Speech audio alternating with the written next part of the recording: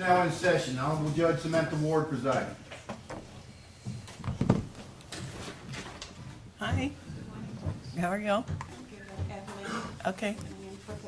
All right. Are you here all week or? I think I'm here all week. Okay. We'll just see what Tammy says, but I think so, if you don't mind. Okie doke. Hi, good morning. Good morning, Judge.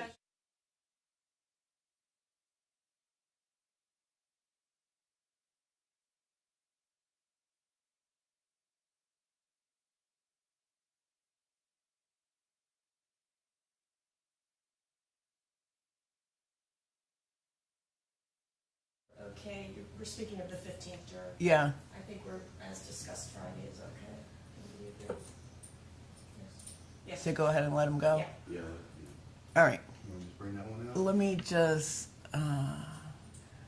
yeah, I'm just going to go back there and tell them. All right.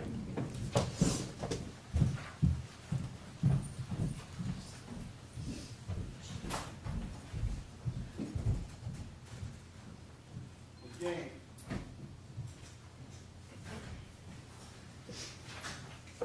James.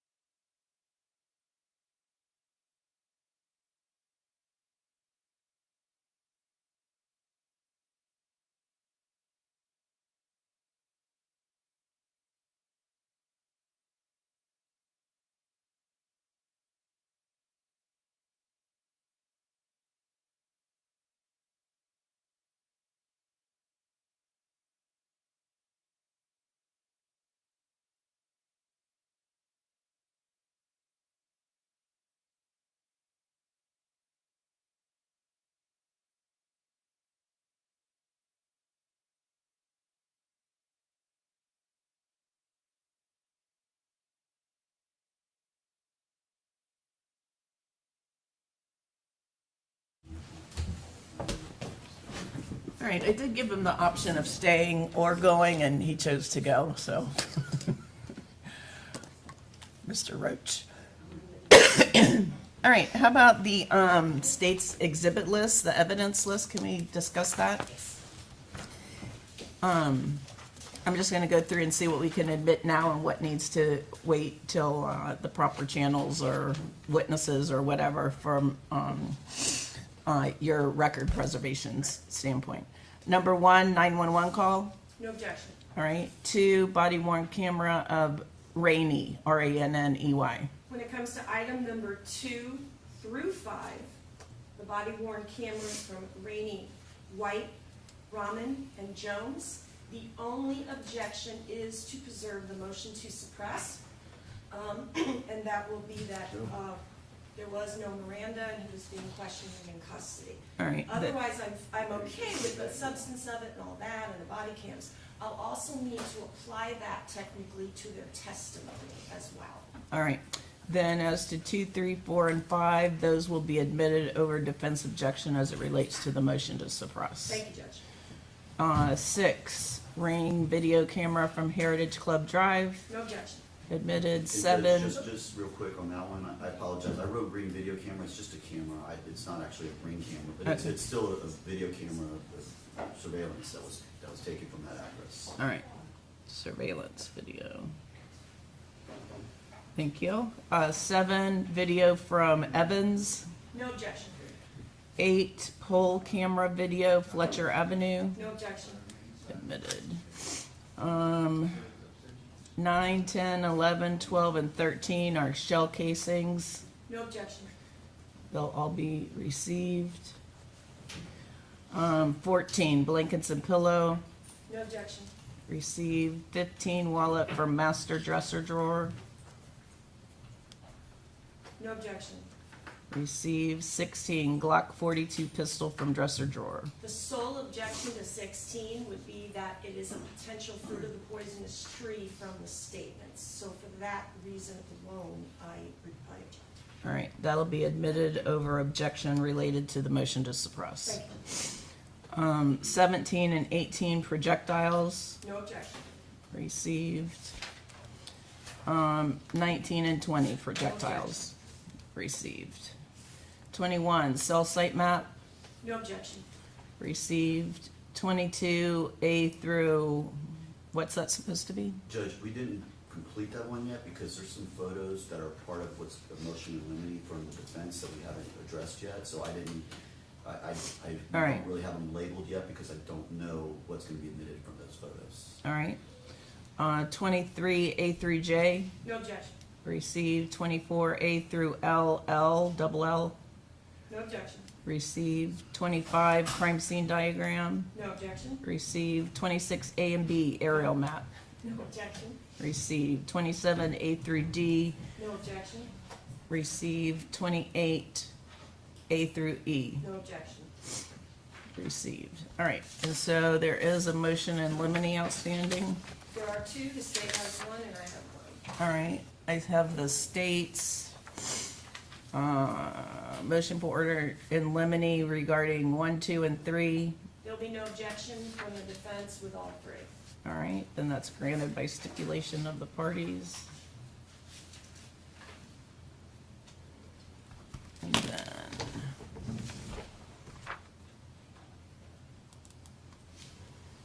I had sent mine early last week, and then it got amended due to a typo.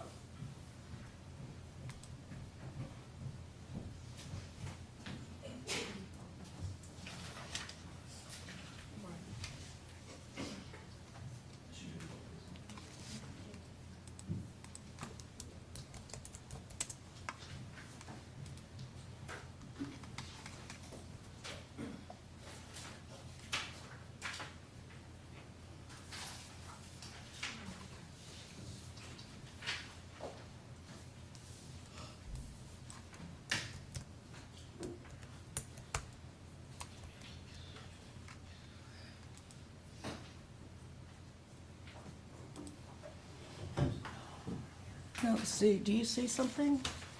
A defense motion? Yes, I did.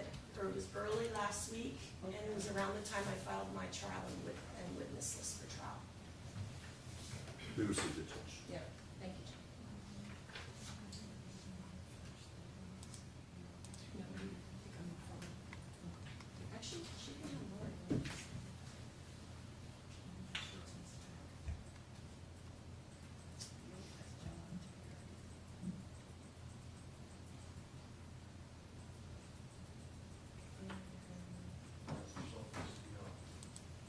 I see the states, but I don't see. I have a dated 2/18/25. Email the judge with motion and limine amended.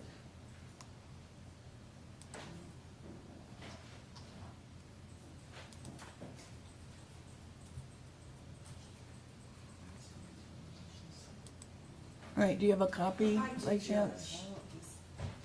Something has happened, it's not an Odyssey. It's not even, I don't see it in Odyssey.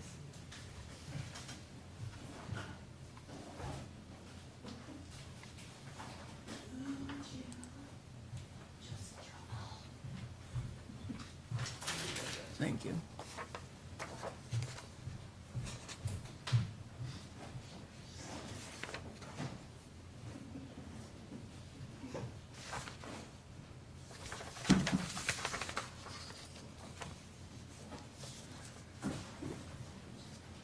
All right,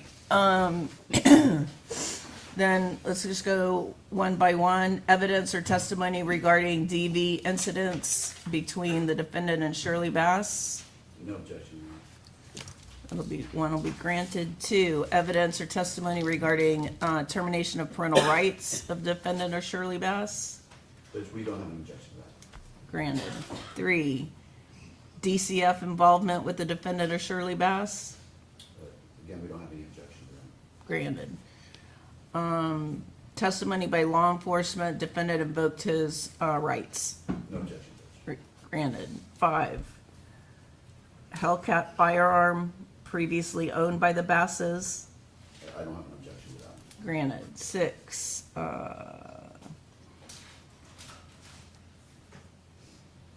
Judge, that one's kind of difficult for me. I don't really have an objection in the sense that I'm not going to ask the officers, did he, run out of ammo? But I am going to point out to the fact and argue in closing that there is no more 380 ammo, that this was all there was, that there was no other ammunition that would fit that firearm and everything, but he could not have fired that firearm anymore after he fired those 5 shots. So I intend to argue that. I don't intend to elicit any sort of opinion testimony from the detective or anybody else that he ran out of ammo or he would have kept firing or anything like that. is that your concern? My only concern was, in fact, yes, them giving their opinion, and I understand Mr. Cherry can argue anything in closing, that's not the issue, that he ran out of ammo because there wasn't any more. I will note a correction to the statement. I do believe there is an entire box of 380 ammo that is located in Mrs. Bass's purse in the kids' room, in the kids' closet. All right. Just to correct that point. However, yeah, that's the only thing, we just don't want to say, oh, we think you ran out of ammo, or that's all we're concerned All right. All right, and I'll look into that, Judge. I didn't realize, I thought we had gone through and I didn't see any 380 ammo, but maybe there was something. All right. Then that's really granted in the way that it's presented in the motion. Yeah. All right. Testimony from H7. Shooting was not accidental, giving their opinion about the number of gunshot wounds and its effect on premeditation. Yeah, their opinion testimony, Judge, I'm not going to listen. All right, that's Yeah, I don't granted. have a problem if they say they saw what appeared to be gunshot wounds. It was and its effect on premeditation. 8, no objection. That's the, That's the medical Sex. examiner? Yes. And actually, when I typed this up, it was Dr. McGowan. It has been changed to Dr. O'Reilly, but it applies to either one. All right, yeah, then that's, in fact, I've advised the doctor not to even mention the sex Okay. assault kit, Thank even you. though it's done typically, but I indicated to Ms. Schlemmer, if for some reason he mentions it or whatever, we've agreed that she can call Detective Gabo to basically say that that's a very standard thing. There was no reason for it other than it's just kind of standard. all right, then that's granted. And 9, This is the one I think This we're objecting to, Judge. Right. This is the Okay. only one. This is, throughout this house, there is a large number of ammunition found in various places throughout the house, mostly in the master bedroom though. Most of them do not, they're 9mm, they don't fit this firearm, but they are relevant, in my opinion, to show and explain to the jury this man had guns, he knows how to use guns, he had ammunition, because one of the allegations, or at least the defense initially, is that this is an accidental discharge. And the fact that he has so much ammunition from different types of firearms, in my opinion, would be something we could argue in closing to suggest that he that definitely understood firearms, clearly has had other firearms with other types of ammunition, and therefore he should have the ability, he knows how to clean or pull out a magazine out of a firearm without discharging it. are there other types of guns as well, or just No, the he had, ammunition? Apparently they were in financial distress around that time period, and he had pawned all his other firearms. So he had no other firearms in the house, but he did have ammunition for other firearms in the house. A lot of loose casings. All right. And a lot of loose casings Spent scattered casings. throughout. Not spent casings, well, Yeah, there were some spent, Yeah, they're spent. but there were also some bullets in the, All right, and what says the defense? Yes, Judge, as I put in my motion, this only applies to the master bedroom. The gun, obviously, and anything related that can fit in that gun. Most of the stuff that is located is found in an Adidas bag, it's found in a backpack. There's one live round, I believe a 9mm, that's right on top of the dresser. We just don't think they're relevant. Nothing that is in that bedroom, other than that firearm, had any involvement or could even be used in this case. A lot of it was spent casings, potentially, I guess, from Mr. and Mrs. Bass going to the gun range. You can see a 9mm TUMO spent casings, NFCR spent casings. We had an ammo box of 9mm, the Luger live round on the top, and then some 9mm Luger live rounds in the dresser. None of those, a 9mm ammo cannot fit in a 380. So we just believe it's all irrelevant, it's going to confuse the jury, and nothing in that paragraph at all has any connection to the 380. So, and this motion is specifically limited to the master bedroom.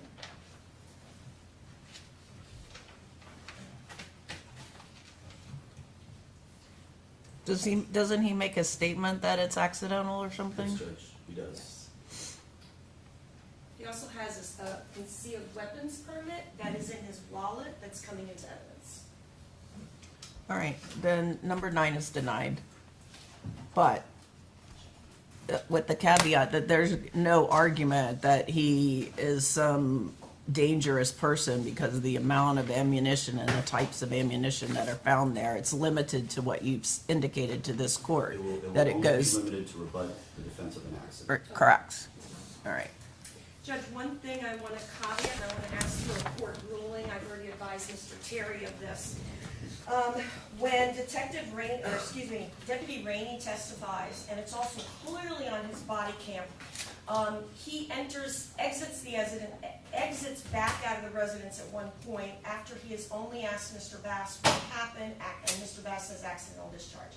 After he steps out on his radio, he clearly says, house is clear, nobody else is in the house, and there's a second victim upstairs. He then walks back inside the house and he gets into very detailed questioning. How did it happen? Who, where was everybody, all that. Obviously, we feel very strongly the motion to suppress should have been granted because Deputy Rainey specifically testified under oath in his depo at that point with those two things that he's saying before it even happens, he was definitely not free to leave. The court denied it. All due respect to Judge Fernandez, I'm not re-arguing here at this point, obviously. But I do think I want to just bring one or two questions in about that because it goes to the jury instruction about defendant's statements. However, I don't want to open the door to him later invoking because later on when they do read Miranda, which we feel is way too late, he does invoke. They continue to ask him a couple of questions. Judge Fernandez did clearly throw those out. So what I wanted to ask Rainey clearly was, like on your body cam, we hear you say the house is clear, and there's two victims. And you can clearly hear the other officers also before any of the questioning. I just want to say at that point, he is not free to leave, and you are questioning him, and at that point, no Miranda's being read. That would be the extent of it. But I'm afraid I don't want to open the door to the invocation. Yeah, Judge, and we would object to that. I mean, it was sufficiently litigated in the motion to suppress. I believe the record has been preserved in that. All of what she's testified to, he testified to in the motion to suppress. He didn't testify. No, he didn't. Well, she relied on the body cams Yes. and the depositions of Rahman and Rainey. I just want to clarify, John. I didn't mean to correct you. But it's we don't think that. I believe that will potentially create an issue, potentially open a door for Miranda. I have not advised Deputy Rainey about this at all yet. Clearly, that's a concern because he may not understand what's being asked. So I just think it touches too closely on Miranda, and I don't think the jury needs to be involved in that at all. That was already litigated and decided, and Judge Fernandez decided that all these statements are admissible. They do come in, that he was not required to read a Miranda until he actually did. So I don't believe that bringing it out in the trial would serve any purpose. This record's been sufficiently preserved for the appellate purposes. After this trial, they clearly have it all laid out. My only concern, Judge, is of course the jury instruction on statements. Mm-hmm. And again, I definitely want to limit it because I do not want to go open the door. All right, I'm just gonna see what the body cam says first, so approach the bench before you ask that Very good. question. Thank you, Judge. All right. And if you could just address with the jury publicity, Sure. and we would invoke the rule. All right, Thank you, Judge. Ready, ma'am? yeah. Edwards and James, you ready? Ladies and gentlemen, when the jury comes in, the first thing the judge is gonna do is read them instructions. During that period, there's no in and out, just stay seated. Flip your switches, ma'am. Oh.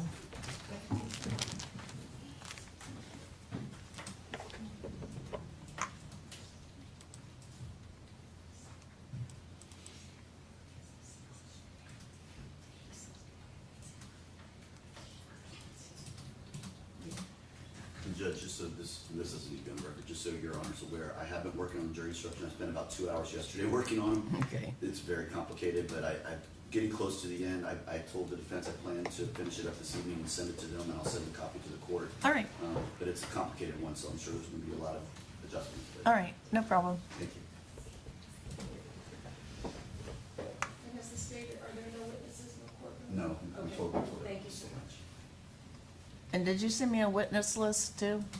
We did, Judge. We filed it with the court. I know, but can you send me a Word Yeah, I will let my secretary know. version? Um, Because I just type into it as my notes, so it's just easier.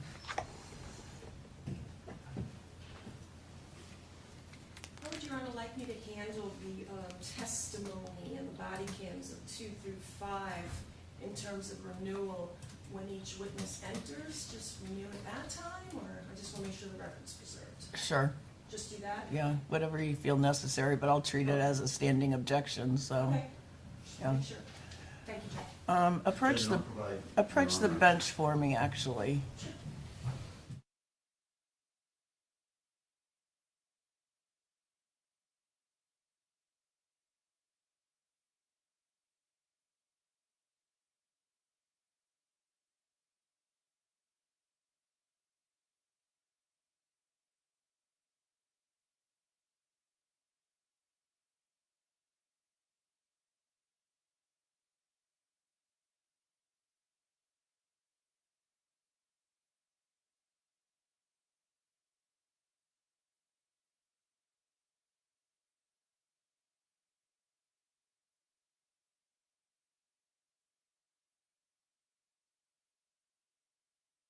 Oh, and Judge, one other thing.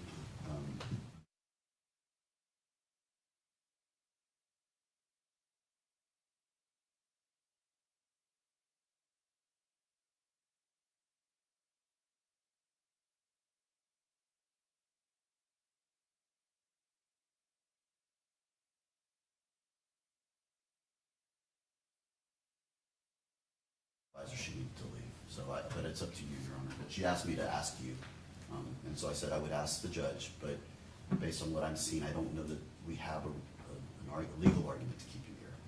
But I just thought I'd bring that to the court's attention. Is she gonna be released from her subpoena?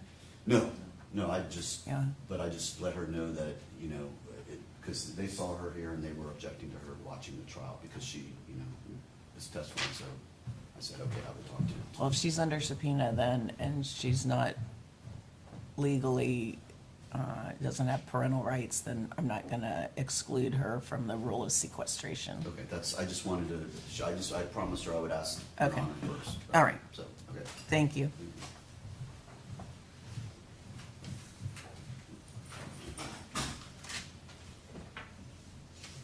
But she's still a witness, though. Right, Yes, so I'm not excluding her from the rule of sequestration. So she's going to be allowed to sit? No. Oh, sorry. Yeah.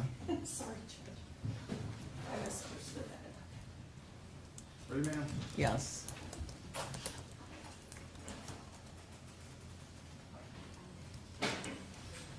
All rise.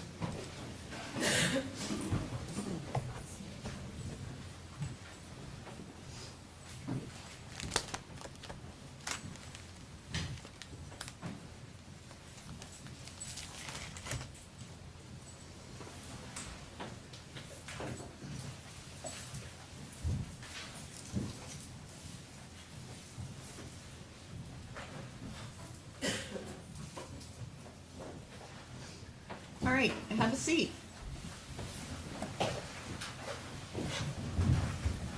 Good morning. How are you?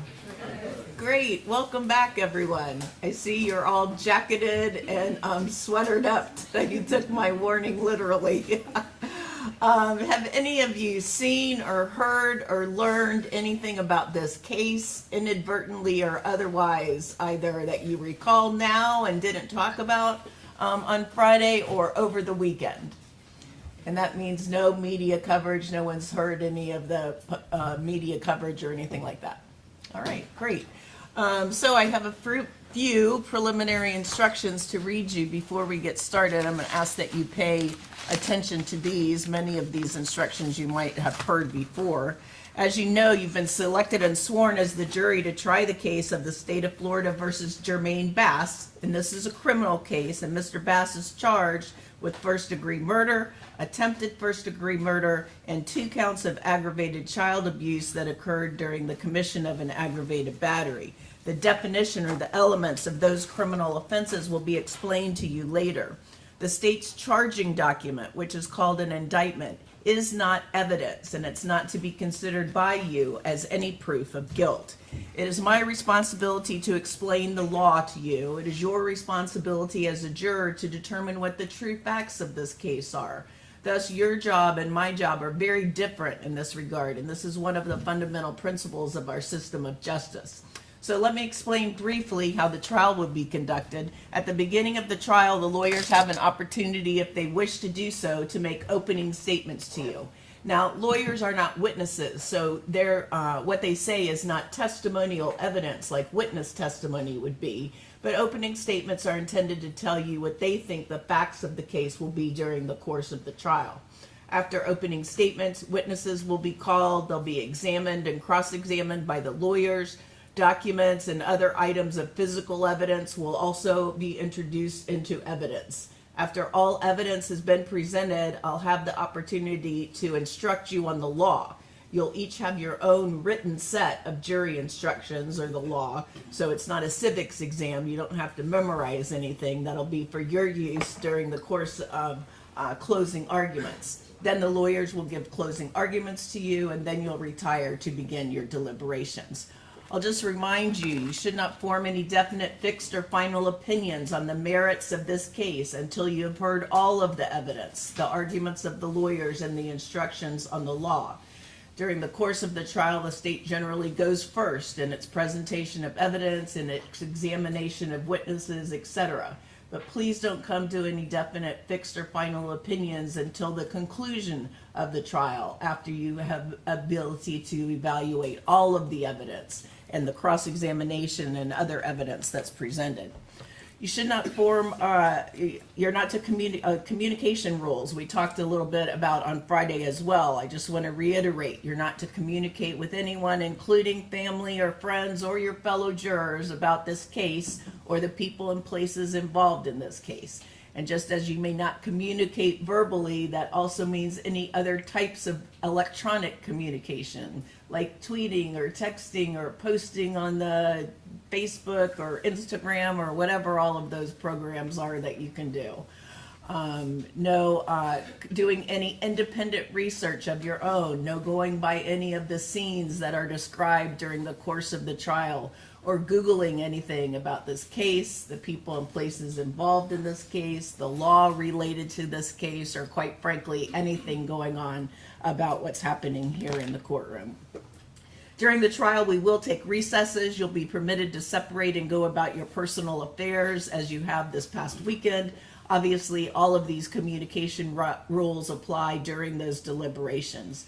I'll just remind you, while you're here at the courthouse, keep your juror buttons on while you're here. We share common hallways, elevators, entrances with witnesses and family members and other people that might have an interest in this case. So just don't put yourself in the position where you're overhearing people having discussions about this case. And of course, if anyone were to try to come up to you to have a discussion about this case, please remind them that you're on the jury and let one of our bailiffs know so they can advise me. Your cell phones, computers, tablets, other types of electronic devices should be turned off while you're here in the courtroom. And I always say off means really off, not on vibrate. So when it goes off, it still annoys the person sitting next to you.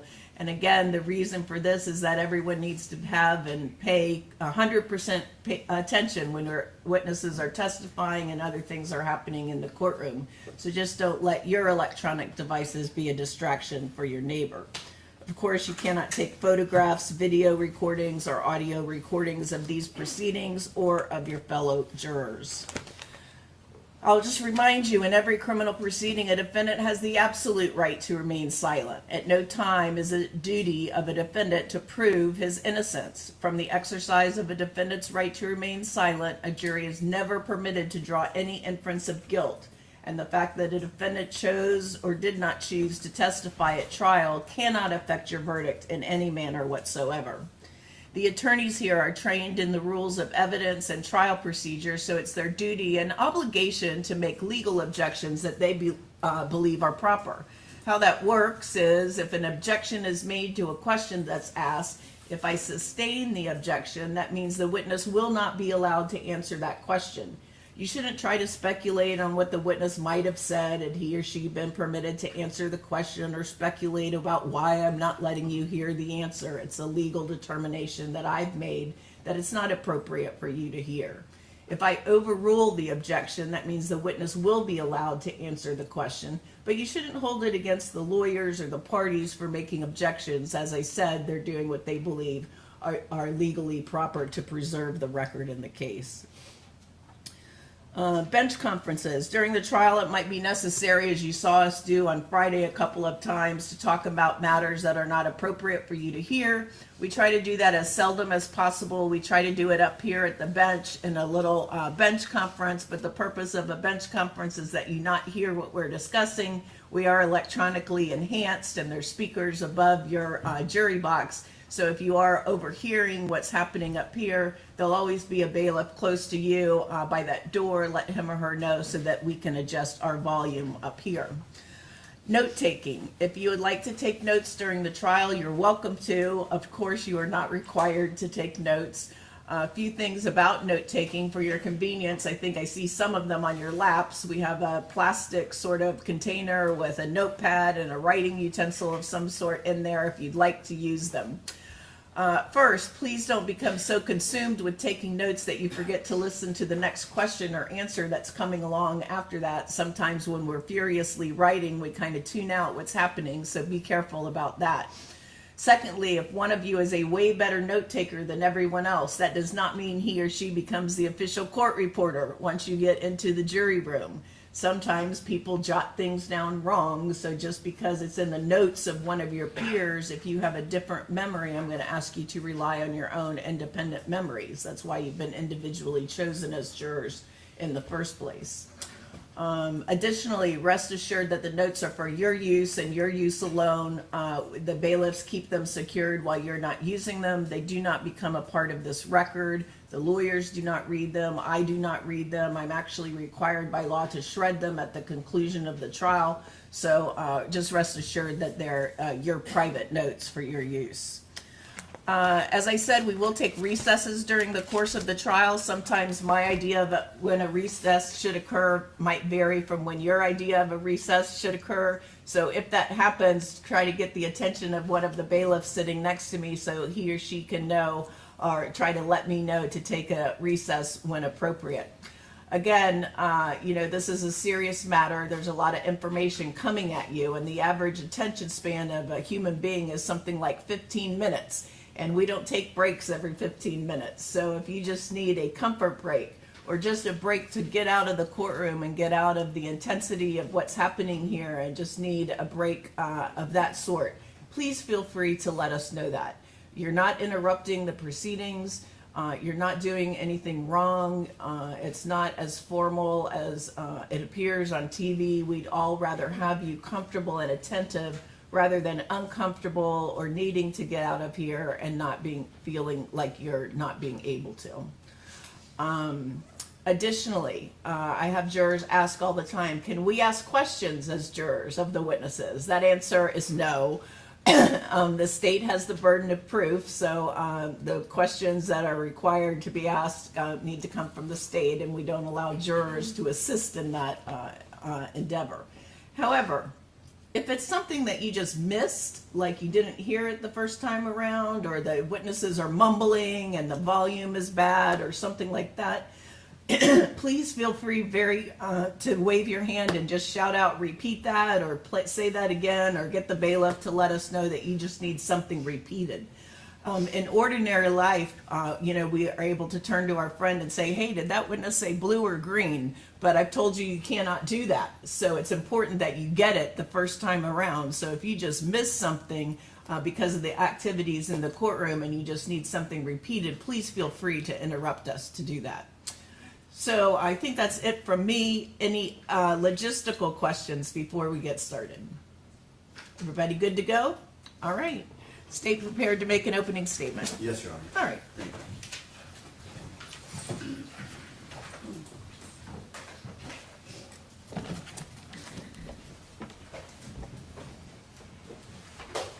The gun discharged. It was an accidental discharge. I was trying to take out the magazine and it went off. They was both in bed. I was in their room. Where was your wife? She was in her room. Those are the words, ladies and gentlemen, of that man seated right over there, Jermaine Bass. Those were the words he told those deputies when they arrived and found these children shot in the head. That was his explanation to them of why 2 children were shot in the head. Accident discharge. I was trying to take out the magazine and it went off. That was his explanation. Ladies and gentlemen, you're going to see this was no accident. This was not an accident.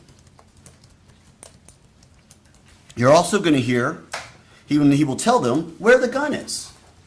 In the dresser, upstairs, a silver dresser.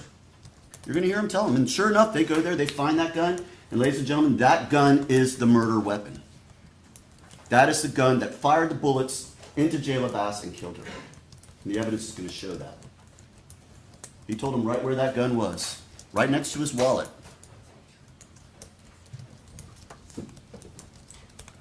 You will not only hear these things, you will see him say these things to the deputies when they arrive on scene. You're going to hear from some of the responding deputies that arrive. These deputies wear what are called body-worn cameras. These cameras capture interactions with citizens, interactions during events. They come on generally when they're responding to a scene. They're not on all the time, but they come on when they're responding to a scene. And these came on for some of these deputies. So you are going to see Jermaine Bass that night. You're going to hear his explanation to the deputies of how both his children ended up shot in the head. What you will not hear from him are any questions about how is his daughter doing? How is his son doing? Objection, improper argument. Sustained. You will never hear him say it was anyone else other than it was an accidental discharge while I was taking out the magazine. That's what you will hear. But the evidence will show you, ladies and gentlemen, this was no accidental discharge. 5 shots from that Glock. 4 hit their target. 3 of them went into the head of Jayla Bass, his daughter, his 5-year-old daughter, as she lay in the bed right next to her brother, who was also shot in the head, in the temple. These were aimed, they were precise, they were targeted right to the most crucial part of the body, the head. 5 shots, 4 in the head. That's what the evidence is going to show you, ladies and gentlemen. On August 29th of 2022, this defendant right here walked into that bedroom where these 2 little children were laying in their bed, and he shot 5 times into their heads. Why this man would take the life of his 5-year-old daughter, Jayla Bass, and attempt to take the life of his 8-year-old son, Jermaine Bass, we may not know. We may never know. But remember, ladies and gentlemen, I told you during voir dire that we don't have to prove motive. But ladies and gentlemen, you will hear some evidence. You will hear some evidence that something was not right in the Bass household. Something was not going right there. Because, ladies and gentlemen, the evidence is going to show you that this house involved Jermaine Bass, who lived there with his wife, Shirley Bass, and their daughter, Jayla, and the son, Jermaine, as well. And it might get a little confusing, ladies and gentlemen, so I'm going to probably call the son JJ. That's kind of the nickname they gave him, because both the son and father are both named Jermaine Bass, and there's no like junior or anything like that. So if you hear me from time to time use the word JJ, I'm referring to the son. So on this date, on August 29th of 2022, you're going to hear that Shirley Bass, the wife, went by herself to a birthday dinner for her sister. You're going to hear that that evening she left around 6 o'clock. She drove down, and where this happened is on Heritage Club, and I believe I told you about this during voir dire. This is an area up near USF. It's up near the Advent Hospital up there on Bruce B. Downs and Fletcher. Right kind of behind there, back in a little neighborhood there. And these are like townhomes that they lived in, okay? It's got an upstairs where the children's bedroom is, and there's a downstairs where it's kind of the kitchen and like a kind of a great room. And you're gonna hear that she left at 6. In fact, you'll see video of her car, her white Mercedes pulling out and heading towards Ruth's Chris Steakhouse down on West Shore. Okay, so she had to go all the way down Fletcher, get on 275, go all the way down to West Shore, if you all are familiar with the area, and then go to Ruth's Chris Steakhouse, where she was meeting the family for a celebration dinner for her sister. You're going to hear from some people who were at that dinner, and they will tell you Shirley was happy, everything seemed fine. Shirley goes there that night with her niece, China Gadsden, and you're going to hear from China Gadsden as well. All right? She's going to tell you that they were having a wonderful time. As Shirley went and they had dinner and everyone was getting along very well. Jermaine was not there. He was supposed to be home taking care of the kids. But he was not home taking care of the kids. The evidence is going to show that he left those kids, drove all the way to Ruth's Chris Steakhouse. Basically followed Shirley Bass. Why? We don't know, ladies and gentlemen. But he did. The phone records will conclusively show that he left. We also have video of his Nissan truck pulling out and leaving that residence, not long after Shirley leaves. You're going to hear from China that when they were driving away, as they were leaving Ruth's Chris, there was this truck behind her that was really driving aggressively and scaring her. She didn't know what was going on. It's tailgating her. So just as she's pulling onto the on-ramp to get on the interstate, this truck is right on her tail and she's scared. So she stops the car. This truck pulls around her and stops in front. And who gets out of that car? Jermaine Bass. Gets out of that car angry and goes up to the driver's door thinking that it would be his wife in the driver's seat, but it was China. So he looks at his wife and says, "Are you drunk?"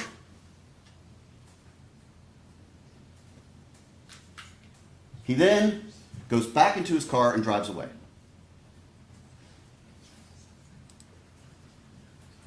Don't know why that was, but it's clear, ladies and gentlemen, there was some problems going on in that household. There was evidence to show that there was something going on in that household. And Jermaine Bass, the defendant here, was not happy about it. So you're going to hear that they drive home. Shirley drops off China at her house, which she lived up in that same sort of area. And she goes home. And you're going to see video from an apartment complex. In this video is part of it shows the parking lot area in front of the residence where Shirley and Jermaine lived. And you're going to see the defendant pull in this big truck, park the truck, go inside. A few minutes later, you're going to see Shirley's car pull up. She's going to park the car, and then she goes in.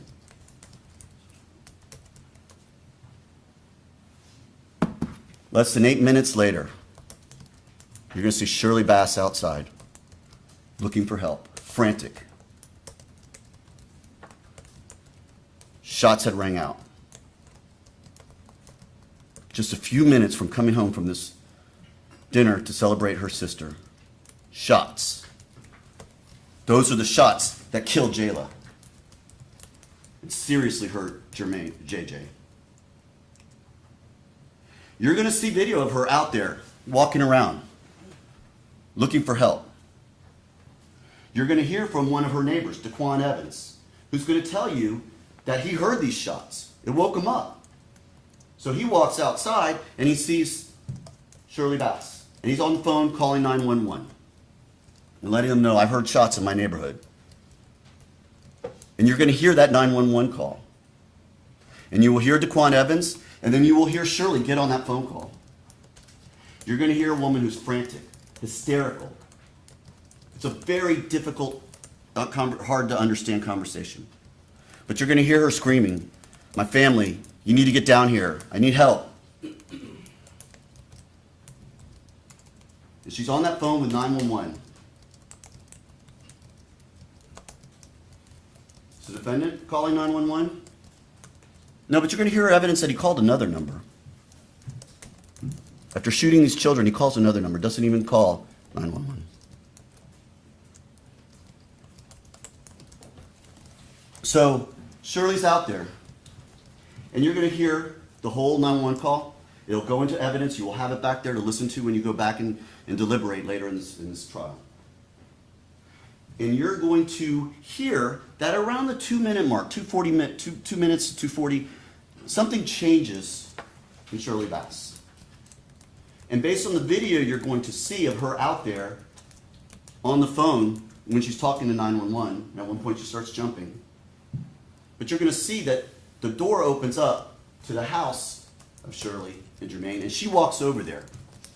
And right about that time, you're going to hear Shirley Bass on that phone screaming at somebody, what the fuck is wrong with you?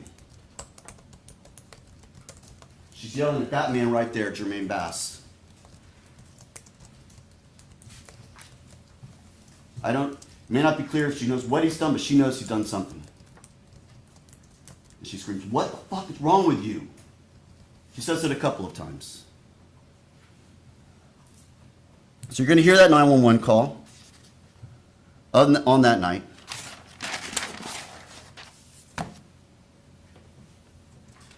And then after that 911 call, the deputies arrive. And this is where you'll see what the deputies see when they get there. You're going to get to see it. Because this body-worn camera, it's going to take you into the house. It's going to take you into the apartment. And you're going to see how they walk in there. You're going to see Jermaine Bass holding JJ. And JJ's got a bullet hole to his head. He's still coherent, he's still alive. And he's in pain because he's saying, ow, my head. And Jermaine's just holding him. And they ask him, is there anyone else here? He says, no. So these deputies are clearing the house. And they do what they do when they come into a house and they don't know the situation. They want to make sure they know where everyone is. So they go and check out the rooms, make sure they clear the rooms. And they're going to tell you all about that. That's when they go upstairs and they go into the child's room. And suddenly one of them notices it's a little girl. And you're going to hear her. You're going to hear the moment you notice her. And you're going to hear him go, sweetie.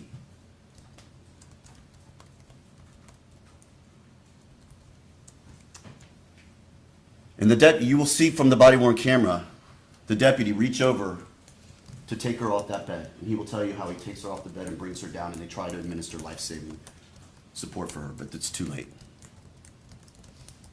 But you will see her position.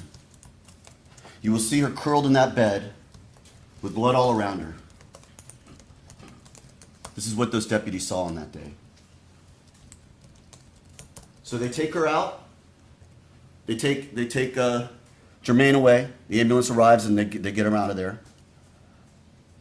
And then you're going to see the defendant calmly telling him those things that I told you. I was unloading the magazine and it went off.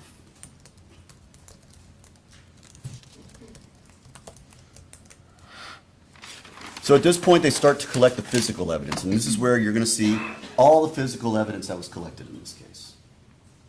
You're going to see the shell casings, 5 shell casings that belong to a .380 Glock.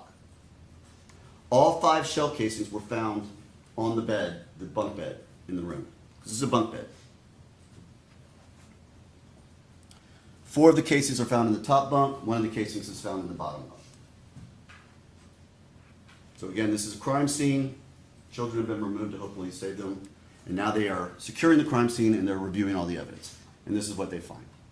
They find damage hole to one of the walls where a bullet clearly went through. And you're going to see that it did go through, and it goes into the bathroom, and the adjoining bathroom, and it goes through that bathroom and into the wall. And they're able to obtain that projectile.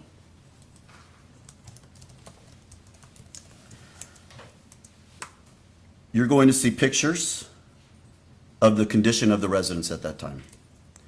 You're going to see pictures of a lot of blood, and I want to warn you that you will, okay? But it's important that you pay attention to those pictures and look at those pictures.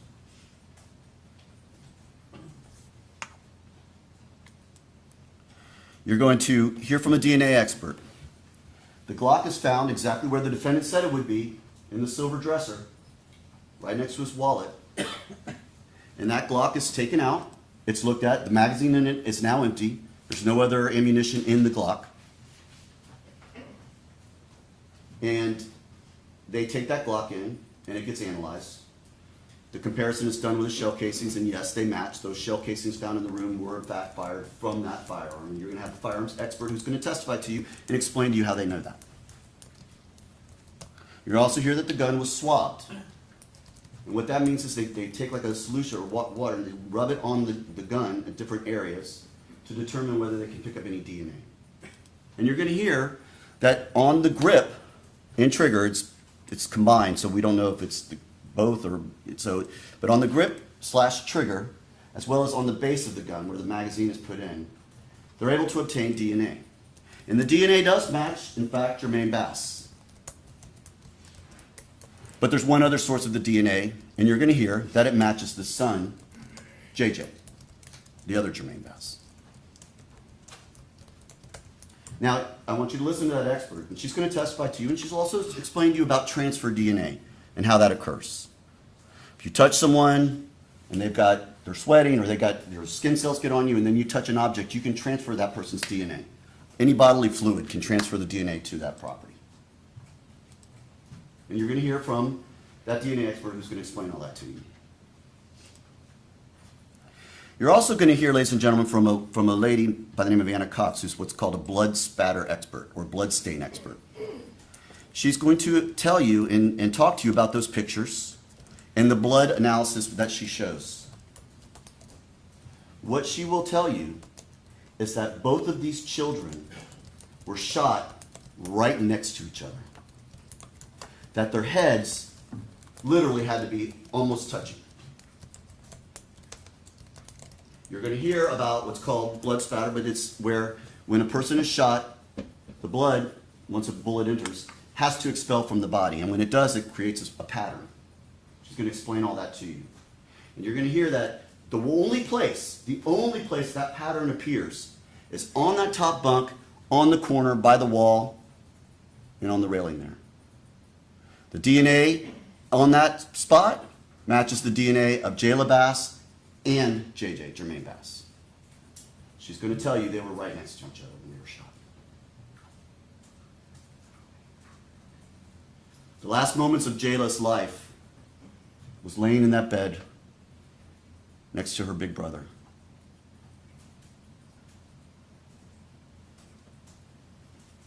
You're going to hear about other blood. Their blood drips down from the bed to the lower bunk bed, creating other patterns. She's going to describe all that to you.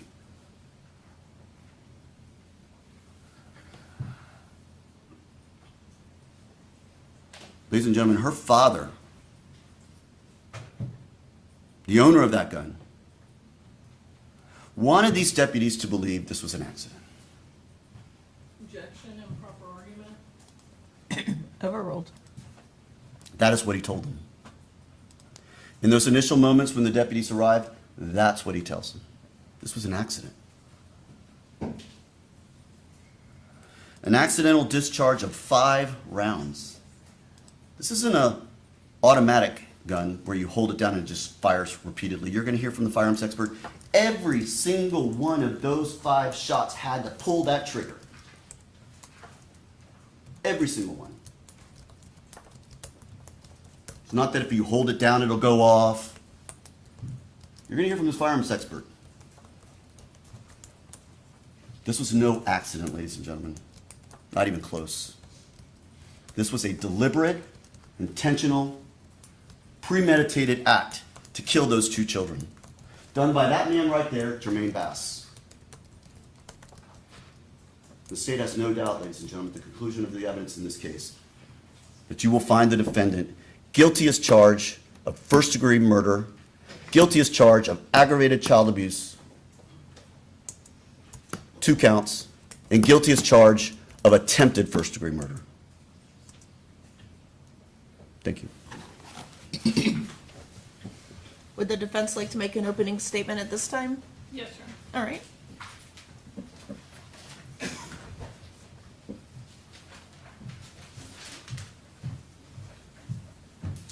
morning. Jermaine Bass, my client, did not shoot his children. What happened on August 29, 2022 was tragic. And you're going to hear a lot of testimony about what happened on that day. And a lot we are not going to be in dispute about with the state. Where it happened, what time it happened, how many shots were fired, things of that nature. You're going to see that there's not a lot that we're going to be disputing about. But the most important part, we are. Who was responsible? Who fired the gun that injured Jayla and JJ Bass? You're going to hear the evidence because as the judge instructed you, what we say is not evidence. The evidence you're going to hear from the witness stand and from the exhibits in this case.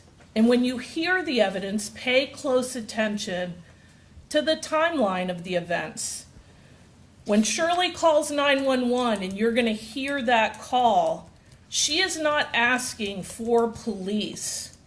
She's asking for an ambulance.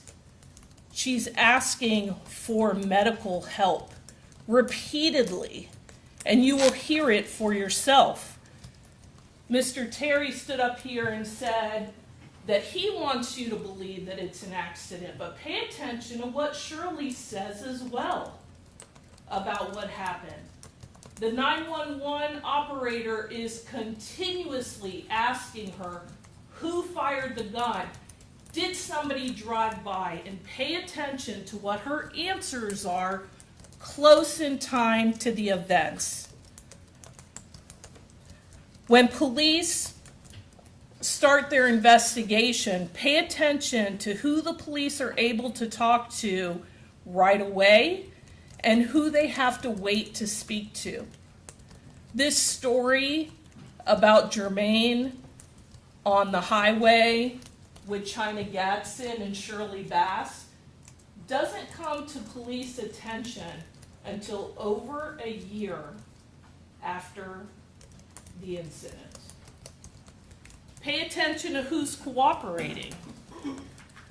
You'll hear from the lead detective in the case and the efforts that he made to speak to Jermaine, to JJ, and to speak to Shirley about what happened. You'll hear, obviously, that after this happened and JJ was injured, he was in the hospital for a while.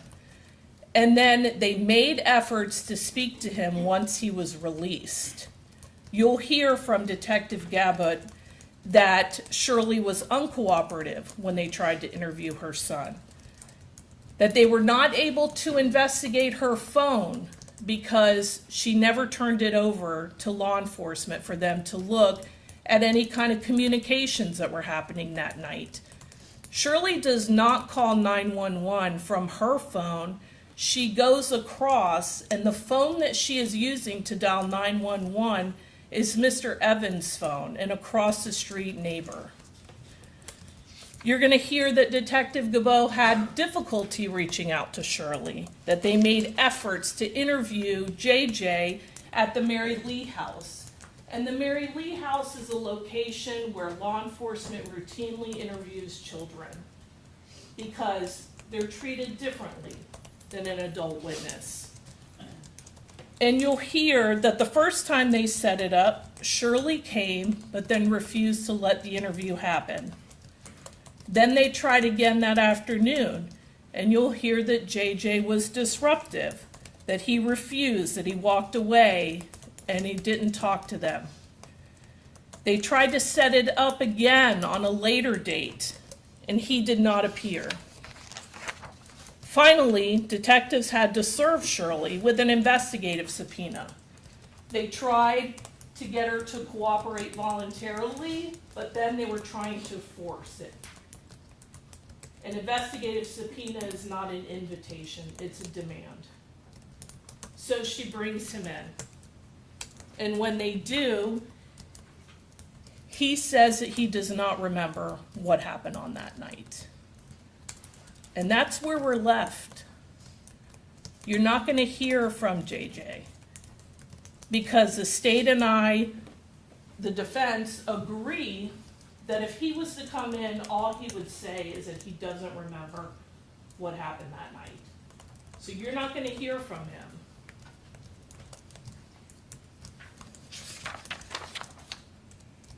My client was cooperative with law enforcement. You're going to see how he brings his son down from the bedroom after his son is injured and is waiting downstairs while Shirley goes and calls 911 to get an ambulance to help him. He stays with his son. You'll see the interaction that he has with law enforcement. And pay attention to the evidence in the investigation that's done at the scene. As Mr. Terry told you, there's blood evidence at the scene. There's testing that's done. There's additional testing that is done because it's confusing.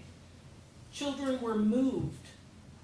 And so there's a question as to where things happen. And so the additional testing that was done in this case helps give you a clearer picture of what happened in that room. You'll see a purse that was found in the children's room that belonged to Shirley that has ammunition in it, and a holster, and a magazine. You'll also see an empty holster and a child's bassinet that's in the kid's bedroom, along with a little plate that has some eaten food on it. Pay attention to the inconsistencies in the testimony and the evidence. Listen not only to the answers that the witnesses say when the state asks questions, but also when we ask questions. There'll be different versions told by the witnesses and the evidence in the case. Listen with a critical ear. Use your discernment and your common sense in this case. Pay attention to where everyone is when shots are fired, what they saw and what they heard. The gun that was recovered in the master bedroom and the dresser, the testing that was done on the scene. And as the state told you, you're going to hear that not only was Jermaine, my client's DNA on the gun, but JJ's gun. And pay attention to why that area is swabbed. There's different areas that are swabbed, and the grip and the trigger are swabbed to determine who's handling the gun. That's why those areas are swabbed. And JJ's DNA is on that gun. In the end, you're going to have more questions in this case than answers. The state is going to try very hard, as you heard in opening statement, to try to convince you that my client shot his children that night. What they say is not evidence in the case or the true facts. The evidence comes from the witnesses, and you all were selected to determine what the true facts are in this case.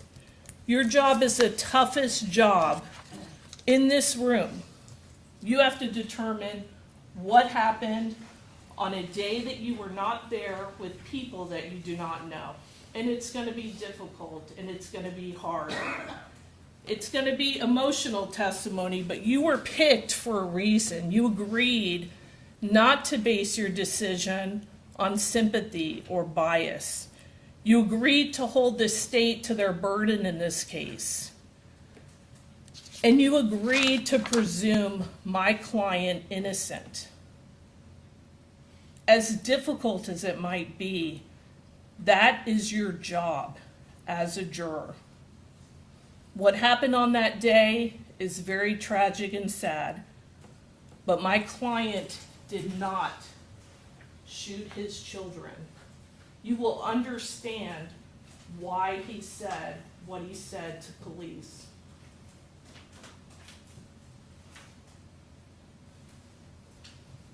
At the end of the case, after listening to all the evidence and the law, you will agree and find Jermaine Bass not guilty.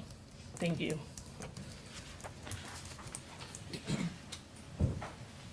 Thank you. State can call your first witness. State will call Rebecca Macleman.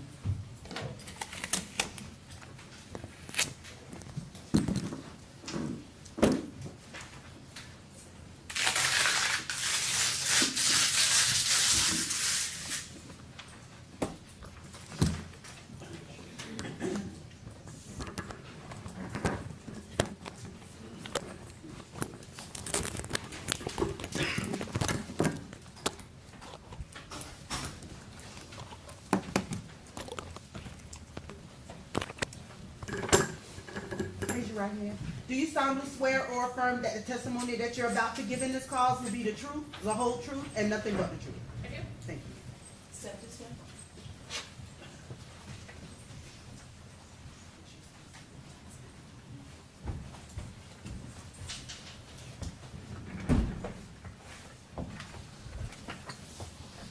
Hi, good morning. Good morning. If you would, please introduce yourself and spell your name for us. I'm Rebecca Macleman, Macleman, and I'm the 911 records custodian for Hillsborough County Sheriff's Office. All right, thank you, Macleman. Ms. Macleman, I was just about to ask you, what do you do? And what are the jobs and duties of a records custodian of 911 at the Hillsborough County Sheriff's Office? I save all calls as requested. Okay. And is that part of your regular course of business, what you do is routinely? It is. Okay. And explain to the jury, if you can, how these 911 calls are recorded, how they come in, and all of that. They're recorded automatically from the time that the call is answered and then end when the call is disconnected. In that call, we get all kinds of information, date, time, call taker, location, phone number, address, and any other information that we may gain from that. All right. Now, you're not the one who's answering these phones. You're just in charge of recording them, correct? Now, yes. Now, okay, but there was a time when you did that? Yes. Portion. Okay. Have you had an opportunity to listen to a recording in this particular case? Yes, All right. And was that recording regularly kept in the course of business at your work? it was. All right. And I'm going to show you what's been marked as State's Exhibit number 1 for identification. You recognize that? I do. All right. And is this the actual recording you listened to? It is. And is this a true, in fact, recording of the 911 call that was taken on that day, August 29th of 2022? It is. Judge, move to publish this at this time? Sure.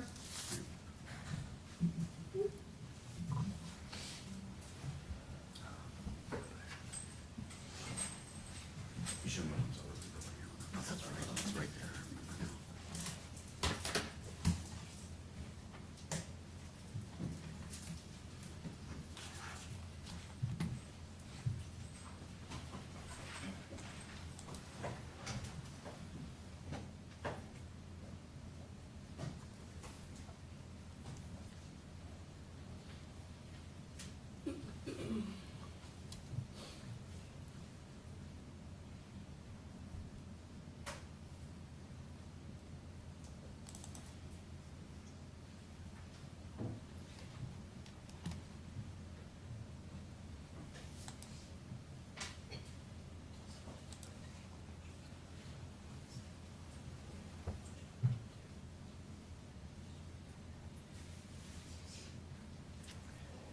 says it's playing. I don't hear it.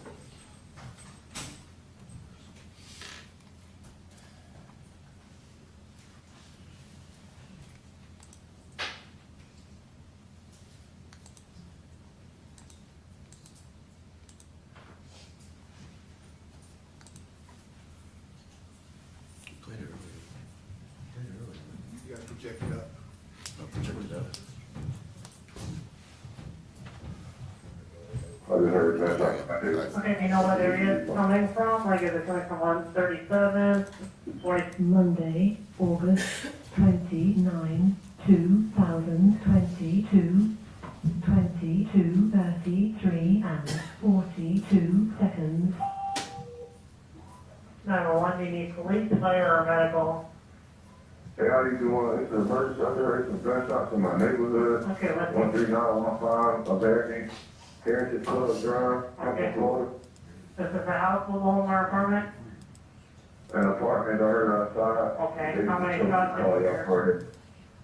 I heard a couple, but a lady downstairs said something bad is happening. I don't know. I just heard gunshots. I did. Okay, do you know what area it's coming from? Like, is it coming from 137, 42nd, any specific area? No, just in the neighborhood. Okay. How long ago did you hear them? Just like 2 minutes ago. Okay. Now, after you heard the shot, did you see or hear anything else suspicious? Somebody screaming, a car that set off really quickly, anything like that? Oh, yeah, she right here right now. Okay. Do you want to put her on the phone? Yeah. Want to be on the phone?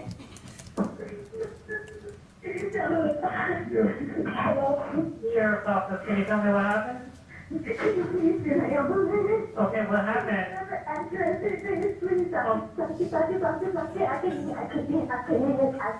Yes, I'm getting them on the phone, okay? What happened?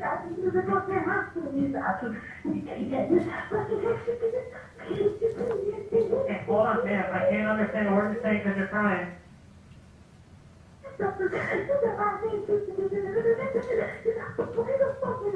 Okay, ma'am, hold on. Take a deep breath. I can't understand you when you're crying like that. Take a deep breath. What happened? Listen, I just need you to something, whatever for the address, just please. What happened? I have to call in. What happened? Did somebody get shot? Someone Someone shot who?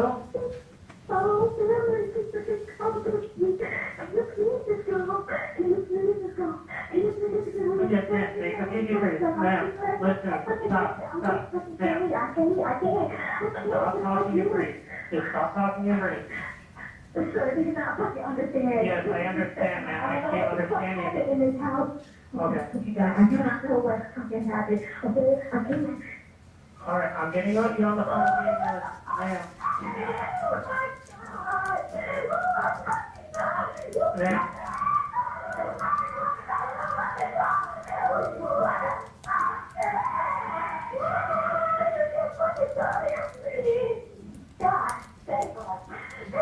Ma'am, what's going on?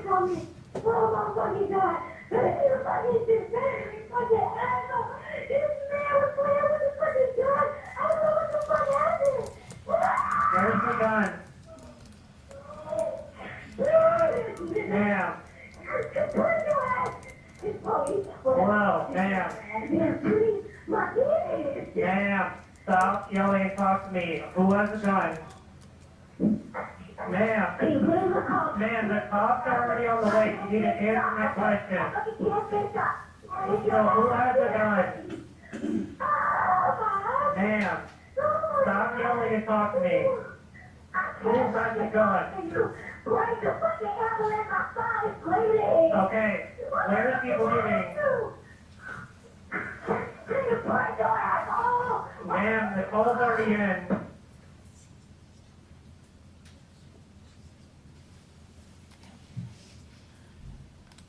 Now let me ask you, there's a pause right here. What is that? She disconnected. Okay. And then she calls back, or someone from that number calls back, is that correct? Correct.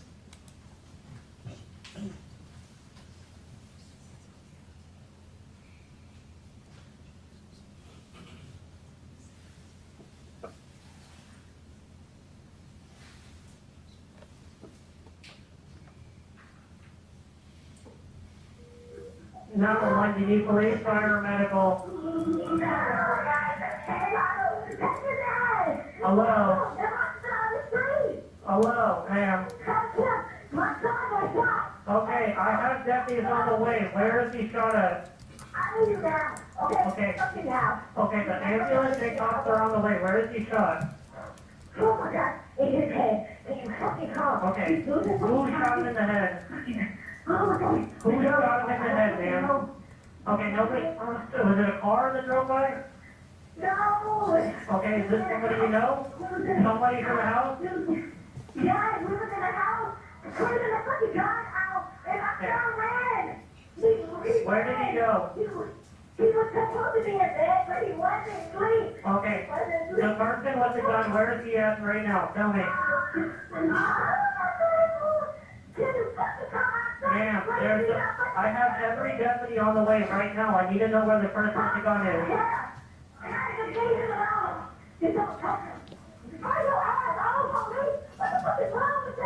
Ma'am. Ma'am, stop yelling. Ma'am, what's the house number that he's at? I have a call in. 139. 139 what? What is it, 13915? Okay, ma'am, I'm trying to get the guy who did this, and I need to know where he is with the gun. Ma'am, they're coming. The police and the ambulance are on the way.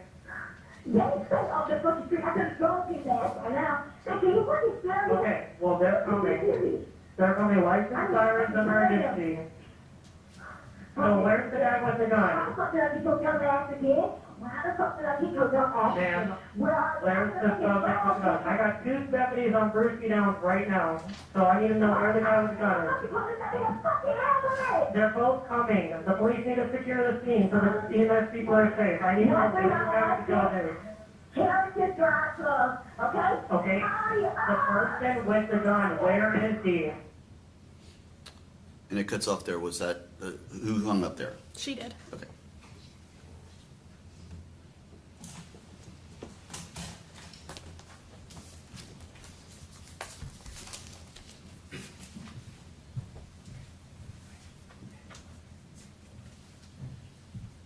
All right, Judge, I don't have any further questions of this witness. All right.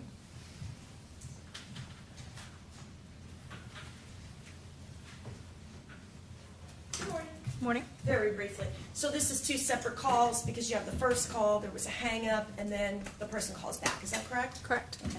Thank you. I don't have any other questions. All right. Is she released? Yes, sir. She is. All right, you could step down and you're released from your subpoena. Thank you. Call your next witness. They will call Daquan Evans.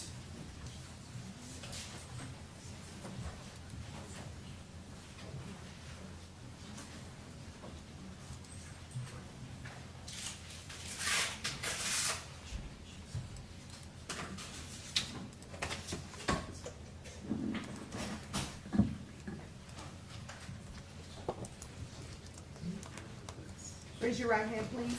Do you solemnly swear or affirm that the testimony that you're about to give in this cause will be the truth, the whole truth, and nothing but the truth? Yes, ma'am. Thank you, sir.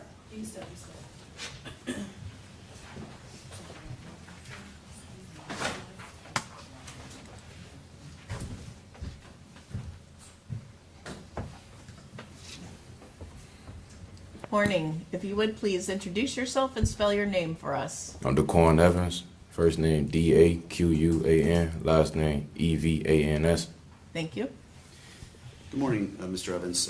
If you could, where are you currently living? I live in Ocala, Florida. Back in 2022, in August of 2022, where were you living at that time?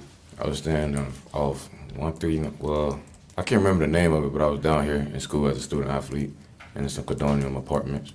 What school were you going to? University of South Florida. All right, and you were a student at, what were you playing? Football. All right, and what are you doing now? I'm a mentor for Wake Up Mentoring based out of Orlando, Florida.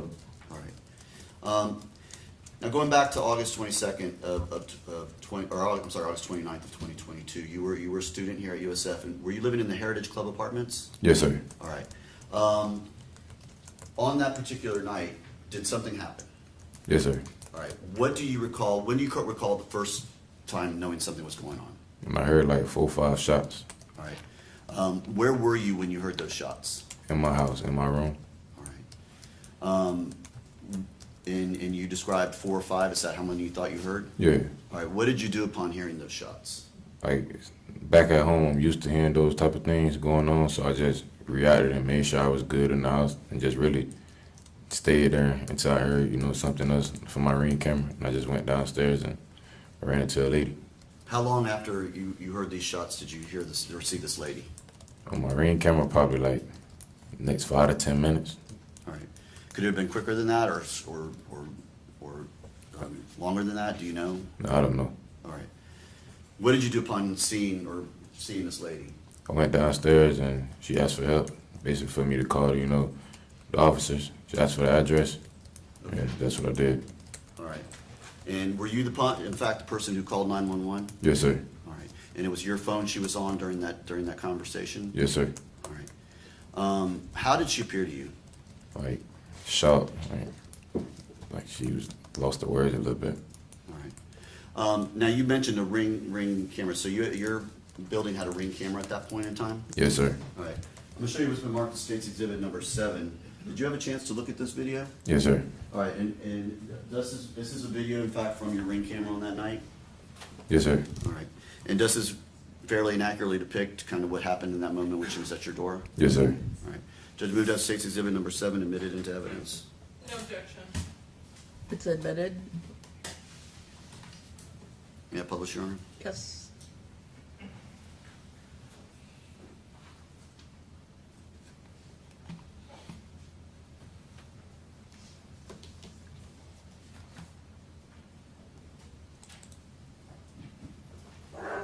What is the address? 13915. So that's all the Ring camera was able to record on that particular moment? Yes, sir. And that woman out there, that's the woman who you gave the phone to when you were talking to 911? Yes, sir.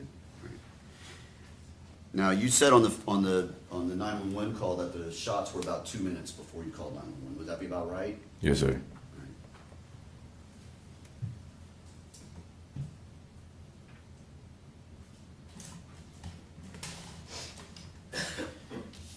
After hearing those shots, calling 911 and seeing that lady out there, did you do anything else?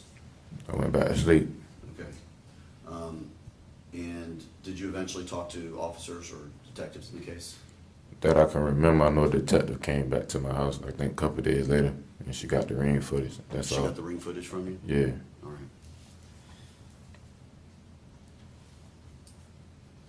Judge Birmingham, 1 moment. Yes.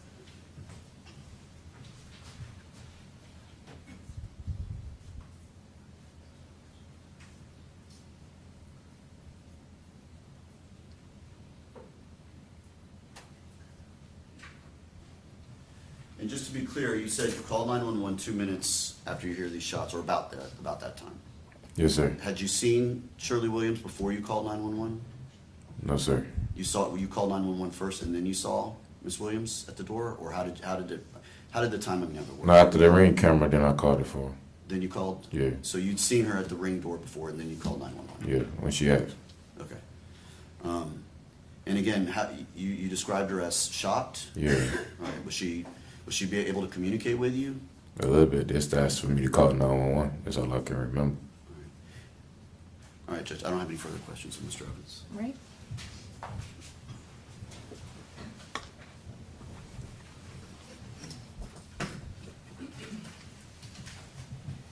Good morning, Mr. Evans. Good morning. Now, back in August of 2022, you were living at that Heritage Club Apartments. Yes, ma'am. How long had you lived there at that point? Probably like a year. Okay. And your schedule was pretty busy back then in the summer? Yes, ma'am. So it wasn't a situation where you would kind of hang out around the apartment or anything like that? No, ma'am. all of the places in that complex are all townhouses, Yes, ma'am. and you live there with a roommate? Yes, ma'am. Did your roommate ever come out or do anything when this happened? No, ma'am. He was asleep. Okay, so you were asleep also when you did hear the shots? Yeah. Once I heard him, I woke up. Okay, and you said that you came downstairs, so your bedroom, I assume, is upstairs? Yes, sir. Yes, ma'am. And then you come downstairs and end up coming outside? Yes, ma'am. Did anyone come to your door, or was she there at your door as you were walking out? Just soon I opened right there. Okay. And the person that you saw that the state is describing as Shirley Williams, she wasn't someone that was known to you, right? I don't know her at all. Okay, so you didn't know that they lived across or anywhere that never had any contact with them? No, ma'am. The setup of the complex that you were at, your townhouse building, there would be like a couple of townhouses right next to each other. Yes, ma'am. And yours was, I believe, the second one or the first one? Probably the second or third one, because it's in the middle. Okay. And then there's like a walkway or a sidewalk, and then there's townhouses across from you, and you all face each other. Yes, ma'am. Okay. Then if you were to come out of where your townhouse is and turn, that's the parking lot where you would be assigned a parking spot or whatever for your unit. Yes, ma'am. And then the parking spaces across from your parking space would be assigned to the units that are next to that. Yes, ma'am. And it almost forms like a T, right? Like you guys would be across from each other, and then there would be other townhouses that are kind of dead end from where you were. Yes, ma'am. And if you kept going past your townhouse, there would be like a pool and other units that way, right? Yes, ma'am. When you first came out, was there anyone else out there besides this woman? Not that I remember. Okay. And you end up being the one that first calls 911. Yes. And then as you're talking to the operator on 911, you end up handing the phone over to the female who came to your door. That I can remember, yes. Okay. And you don't have any other contact other than maybe at some point getting your phone back. No, that's all. Okay. So you go back to sleep. You don't know anything else about what happened. No, ma'am. And as far as this person appearing to be in shock or anything like that, you don't know her, but that was kind of your first impression of her demeanor at that time. Yes, ma'am. If I could have one moment. Yes.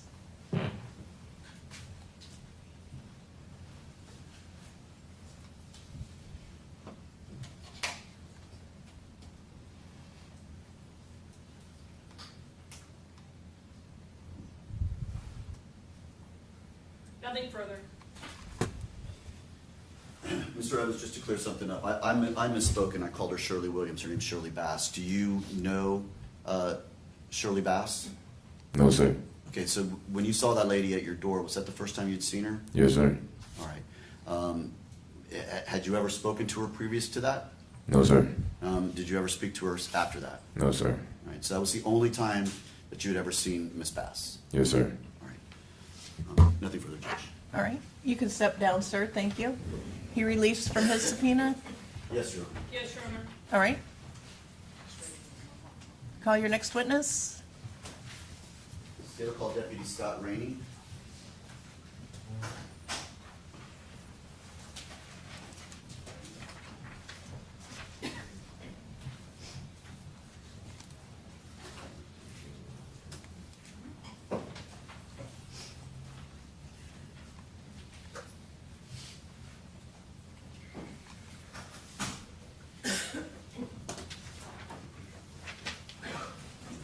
Judge, will we approach just for a second? Sure.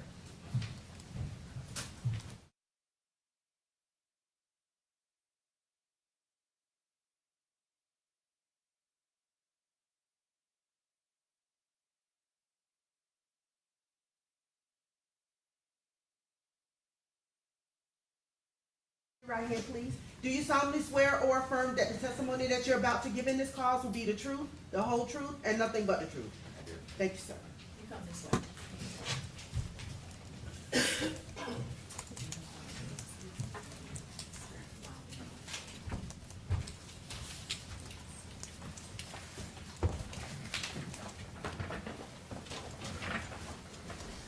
Good morning. If you would please introduce yourself and spell your name for us. Yes, ma'am.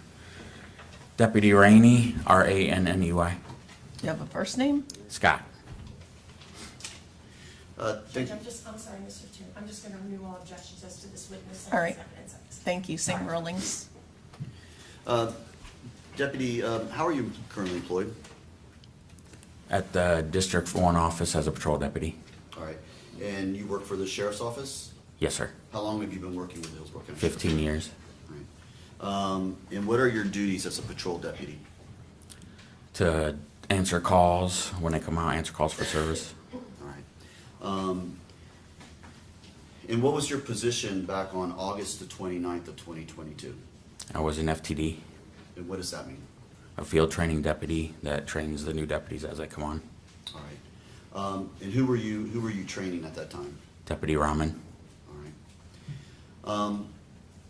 And when you're training a deputy, do you work together with that deputy? Yes, sir. All right, so you all ride in the same car? Yes, sir.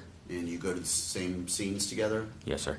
And if he has questions, does he ask you what to do? Yes, sir. All right. And how long had you been working with, who were you working with on that day? Who were you training? Deputy Rahman. All right. How long had you been training Deputy Rahman? There's different phases. We were in 4th phase at that point, which is a 2-week period, and we were on the 1st week. Okay. And once he's done with that phase, does he go out on his own at that point? Yes. All right, so he was nearing the completion of his training at that time? Yes. All right. Deputy, what zone were you working back on August 29th of 2022? Alpha 4. And where is that zone, if you can explain to the jury where Alpha 4 is? Alpha 4 is from Nebraska to Del Mabry and from Fowler up to Bears. Okay. Does the Heritage Club apartments, did they fall within your zone? No. Okay. Why did you respond to the Heritage Club apartments on that night, or did you respond to the Heritage Club? Yes, we responded because we were closer to the district that time, which is closer to where those apartments are. And because I had a recruit, that is a very good call for a recruit to go to. Okay.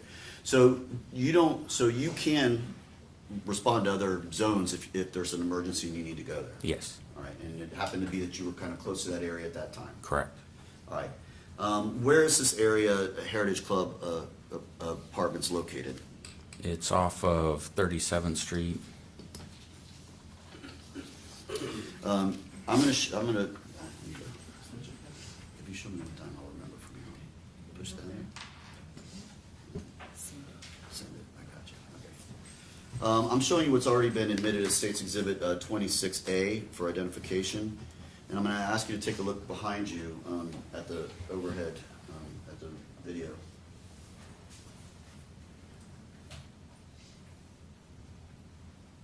All right, do you see in there where Heritage Club Drive is, the location where this incident occurred? Yes. If you could, please, could you stand up and point to it and kind of describe it so it can be on the record? It's right here in this area. Which is basically kind of the middle of the screen? Correct.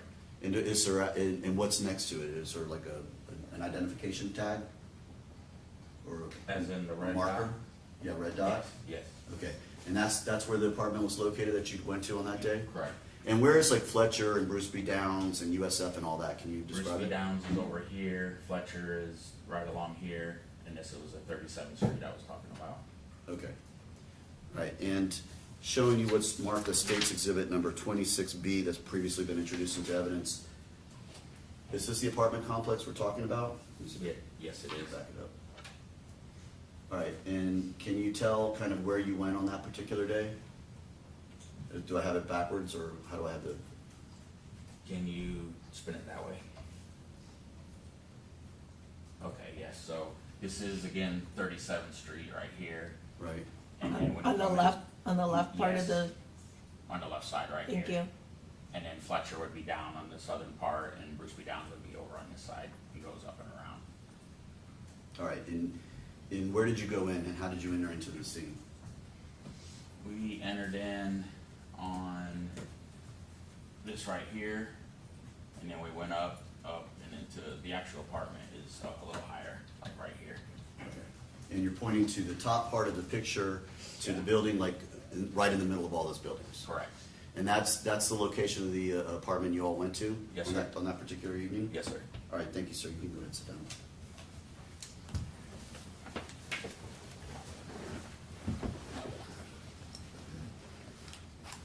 What did you believe you were responding to? What was the call about? The call just went out as a shooting call, but it didn't give a lot of details. It didn't say, who was a victim or anything. It just said somebody was shot. All right. Were you one of the first units to arrive on scene? Yes, sir. There was approximately 4 of us that got there close to the same time. Who were the other deputies who responded at the same time? Deputy Jones, Deputy Rahman with me, and Deputy White. Okay. Describe to the jury what you saw as you were driving up to the scene and as far as the outside of the apartment. There wasn't a whole lot outside, just, a lot of cars because it's an apartment complex. When we were going towards the apartment, getting close to the door, there was a female outside, and then, we went past her and went on inside to the apartment. Well, was the female saying anything? How was she behaving? She was saying something. I wasn't close to her. There was another deputy, I believe it was Deputy Jones, was already talking to her when we got there, and we went around another way and went to the door. All right. And did you in fact enter the scene? Yes, sir. What did you see when you went into the residence? When I went in, you immediately went into like a kitchen area to the left. There was a TV on the left side and a couch on the right side, and there was a gentleman sitting there holding a juvenile in his arms. All right. And what did you do at that point? At that point, we went up to him to see what was going on, and you could see blood on the juvenile's head. So we were trying to figure out where the blood was coming on, figure out what was going on, and had my recruit go out and get a med bag and start, treating him. Okay. And did you speak with this man? Yes. All right. And what did he tell you happened? He told me that there was an accidental discharge and the gun went off and hit the child. All right. Did you know about another child upstairs? Not at that time, no. Okay. When did you first hear about the other child upstairs? When Deputy White came downstairs and said that there was another victim upstairs. Had the defendant, Mr. Bass, ever said anything to you about this other victim upstairs? No. All right. Did you ever go upstairs? At one point I did go upstairs. I got up to the top of the stairs. I was able to see that there was enough deputies up there treating the other child, so I went right back downstairs. Were you wearing a body-worn camera on that day? Yes. All right. Explain to the jury what a body-worn camera is, how it works. So a body-worn camera is the camera for a normal call that you go to, you have to turn it on yourself, but anytime like we pull out our weapon, turn on your taser, turn your lights on your car, it automatically comes on, but we use it every single call we go to, we turn it on. And it records everything. It can see everything we see, it sees. Are you in fact wearing a body-worn camera right now? Yes. Can you point it out and show it to the jury where it's located? It's right here. The record reflect he's standing up and identifying like a black box in the center of his chest. Yes. I'm going to show you what's already been introduced as State's Exhibit number 2. Did you in fact review this? Yes, I did. Okay. And is this in fact a copy of the body-worn camera you were wearing on that day? Yes. All right. And does it fairly and accurately depict what you saw when you arrived on scene? Yes. All right, Judge, I'm going to publish it now.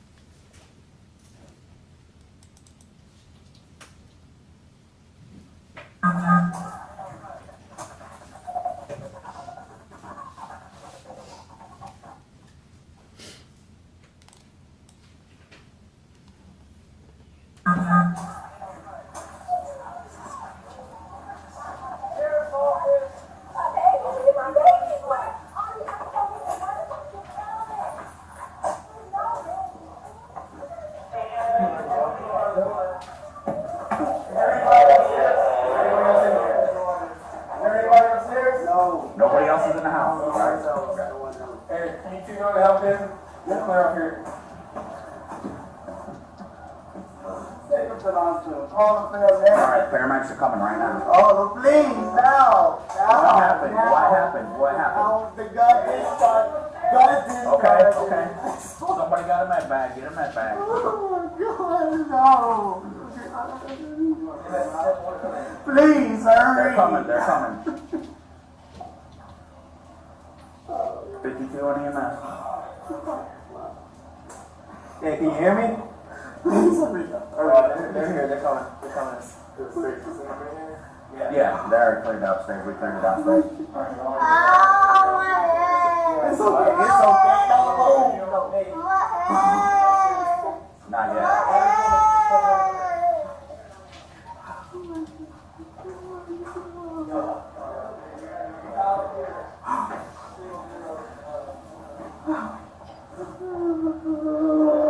Hang in there, buddy. Come on, hang in there.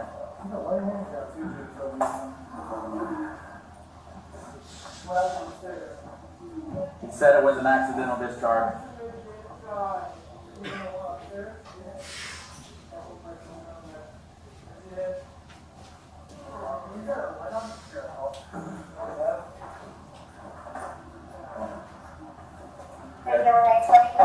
Thank you.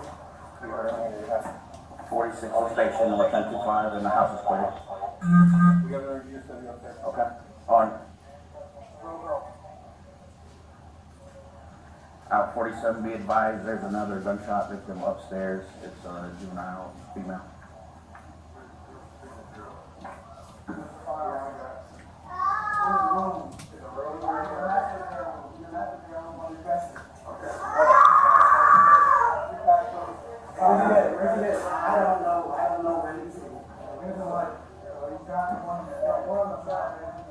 Yes, 10-4.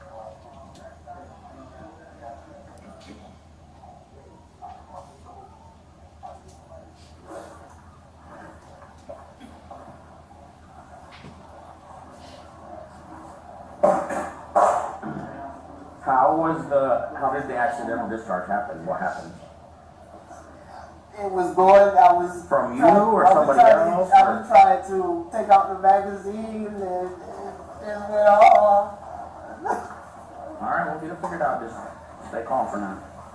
What happened upstairs? Nothing happened upstairs.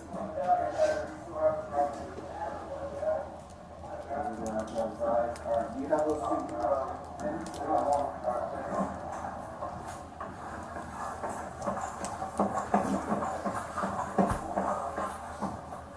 Hey, we still have to go get a sense of yours, so make sure you check that out. Got you. Is she breathing?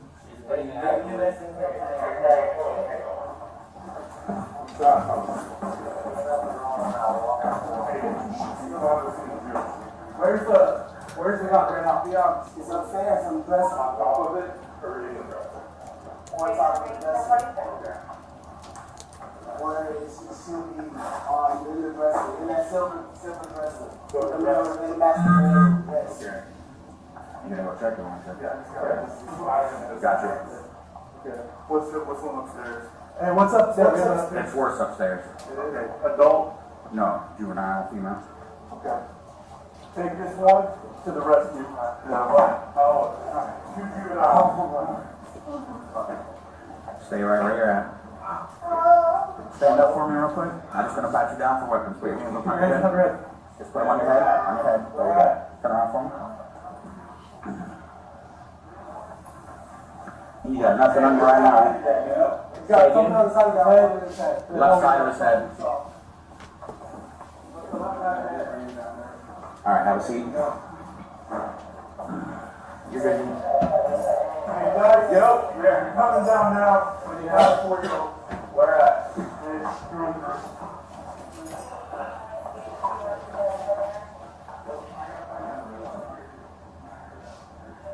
So you're saying that whatever happened to him, is that your son? Both of those are my kids. Both of those are your kids.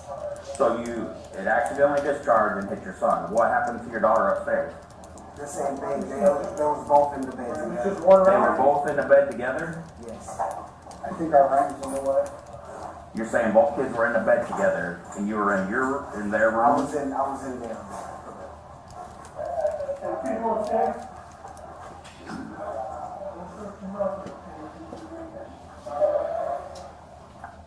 Al 47, the father's saying that he shot both of them with one round accidentally, the gun went off. So nobody else was in this house, just you and them? Me and my wife. And your wife? Where was she at? She was in her room. She was in her room? I went to the window. I'm gonna be ready. Yeah.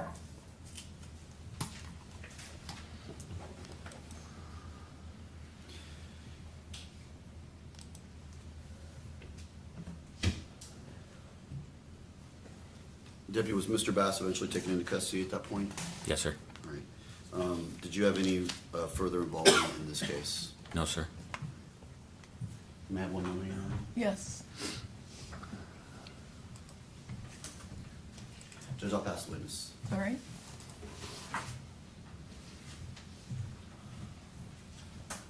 Morning, Deputy Rainey, how are you? Good, ma'am. I only have a couple additional questions Yes, for you. ma'am.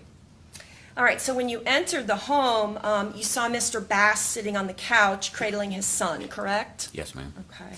And you could see that his son, JJ, had been injured. Yes, ma'am. Okay. And there was actual blood that was bleeding from JJ onto the father, Mr. Bass, correct? Yes, ma'am. Okay. And throughout your contact with Mr. Bass, he was cooperative with you, correct? Yes, ma'am. And we heard on the body cam he was yelling such stuff as, "Just help my child." Do you remember hearing that? Yes, ma'am. Okay. At some point, you are talking to him, and he says something about the gun being on the dresser. But then later, do you recall he does in fact say on or in the silver dresser? I remember him saying on the dresser. I think some other deputies were coming in and out and trying to say we still haven't found it yet, but I don't recall that part. That's okay. So do you believe then that at some point that he says on, but then does say it's in the silver dresser? It's a possibility, yes. All right. Other deputies body cams? Yes, ma'am. Okay. And it's you, Deputy White is there, Deputy Jones, and you are training Deputy Rahman, correct? Yes, ma'am. Okay. He also indicates that his wife was there as well. Is that correct? Yes, ma'am. Okay.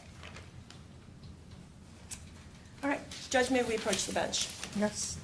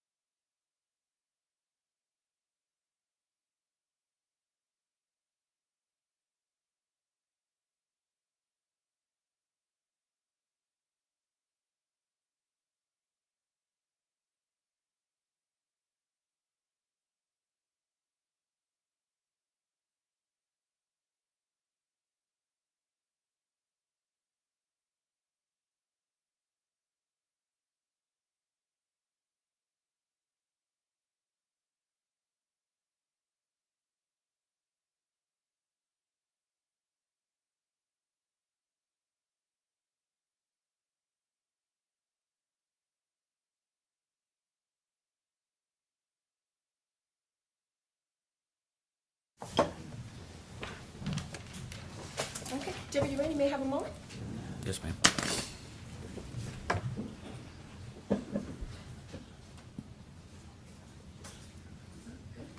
Thank you, Deputy Rainey. I don't have any other questions for you. Anything else? No, Your Honor, nothing else. All right, I'm going to ask you to step down and remain outside for just a couple minutes. Yes, ma'am.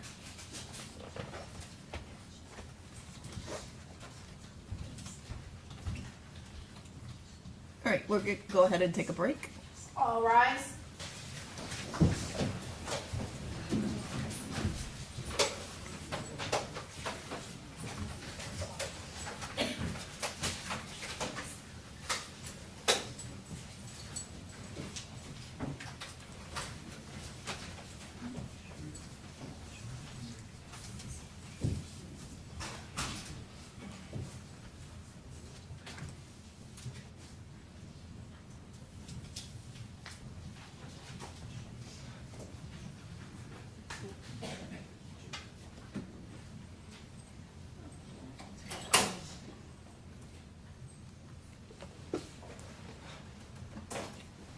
All right, have a seat. Do you want to bring him back in and go ahead and do those?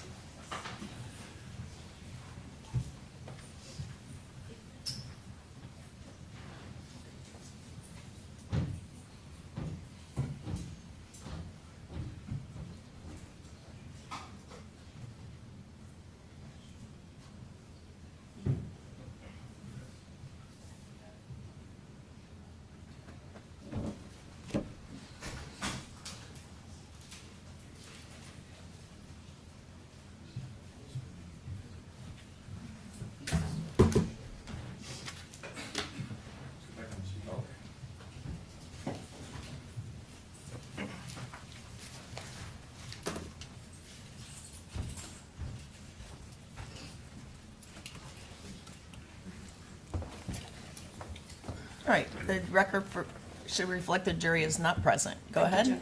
Thank you, Judge. Just state your name again so we know who's testifying. Deputy Scott Rainey. Okay. Now, Deputy Rainey, when you arrived, your body cam started about 10:44. Is that correct? Yes, ma'am. Okay. And you originally asked what happened, and Mr. Bass indicated the gun discharges, correct? Yes, ma'am. All right. Then, within the pretty much the same time limit at, let me step back, 5:37, you're stepping in and you asked, and he says gun discharges, right? Yes, ma'am. Okay, sorry about that. About 6:15 on the audio, a deputy is heard saying, "We got another one up here." Do you remember that? Yes, ma'am. Okay, so it sounds like it's pretty quickly on that you and other deputies determined that there is another victim upstairs, correct? Yes, ma'am. Okay. Now, at some point, I see you, I believe you to be walking outside, and you must be talking to, like, other deputies on your radio? To dispatch. Dispatch? Yes, Okay. ma'am. Is that like a separate from your body cam, or how do you do that? That's connected to your radio, yes. So dispatch calls through, but the camera can hear and still everything that it's being said, yes. Okay. Now, at this point, before you do that, Mr. Bass has only made the statement that the gun discharged, correct? Yes, ma'am. Okay. And then, in fact, when you step outside, correct me if I'm wrong, I hear you say, the house is clear, and then you say, somebody says something, and then you're saying, yeah, we know about the second victim. Do you remember that? Yes, ma'am. Okay, all right. At that point, at some point, when have you might be doing other stuff, you walk back in, and that's where you get more specific with Mr. Bass concerning, tell me more about this, who did it, how did it happen, where were you, where are the kids? Fair? Yes, ma'am. Okay. Now, you testified in a deposition, Mr. Thierry and I were present, and we asked you some questions, correct? Yes, ma'am. Have you had an opportunity to review that before you testified today? Yes, ma'am. Excellent. Okay. Now, let me ask you this. You decided that at a certain point, Miranda needed to be read, correct? Yes. Okay. If jury's not here, we can talk about that. And you had, I believe, Deputy Rahman do that since he's in training. Yes, ma'am. Okay. And I had asked you in deposition what made you decide that point, And do you remember telling me, and is it your testimony today, that you were getting information that the house was clear and that you had determined or y'all knew there was a second victim? Is that correct? Yes, ma'am. Okay. Once you knew that, you knew the house was clear, and you knew that there was a second victim, that's afterwards when you walk back in and you have conversation more specifically with Mr. Bass for a little bit of time, maybe 1 or 2, maybe 3 minutes, right? Yes, ma'am. Okay. And then at a later time, Deputy Rahman reads Miranda. Yes, ma'am. Okay. Now, let me ask you, when you had stepped out, you knew the house was clear, and you had said, we could hear it, the house is clear, house is fine, there's a second victim upstairs. Is it not true that Mr. Bass was not free to leave at that point? You could look at it that way, yes. Okay. And in fact, do you remember testifying in deposition to that? Yes, ma'am. Okay. You remember being at the motion to suppress, where we all kind of agreed to the judge who had your deposition that you said when you had those 2 factors, you had not read Miranda and Mr. Bass was not free to leave, correct? Yes, ma'am. Okay. And you're admitting you're asking him questions. I don't remember asking any questions after Oh, no, he no, was no. read Miranda. Yeah, no, sir. I'm talking about before. Sorry about that. You're asking him specific questions. At that point, I didn't tell him he wasn't free to leave yet, no. No, I understand. What I'm saying is, after you get the information that the house is clear and you get the information there's a second victim, you go back inside, you're asking him additional questions, correct? Yes, ma'am. Okay. The questions as we've discussed, and it's at that point he said he basically did it, he was cleaning the gun, etc. Yes, ma'am. Okay, all right. Sorry about that. We're talking a little bit earlier. All right. May I have just a moment?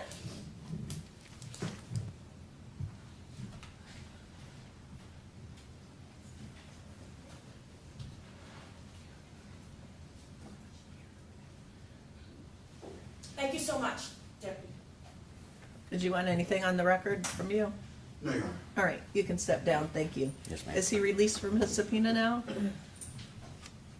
He is not, Judge. All right, you're to remain on standby, but you can Yes. leave the courthouse. Yes, ma'am. All right. All right, we'll be in recess. Court's in recess.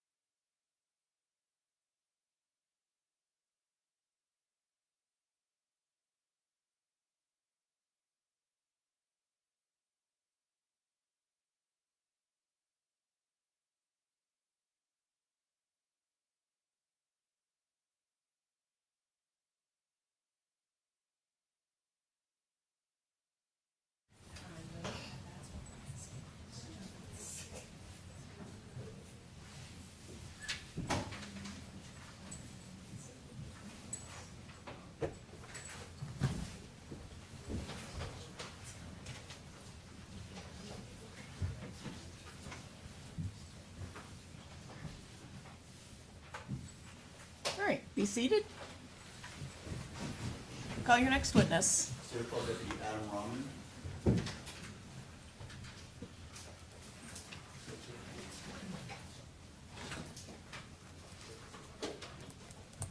Raise your right hand, please. Do you solemnly swear or affirm that the testimony that you're about to give in this cause will be the truth, the whole truth, and nothing but the truth? I do. Thank you, sir.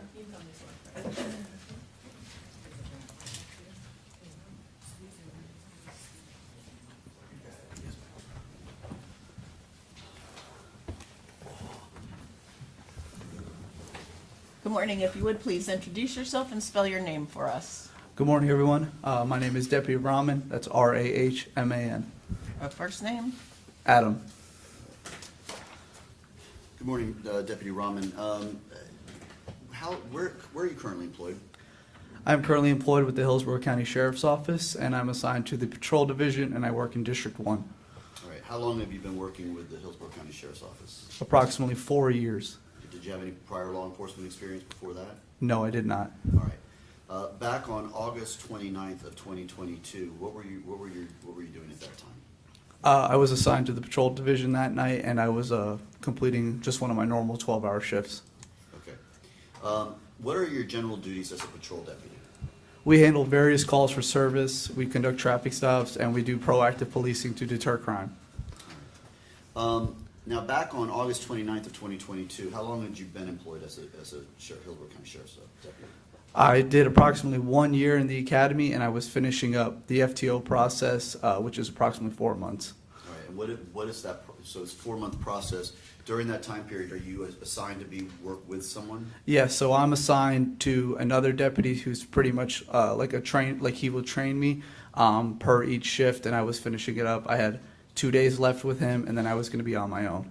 All right, and who was this deputy? Who was your field training deputy? Deputy Rainey. Now, when as you work with Deputy Rainey, do you all ride together and go to each of the calls together? Yes, we do. I'm typically the one driving, and he's the one sitting in the passenger seat, just foreseeing what I'm doing and making sure that I'm not messing up anything critical. All right. Now, on August 29th of 2022, did you receive a call to respond to a scene out on Heritage Club Drive? Yes, I did. And did you recall what was it that you believed you were responding to at that time? We were responding to a shooting call for service. All right. And were you one of the first units on scene? Yes, I was. What did you do when you arrived? Well, once we arrived, we coordinated with the other deputies that were on scene, and we made a tactical entry into the living room. And then what we observed once we got on scene, we observed a adult male, Jermaine Bass, the defendant, and he was holding his son, who's also named Jermaine Bass, on the couch in the living room. Prior to going into the residence, when you pulled up, did you see anyone outside, or did you observe anyone outside? Yes, I believe I saw it was the mother, Shirley. She was outside, and she was screaming. She was just pretty much just screaming at the top of her lungs. Okay. And could you tell really what she was saying? Not exactly. I can't make out what she was saying, but she was screaming. How would you describe her demeanor at that point? Very frantic and scared, and just horrific is a good word to use for it.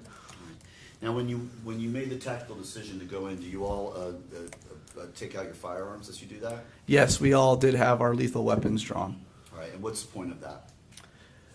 Because we don't know what we're going into. When we get a shooting call for service, there is the undeniable that there is a firearm located in the house, or there isn't a firearm located in the house. And once we determine that the scene is safe and there is no credible threat, that's when we holster our weapons. Okay. So you described that you went into the residence, you saw the defendant, Jermaine Bass? Yes, sir. And he was holding his child? Yes, he was. And just for the record right now, do you see the person you saw in that room holding that child on that day? Yes, I do. Can you identify him just for the record? He's sitting over there in the gray tuxedo. Record reflects he has identified the defendant, Your Honor? Yes. All right. Now, who all entered with you? Do you recall? Yes, it was me, Deputy Rainey, Deputy Vander Bosch, Deputy White, and Deputy Nathaniel Jones. We were the initial first deputies on scene. All right. As you go in, and you said you saw the defendant there holding his child, what else did you go upstairs? So I did not go upstairs. Once we observed the defendant, Jermaine Bass, holding his son, we observed what appeared to be a gunshot wound to the left side of his head. And immediately we just attempted to render medical aid. Me and my partner, Deputy Vanderbosch, we grabbed our agency-issued medical kit, and we began to wrap his head in gauze to try to put pressure on the wound and stop the bleeding. All right. Did you hear the father saying anything about what happened? Yes, he made the spontaneous statement that it was an accidental discharge. All right. Were you wearing a body-worn camera on that day? Yes, I was. All right. And have you had a chance to review what's already been introduced into evidence of State's Exhibit number 4? Yes, I have. All right. And does this pretty fairly accurately depict what you saw when you went through on that morning? Yes, sir. All right. Judge, just for no objections to the testimony. All right, thank you.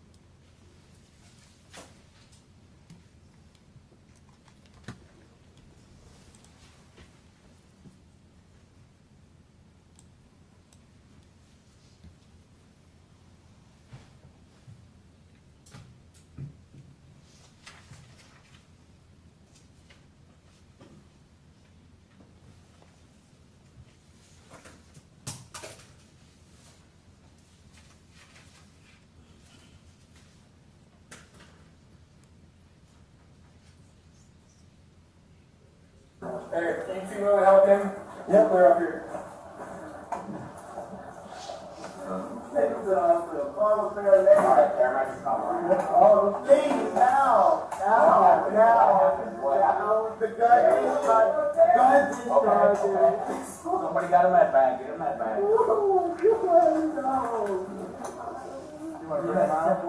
Please, hurry. They're coming.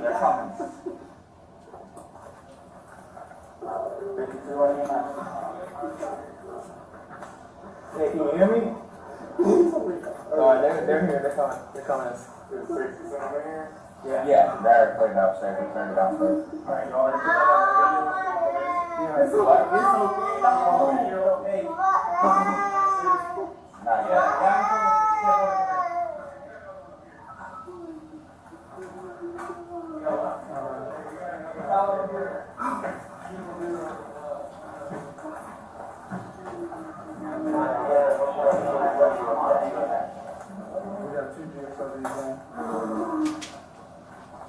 What happened upstairs?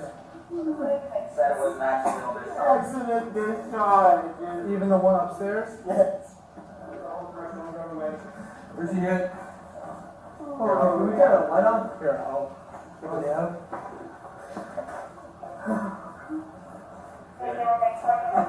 Thank you. Alright, here.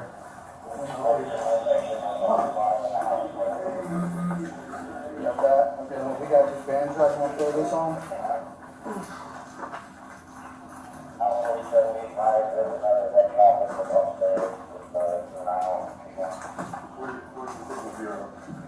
Where's the firearm? In the room. In the master bedroom. In the master bedroom on the dresser. Okay. You packed those. Where's he hit? I don't know where he's hit. Give him a lick. So he's got one in the head. No, one on the scalp, one in the head. Here. Yeah, here.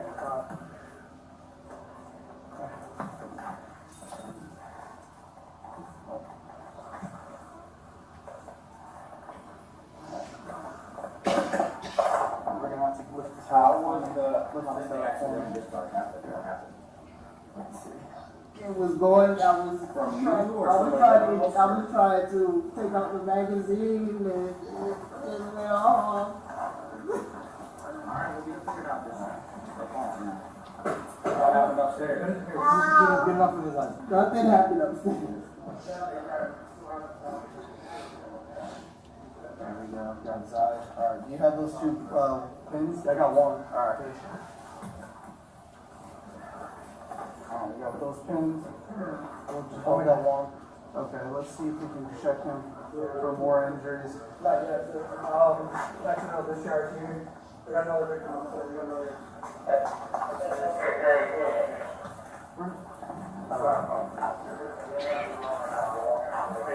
Still don't have a seat. Where's the gun right now? Be honest. It's upstairs on the dresser. On top of it, or in the dresser? On top of the dresser. Okay. Where it should be in the dresser, in that silver dresser, with the middle in the master bedroom. Yes. Okay. He's got okay. What's one upstairs? Hey, what's up? What's up? There's worse upstairs. Adult? No, juvenile, female. Okay. Take this one to the rescue. Now, two juveniles. Stay right where you're at. Now, one more. That's down the weapons. Put your hands Put your hands on your head. Just put them on your head. Your head. Where at? Turn off them. Hey, where's that one injured at, you know? He's got something on the side of the head and his head. That's all we saw.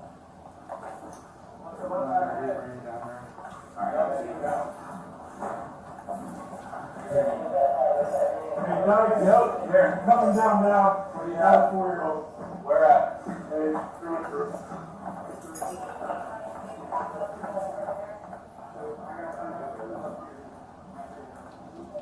So you're saying that whatever happened to him, is that your son? Both of those are my kids. Both of those are your kids. So it accidentally discharged and hit your son. What happened to your daughter upstairs? The same thing. Still just there was both in the bed. It was just one round. They were both in the bed together? Yes. You're saying both kids were in the bed together?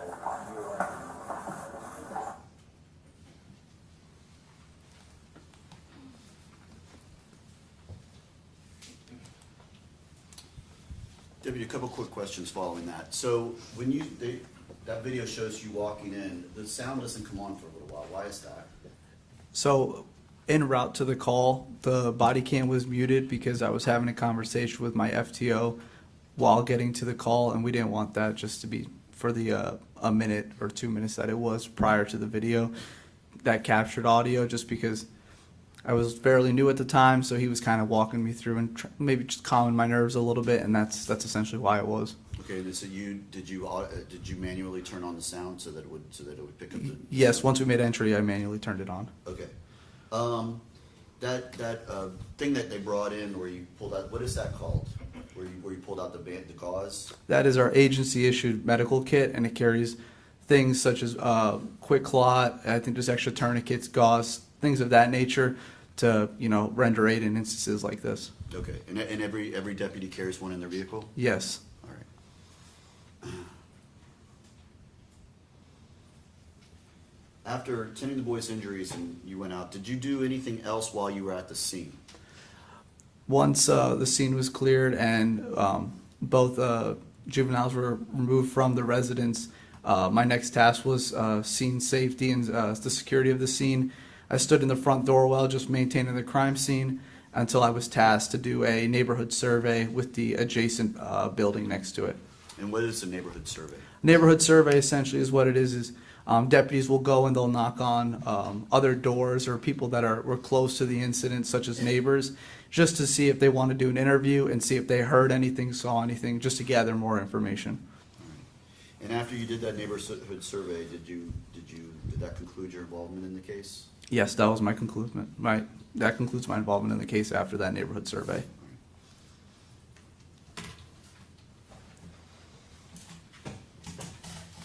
I have one moment here. Yes. Judge, I will pass the witness this time. All right. Cross.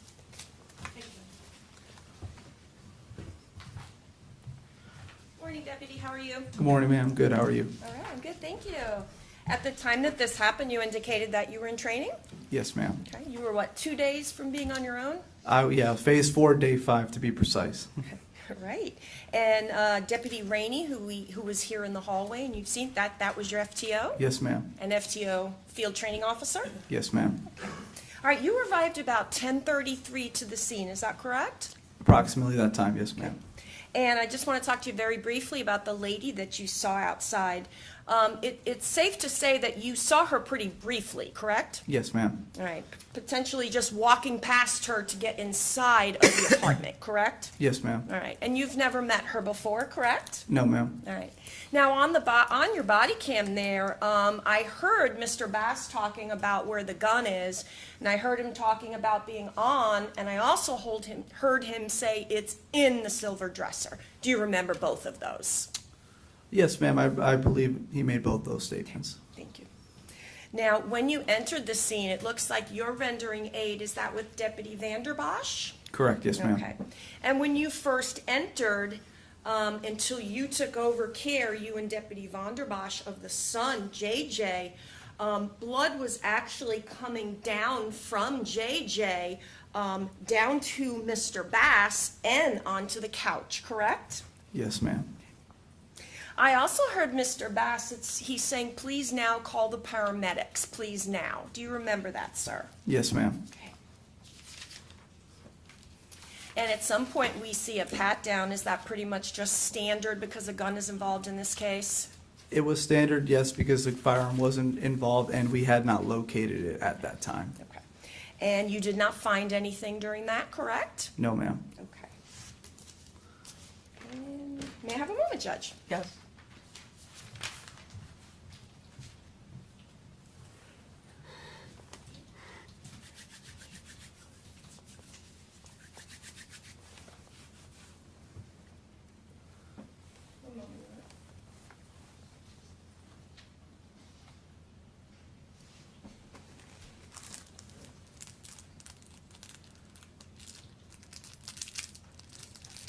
Thank you to Deputy Rahman. I don't have any further questions for you.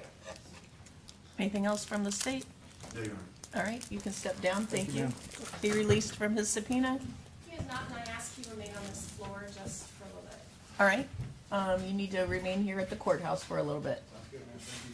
Call your next witness. Did I call Deputy Jason White?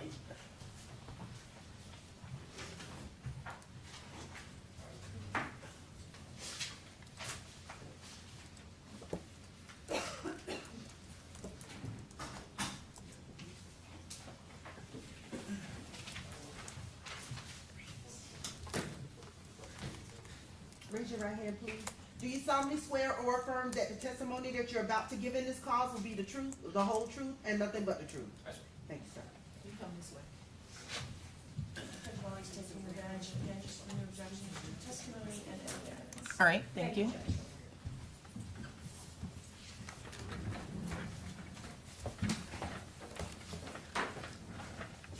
Good morning. If you would please introduce yourself and spell your name for us. Morning, my name is Deputy Jason White, Jasonwhite. Thank you, Deputy. Deputy, how are you currently employed? I'm a Hillsborough County Sheriff's Deputy How long have you been working as a Hillsborough County Sheriff's Deputy? since June 2020. What are your duties as a Hillsborough County Sheriff's Deputy? I'm a patrol deputy. Okay, what do you do in that? I respond to calls for service and then conduct proactive patrols.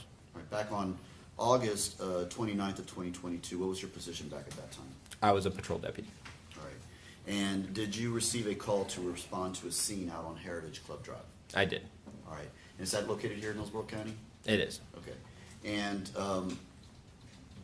how were you close by the scene when you got the call? Yes, I was. All right. Was that kind of your general area where you worked as well? Yes, it is part of my district area. All right. And what was it, your belief that you were responding to at that time? A shooting. Okay. And were you one of the first units on the scene? Yes. All right. As you arrived at the scene, did you see anyone on the outside? I saw a woman. Okay, and describe to the jury what this woman was like. She was frantic and she was screaming towards the other deputy who I was with. Okay. So you were riding with another deputy at that time? There was another deputy who was in front of me. Okay. So you all arrived kind of on the same time? Yes. And what deputy was that? Deputy Jones. All right. So who all enters into do you enter in the house? Yes. All right. Who all enters in the house with you? Deputy Jones. Okay. And going back to that woman, did you have any involvement with her out there? She was just yelling at us, so. Okay, but you didn't actually speak to her or have any conversations with her? We didn't really interact with her. All right. So when you went into the residence, what were you doing? We were checking to see what was going on, for one. Okay. What did you see when you went in there? There was a adult male sitting on the couch, and then there was a little boy in his arms. All right. Did you have your guns out? Yes. All right. And what did you do at that point? We began clearing the house. All right. Explain to the jury what it means when you say you're clearing the house. So we have to clear a house. We have to confirm that there's not someone in there that's still armed, that is still a threat, that if we start to render aid, someone else might come out and try to injure someone else while we're still there. Okay. And so where did you go to clear the house? We went to the staircase to go upstairs. All right. And who all went upstairs? Deputy Jones and I. All right. And where did you go when you went up there? I went into the kids' bedroom. All right. Where did Deputy Jones go? He went into the master bedroom. Describe to the jury, when you go in up the stairs, where is the kids' bedroom? So when you go up the stairs, the kids' bedroom is directly in front of the staircase, and then you have a bathroom immediately to our left-hand side, and the master bedroom is behind us. All right. What did you see when you went into the kids' bedroom? I saw blood on the floors and in the walls, and then I saw a bunk bed on my left-hand side. All right. And what did you do at that point? I checked the room, and then I checked the bunk bed. All right. And what did you see in the bunk bed? On the top bunk, I found a little girl. All right. And could you tell anything about the little girl? She was laying on her side, facing towards me. She was laying in blood, and she had a bullet hole in the center of her forehead. What did you do at that point? I told the other deputies what I found, and I went to grab a med bag.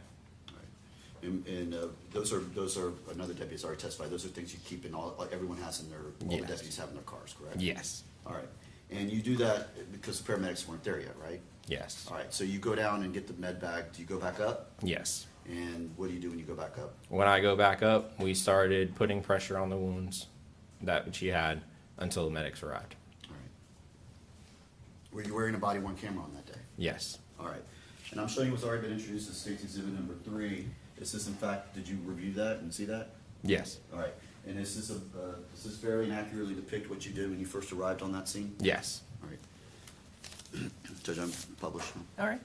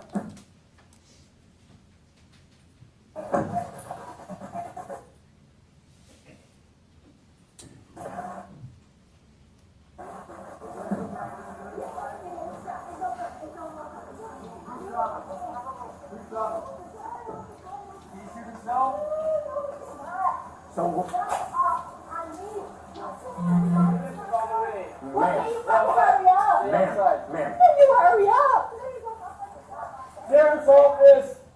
How many people are inside? Inside. Station Army, stand by.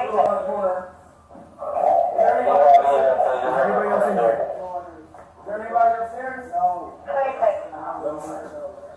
Hey, can you two go help him? We'll clear up here.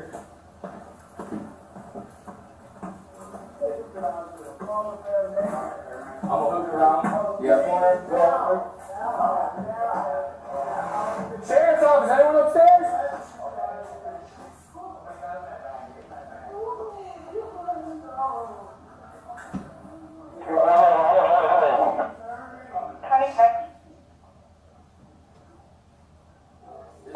Alright, I'm going in here.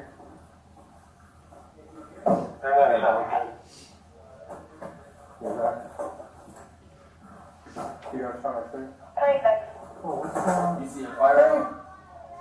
Hey, sweetie!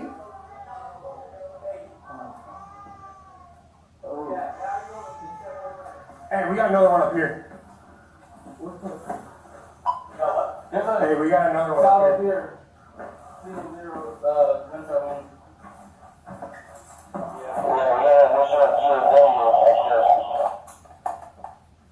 That's clear. Let me grab my med bag. Hey, see the farm still up there with her? She's still breathing.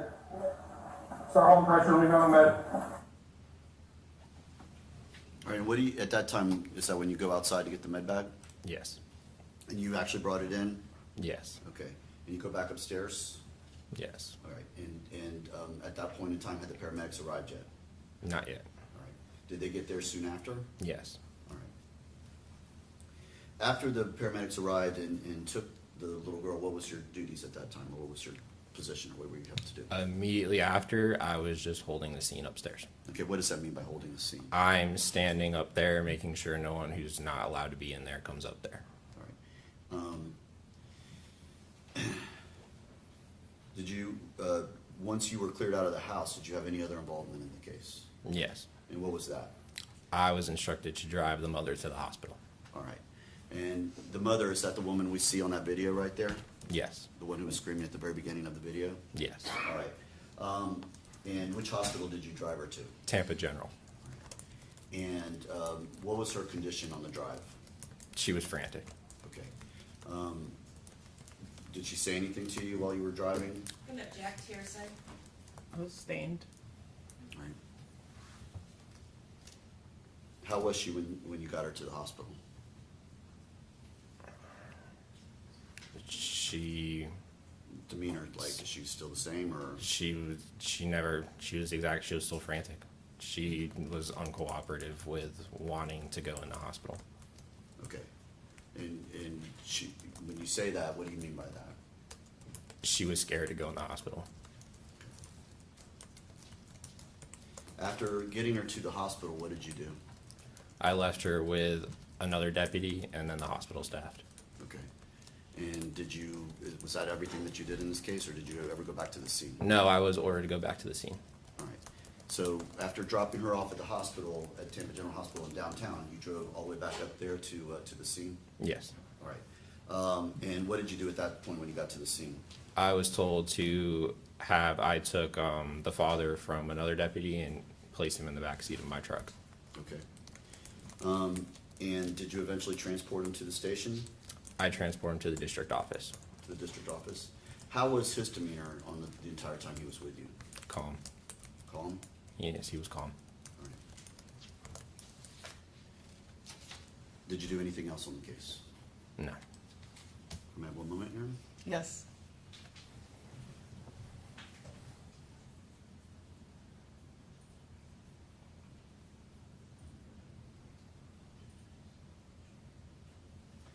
Can we approach this for 1 second?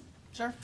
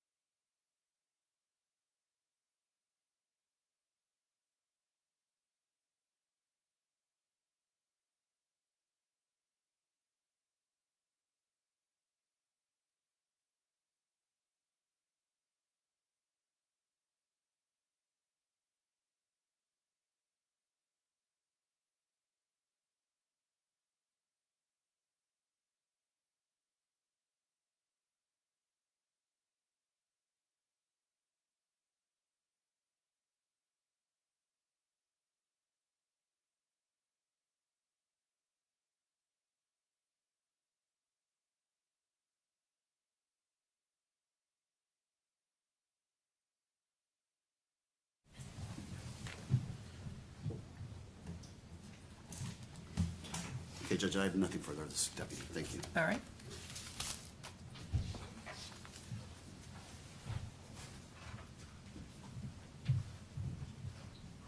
Good morning still. How are you, Deputy? I'm well, how are you? I'm good, thank you. I'm only going to ask you some additional questions, all right? When you are entering, we can hear somebody saying, come in on your body cam. I presume that's Mr. Bass, correct? Can we play the body cam again? I don't remember hearing it. I'll have to watch it again. Okay.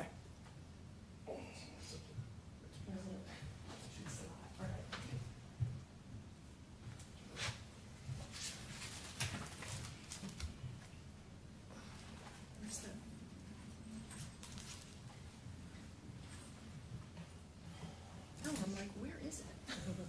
It's hiding there, thank you. You would ask to play the body cam. I'm sorry. I'm just kidding. No.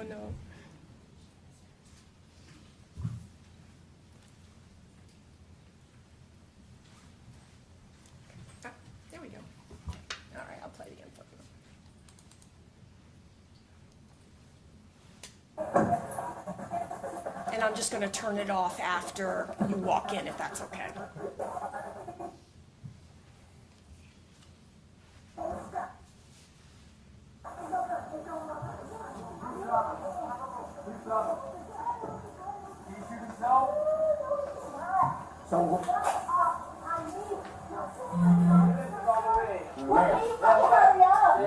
Ma'am. Can you hurry up? Sheriff's office. How many people are inside?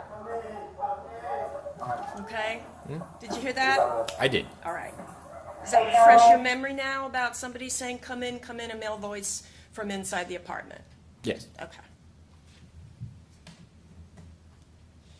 Thank you, Deputy. All right. There's some questions being asked when y'all have come into the townhouse, and a question is asked about, is there anybody else inside? Do you remember that? Yes. Okay. All right. And Mr. Bass originally says no. However, you actually heard something else being said, did you not? And please tell the jury what you heard. Yes, I heard him mumble something about a little girl as I walked by him. In fact, you documented that in your report. Yes. Okay.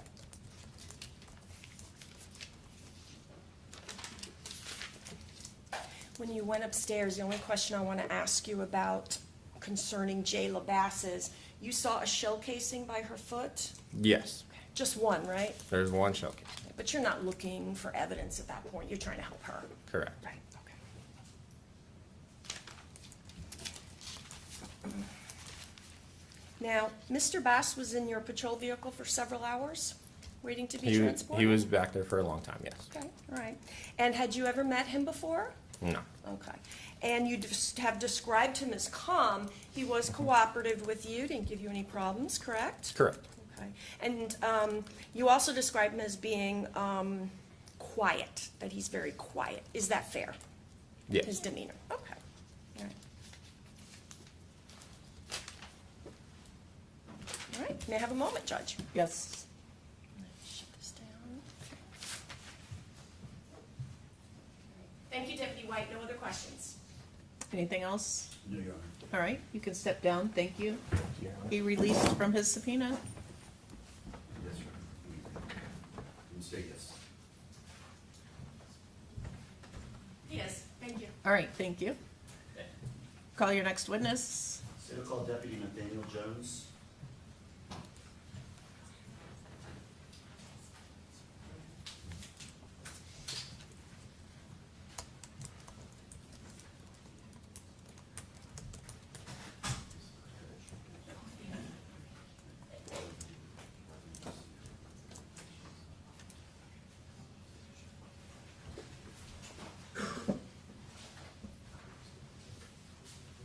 Raise your right hand, please.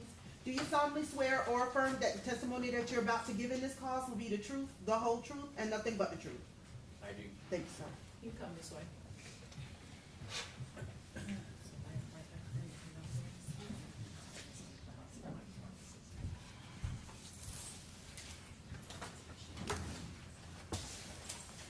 morning. If you would please introduce yourself and spell your name for us. My name is Deputy Nathaniel Jones, Nathaniel Jones. Thank you, Deputy. Deputy, how are you employed? I am employed with the Hillsborough County Sheriff's Office. What is your job at the Hillsborough County Sheriff's Office? I am a law enforcement deputy. Okay. Do you have any specific duties there as a member of the Hillsborough County Sheriff's Office? I am assigned to District 1 Patrol. All right.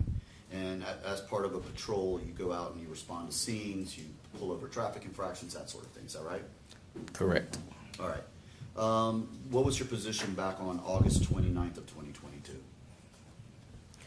I was in the same capacity as a patrol deputy. How long have you been working with the Sheriff's Office at that time? At that time, roughly 1 year. All right. Prior to that, had you had any law enforcement training or experience? No. Okay. Now, did you receive a call to respond out to a scene on Heritage Club Drive? Yes. And what did you believe you were responding to? I believed it was a 911 emergency call. The details of the call weren't, to my knowledge, given because of the open line status of the caller. Okay. But you knew you were responding to shots being fired? Yes. Okay. And were you one of the first units on the scene? Correct. When you pulled up, did you see anyone as you were walking up? Yes. What did you see?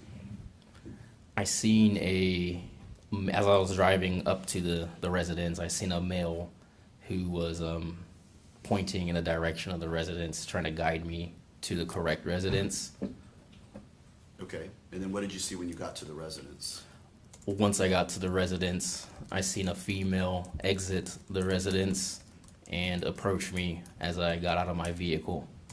Okay. Did you have any involvement with her? Yes. I had asked her, first she volunteered the information that her. Objection, hearsay. Judge, he's just arriving on the scene. Well, establish a predicate. Yes. What was her demeanor at that time? What was her behavior like? She was frantic. Okay. And did she appear to be under an emotional stress of what had happened? Correct. Judge, I believe this would be considered an excited utterance. All right, go ahead. Okay. And so as you approached her, what was going on? She was telling me that her son had been shot. Okay. And what did you do when she said that? What did you do? I tried to get information as to who had shot her son, and if the person who had shot her son was still within the area. Okay. And did she respond to you? She was very frantic, but she just kept saying, "My son, my son, my son." Okay. And did you go into the scene, into the apartment? I did. I made that decision once I realized I wasn't gonna get any additional information to try and clear the scene. All right. And were you one of the first ones into the apartment? That is correct. All right. And did you come with your guns drawn? That is correct. All right. What did you see when you went into the residence? As I entered the front door of the residence, I seen a gentleman, adult male, and a juvenile male sitting on the living room couch. Okay. Who all entered the residence with you at that time? Deputy White and myself were the first two to enter the residence. All right. After seeing that male holding his son, what did you do at that point?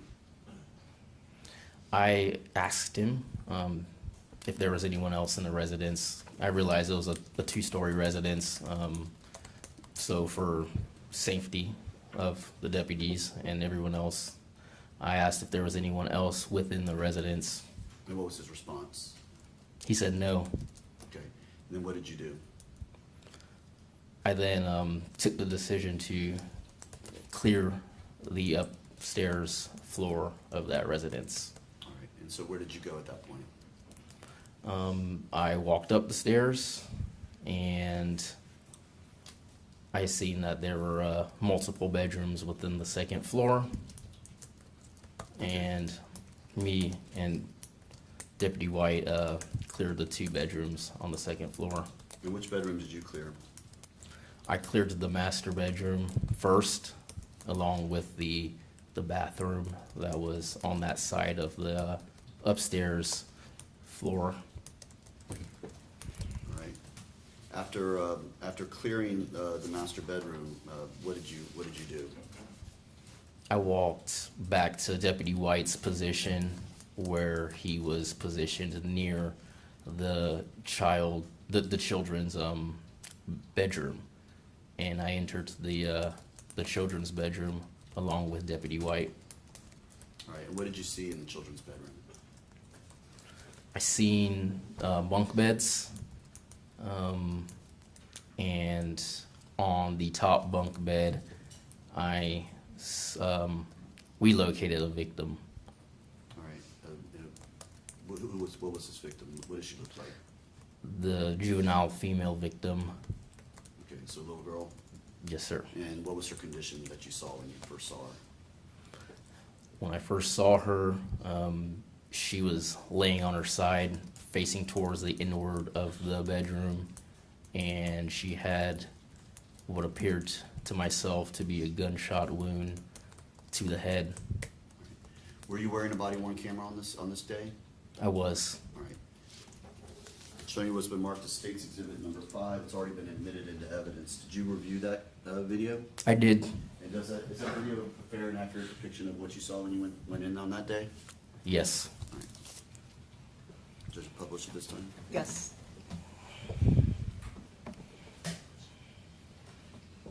Judge, just renewing again any evidence or testimony based on.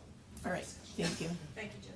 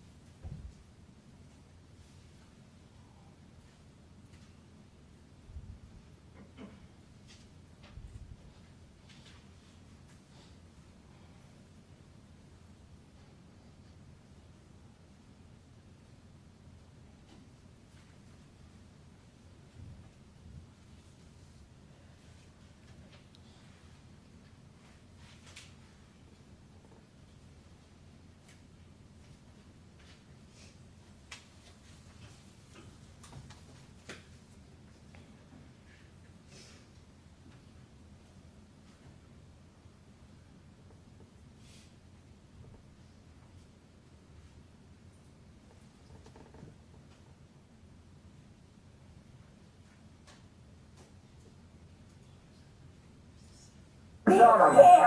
Who shot him? It was the gun. Did he shoot himself? No, he did not. The gun went off. I need my son. The ambulance is on the way. Well, can you Stay fucking hurry outside. up? Stay outside. Sheriff's office.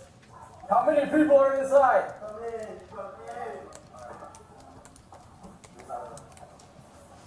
Second, I'm gonna go around the corner. Is there anybody upstairs? Is there anybody upstairs? Can you go out there? We'll clear up here.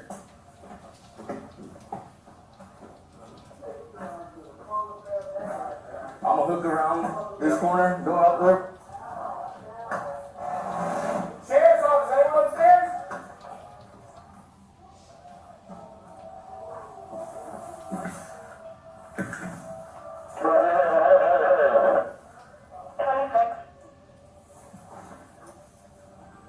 This is clear back here.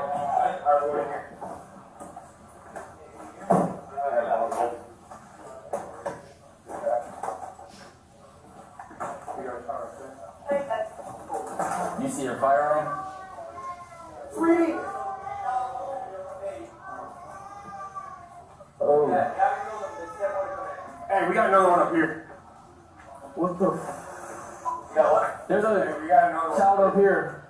Signal 0, gunshot wound.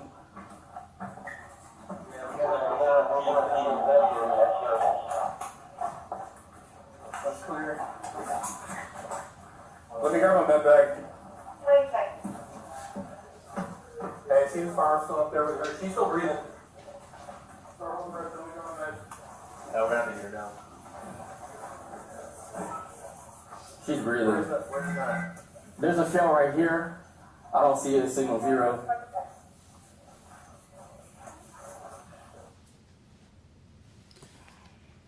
Deputy, a couple of questions about that. So when the video starts, there's no sound to it. Is that common when these body-worn cameras? That is correct. There is a buffering period prior to activation there's no audio. So it's like the first minute when the camera comes on, there's a Prior to the activation, there's no audio. So there will be video, but there will be no audio until I physically activate it myself. Okay. Now, when you the signal 0 you all are talking about, what is that?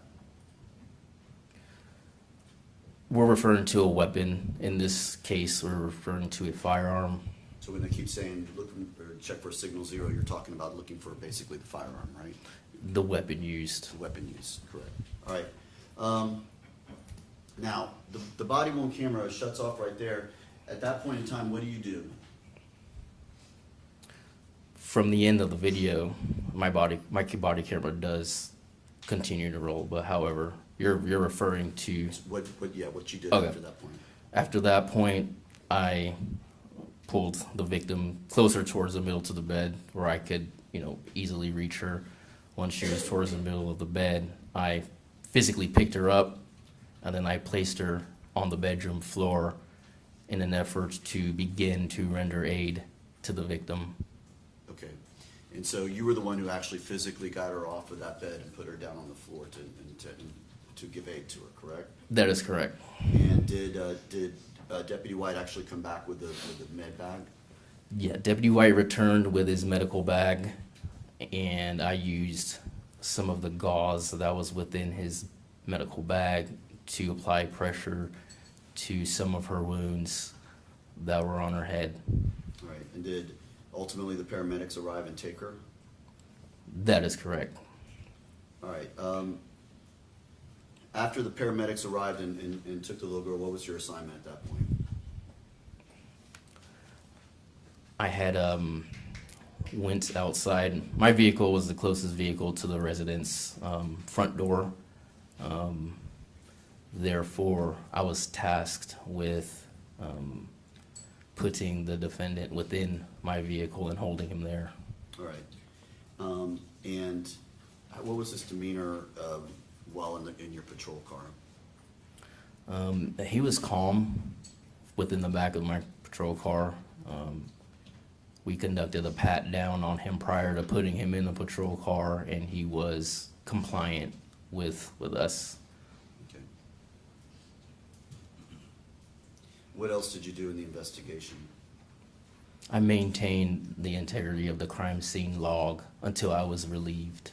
Okay, and what does that mean when you talk about maintaining the integrity of a crime scene log? We log everybody who had entered the crime scene and left the crime scene while we were on scene at that time for the crime until I'm relieved. So by this point in time, you all had put up that yellow tape that you all put up? That is correct. The tape had already been put up by the time I went back outside. Okay, and it's your job at that point just to document who comes inside that tape and who doesn't. Well, not who doesn't, but who comes inside that tape, correct? Yeah, who comes in and then leaves as well. All right, and you did that until you were relieved of your duty on that day? Until I was relieved the next morning at the end of my shift. Okay, so you were there for a while? I was there until the end of my shift the next morning, yep. Okay. One moment, Your Honor.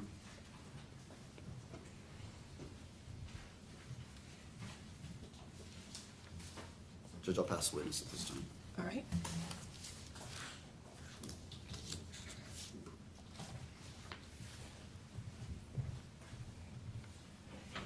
Good afternoon, Deputy Jones. How are you? I'm doing well. All right, I just have some few additional questions for you. At the beginning of the body cam, we understand you have that time period where you're always, that's policy, how you're always going to have that off, correct? Yes. Yeah, I mean, it's just, you guys, you know, don't, what is it, like a minute that's standard that you do not record?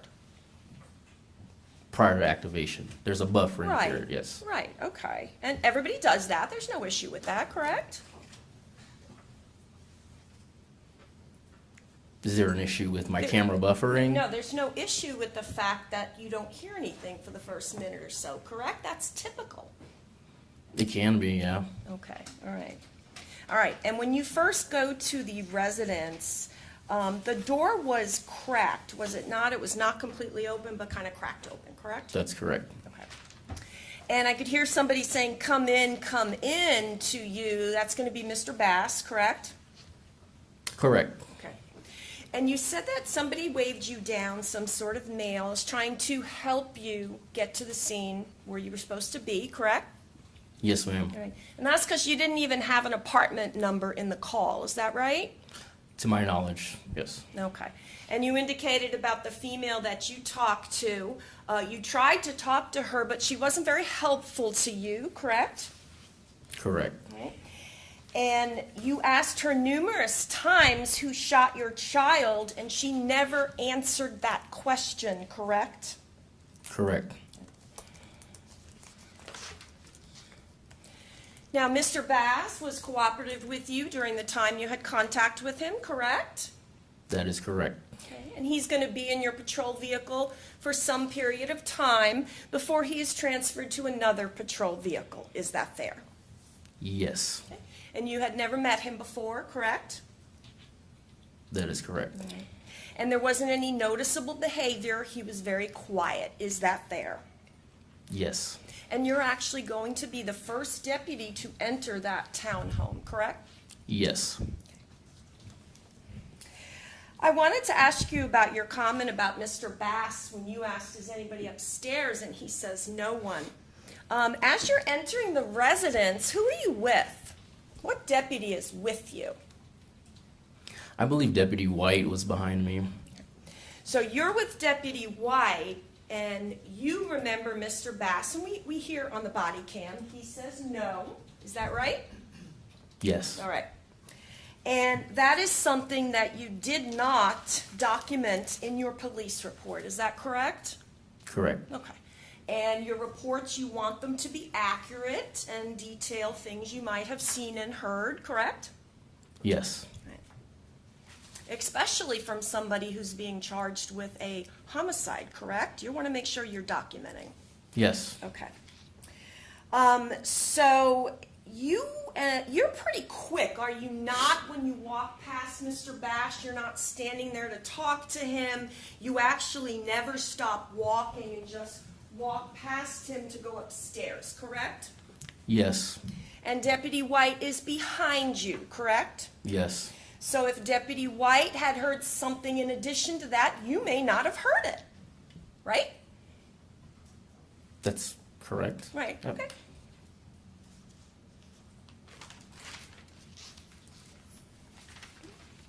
All right, may I have a moment?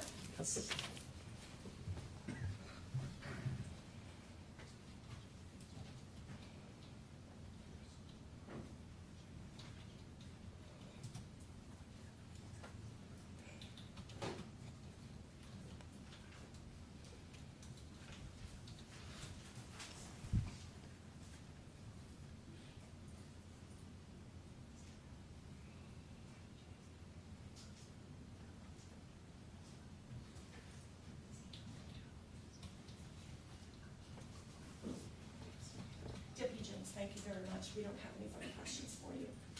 Anything else? There you go. All right, you can step down. Thank you. Is he released from his subpoena? I'm gonna stay, yes, sir. Yes, Judge, he's released. All right, thank you. Approach the bench for a minute.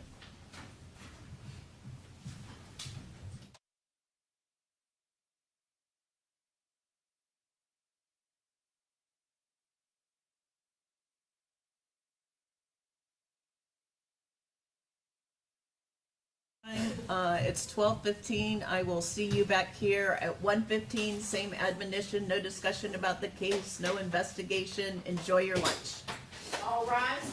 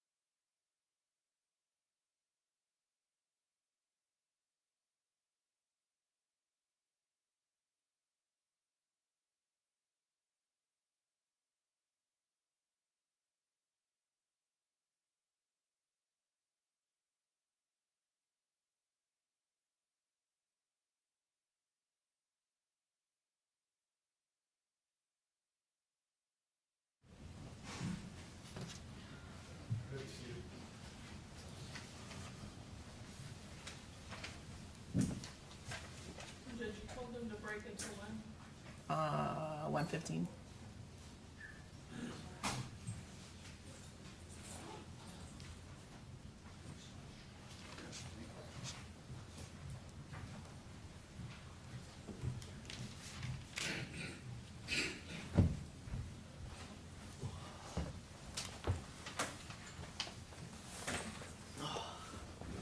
All right, if you just restate your name for the record, please.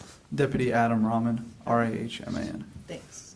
Deputy Rahman, we, on your direct and cross, we established you were in training that day, so you're pretty much under the supervision of Deputy Rainey. Is that fair? Yes, ma'am. All right. And Deputy Rainey is in fact asking questions to Mr. Bass, correct? Yes, ma'am. Right. And when you finally read Miranda at a later point, is that correct? Yes, ma'am. And you read Miranda when Deputy Rainey directed you to read it, correct? Yes, ma'am. And Deputy Rainey directed you to read Miranda at the point that you did due to the fact that you had found another gunshot wound victim upstairs, correct? Yes, ma'am. That was it? Anything? Okay. Well, just, Oh. Deputy Rahman, you're assuming that's why he asked you to read Miranda. You don't know Yeah, exactly why I'm- you picked that particular moment. Yeah, I'm not in his brain, so I that's a fair assessment to say that that's why he asked me to read it. But since he's the one training me, whatever he tells me to do, I do. No questions asked. Okay, so you don't really know why. You just know at that particular moment he asked you to read Miranda and you did. Yeah, yes, sir. All right. You did testify at deposition that you read Miranda because of that fact, that you had determined another victim, though, correct? Yes, ma'am. If that's what the deposition says, yes, ma'am. All right, you could step down. Thank you. Yes, ma'am. See release at He this is now time. released. Thank you so much for waiting. All right. Problem, man. Thank you. All right, we'll be in recess.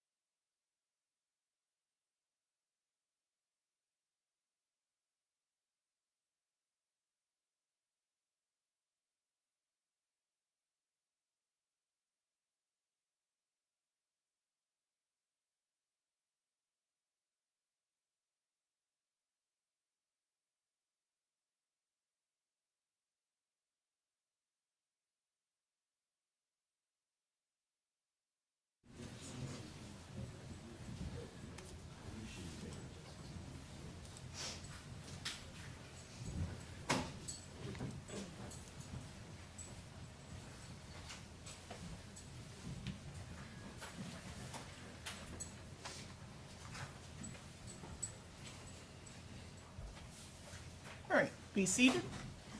How was lunch? Good? All right, call your next witness.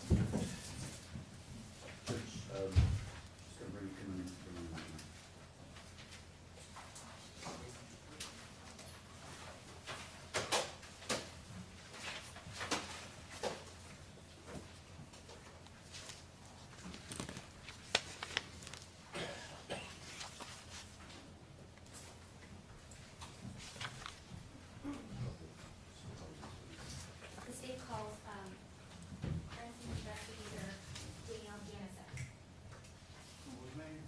Danielle Janizik.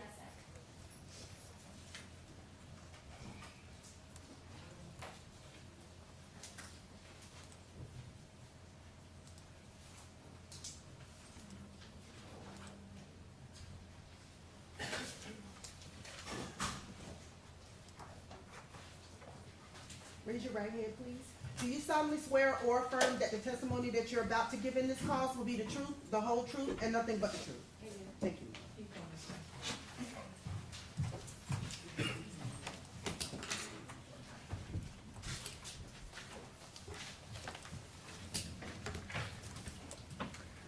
If you would please introduce yourself and spell your name for us. My name is Danielle Janizik, Danielle Janizik. Good afternoon, Ms. Janizik. Tell the jury where you work. The Hillsborough County Sheriff's Office. How long have you worked at the Hillsborough County Sheriff's Office? Almost 4 years. Explain to the jury, what is your title at the Hillsborough County Sheriff's Office? I am a crime scene investigator. Help us understand exactly what does it mean to be a crime scene investigator. Tell us what you do. When a call for service comes out, we are the ones that go to the scene and collect evidence, take photographs, swab for suspected biological fluids, and then process for latent prints. How long have you worked at Hillsborough County Sheriff's Office? Almost 4 years. When you started, did you get hired as a crime scene investigator? Yes. How many times have you been called out to a scene and been asked to do your duties as a crime scene investigator? Hundreds. On August 29th of 2022, is it fair to say that you've been to hundreds of scenes by that time as well? Yes. So on August 29th of 2022, do you get a call to be a crime scene investigator on the case we're here for today involving the defendant Jermaine Bass? Yes. Tell the jury what time abouts were you called to come out to the scene? I was requested at about 12:20 a.m. to respond to Tampa General. Now, when you get called to come out to a scene to be a crime scene investigator, who calls you to come? Is it like a patrol deputy or is a detective involved at that point? Typically, it's a detective. When you arrive after being called to a crime scene to be a crime scene investigator, do you typically meet with a detective before you conduct any of your duties as a crime scene investigator? Yes. On August 29th, or the morning of August 30th, when you arrived at the scene for this case, did you meet with a detective? I did. Who was that detective? At the hospital, it was Detective Gibson. So what hospital are we talking about? Tampa General. When you arrived at Tampa General Hospital, you meet with Detective Gibson. What do you do after you talk with Detective Gibson? He requested that photos and evidence be collected of 2 individuals. Who are the 2 individuals? Jayla and Jermaine Bass. Okay, and at the time, did you take photos at that scene? Yes. Then what did you do after that?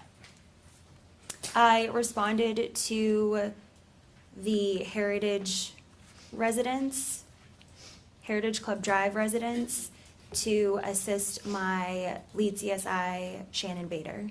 When you arrived at the Heritage Club residence and you were assisting, what does it mean to assist the lead crime scene investigator? Help us understand, what does that mean? So usually the lead is the one that is taking the photographs, the one marking evidence, collecting evidence. I am behind her doing presumptive swabs, assisting with packaging her swabs, or packaging her evidence further and getting it out of her way, or creating a scene diagram.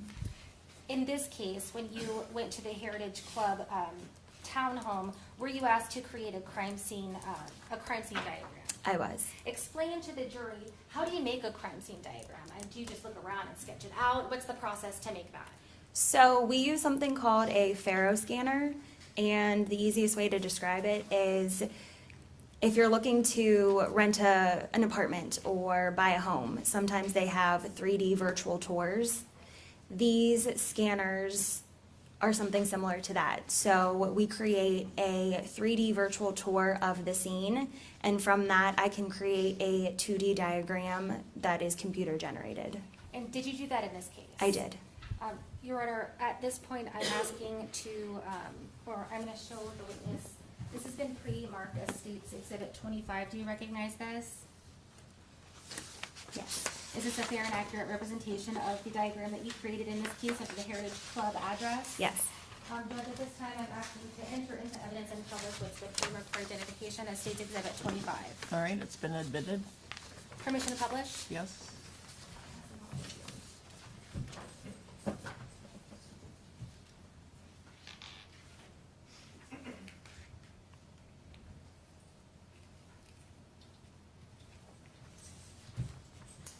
So I'm placing State's Exhibit 25. There's two pieces of paper. I'm placing 25A on the Elmo. So if you notice, I'm pointing to the bottom left corner of 25A where we're noticing the words front door. Help us understand, would this be the bottom floor or the top floor when you went to make this diagram? This would be the bottom floor. So if you're entering from the parking lot, you're coming through where my finger is pointing right there where it says front door. Yes. Immediately to our left, we see what? A kitchen? The rectangle, excuse me, right to the right of the word kitchen. What is that representing? The kitchen island? Moving along, we're going further. My finger is pointing to the words dining area. Right above that, we're seeing what looks like to be a table and chairs. Is that representative of Yes. table and chairs? Okay. What is just beyond that at the top of your diagram? We see two squares with W/D. Tell the jury what that represents. It's a washer dryer closet. Now we're going forward into the living room. It looks like we're seeing number 1 and number 2. What are those representing? They are evidence markers. Okay, so, and it looks like number 1 is to the left of a longer rectangle. What is that representing? That black longer rectangle at the bottom, just off to the center to the right. It is a couch. It looks like evidence marker 2 is just between two like darker squares to the right of the rectangle. What is that representing? Like sofa chairs? And to the right of that, we see a little sketch. Can you explain to the jury what we see to the right where my finger is? It's all the way to the right bottom right corner. It was a little pink, like Barbie car, like that you could sit and drive in. Like a child's toy? Yeah. Now moving across the room, we see, what are we looking at right here? It looks like another rectangle. I'm pointing to the top center, almost off to the right. There's a rectangle and it looks like it has some lines like a grid. What is that representing? Those are stairs. So moving to 25B that I'm placing on the Elmo now, is it safe to say that the sketch diagram of 25B represents the upper level or the second floor of the townhome? Yes. So on the bottom left, we're looking at, do those also represent the stairs where my finger is pointing the bottom left? Yes, they do. So you're walking up, it looks like you immediately run into, it's white, it's the outline of like a rectangle with a number 3 next to it. Explain to the jury what is number 3 representative of? A cabinet or a shelf that was at the top of the stairs. Right next to that, we see what looks like hallway, and then to the right of that, it looks like a line going to the right, and there's a series of small dots that connect it to the left. What is that representative of? That is the hallway going into the front bedroom, which was the children's bedroom. When you walk in, we're seeing a couple of different shapes, and we're seeing a couple of different words. So we're looking here to the left. There is a rectangle with 2 squares or 2 rectangles on the other sides of it, and it says dollhouse. Tell us what that means. It was a dollhouse, like a Barbie dollhouse, that was in front of the bed. The bed that we're looking at here to the left, it looks like we see a top rectangle and then a lower rectangle that is visible from the top aerial view. Explain to us why can I see the bottom one even though I can see the top one as well? It was a double bunk bed with a larger bed at the bottom. So what did it look like? Maybe it was like a twin over full or a twin over king. They're different sizes. Yes, they were different sizes. Gotcha. Now we're looking at, we can see on the top a number to the left. It looks like B2. Do you see that right there? Yes. What is that representative of? It was a marker of, I believe it was a suspected bullet hole. Okay. And we see also the numbers. It looks like on the top bunk here, we see number 6, number 11, number 8, number 10, and number 9. What is that representative of? Those are all evidence markers. Number 5, we see with a line. Is that being attributed, number 5, to an evidence marker? Yes. And would that be on the top or the bottom bunk? I believe it was the bottom bunk. Okay. Now, looking over to the right, we see anytime we see these numbers, is it safe to say those are evidence numbers? Yes. So we see what looks like an evidence number 4. Tell us where that was located or what it was around. It was around 2 sets of TVs, and it appeared to be like a chair, and it was in the corner. So this line that we talked about earlier with this series of dotted lines before that, does that represent like the doorway? Yes. So if you're exiting through this doorway from the children's bedroom with the bunk bed, what's immediately to the right? A bathroom. And is that what we see here to the right where like the toilet and it looks like something in front of the toilet, a shower, and a vanity area? Yes. Now walking down this hallway, it looks like there's a doorway to another room. What is that entering? The master suite, master bedroom. When you enter this doorway immediately to the right, what do we see? Another bathroom. Now, without any further doors, if you keep walking, you walk into what looks like the master bedroom. Is that correct? Yes. Now, we see to the right a rectangle up against it. Looks like the wall that separates the bathroom from the master bedroom. Is that representative of a dresser? Yes. We see several evidence markers, 12, 13, 14, and 18, or 16. Oh yeah, no, that's 18. Are those representative of evidence that were found in those locations on the dresser? Yes. Looking upwards to the right, we see 15. Is that an evidence marker found on another piece of furniture? Yes, it was another dresser. Another dresser, okay. Then we see the bed. We see evidence marker 17. Is that representative of a piece of evidence that was found on the bed? Yes. Now, when we're looking at both of these, 25A and 25B, is the purpose of doing these two diagrams so that every piece of physical evidence that's found at the scene is representative on this diagram? Yes. Okay. Now, after, one second, let me just return this to the clerk.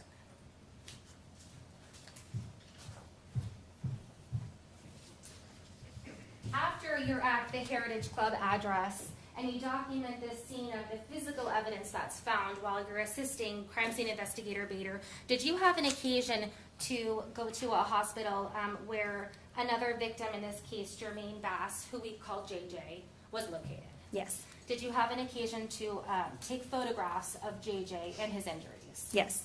And I'm showing you what's been pre-marked for identification as states 27A through D. Do you recognize these photos? Yes. Is this a fair and accurate representation of what the child victim JJ looked like at the time that you photographed him? Yes. Your Honor, at this time I offer into evidence what's been pre-marked for identification as states 27A through D as states 27A through D. They're admitted Do I have already. permission to publish? Yep. Thank you, Judge. I'm putting on the Alma what's been pre-marked for identification as what's been entered into evidence as states 27A. What hospital was he located? He was at TGH as well in the PICU. What's the PICU? Do you know? The Pediatric Intensive Care Unit. When you walked in, this wound that we're seeing, for the record, on 27A, the photo is depicting what looks like the ear of the child. And up to the right, we see a wound. Is that his left ear? Yes. And I'm putting 27B on the Elmo. Often in these photos, we see these measurements used. Can you explain to the jury why and when you decide to use these measurements in photos? When we take our series of photos, we usually do overall mid-range close-up, and what you're seeing are close-ups, and then with our close-ups, we add scales to give a relative size to show how large an item is or how small an item is. This injury on 27B, is it the same injury that's depicted on what we just looked at on 27A? It is. I'm placing on the Elmo 27C. Tell the jury what we're looking at on 27C. That is the JJ's right pinky finger. An injury to his right pinky finger. I'm putting on the Elmo, what's been entered into evidence as 27D.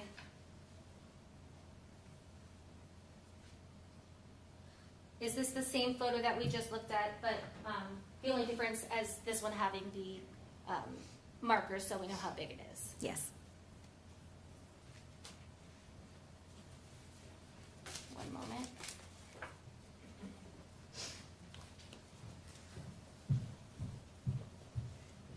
So we have the injury to JJ, the left side of his head right above his ear, and then we have the injury to his right pinky that we just saw in those photos, correct? Yes.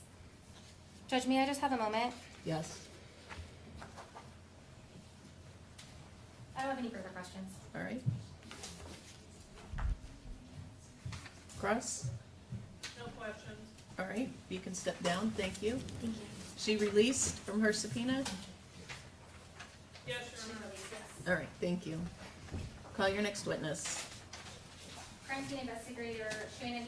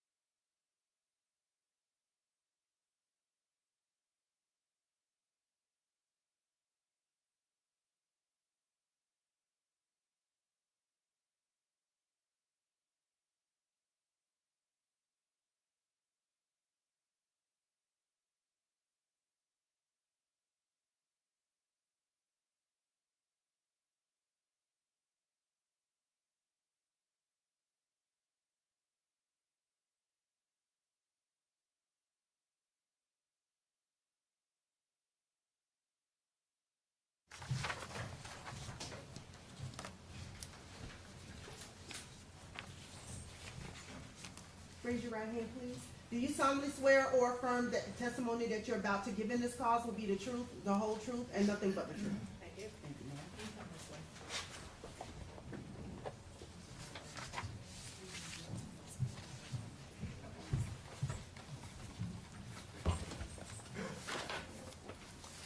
Good afternoon. If you would, please introduce yourself and spell your name for us. Hello, my name is Shannon Bader, Shannon, last name Bader, Bader.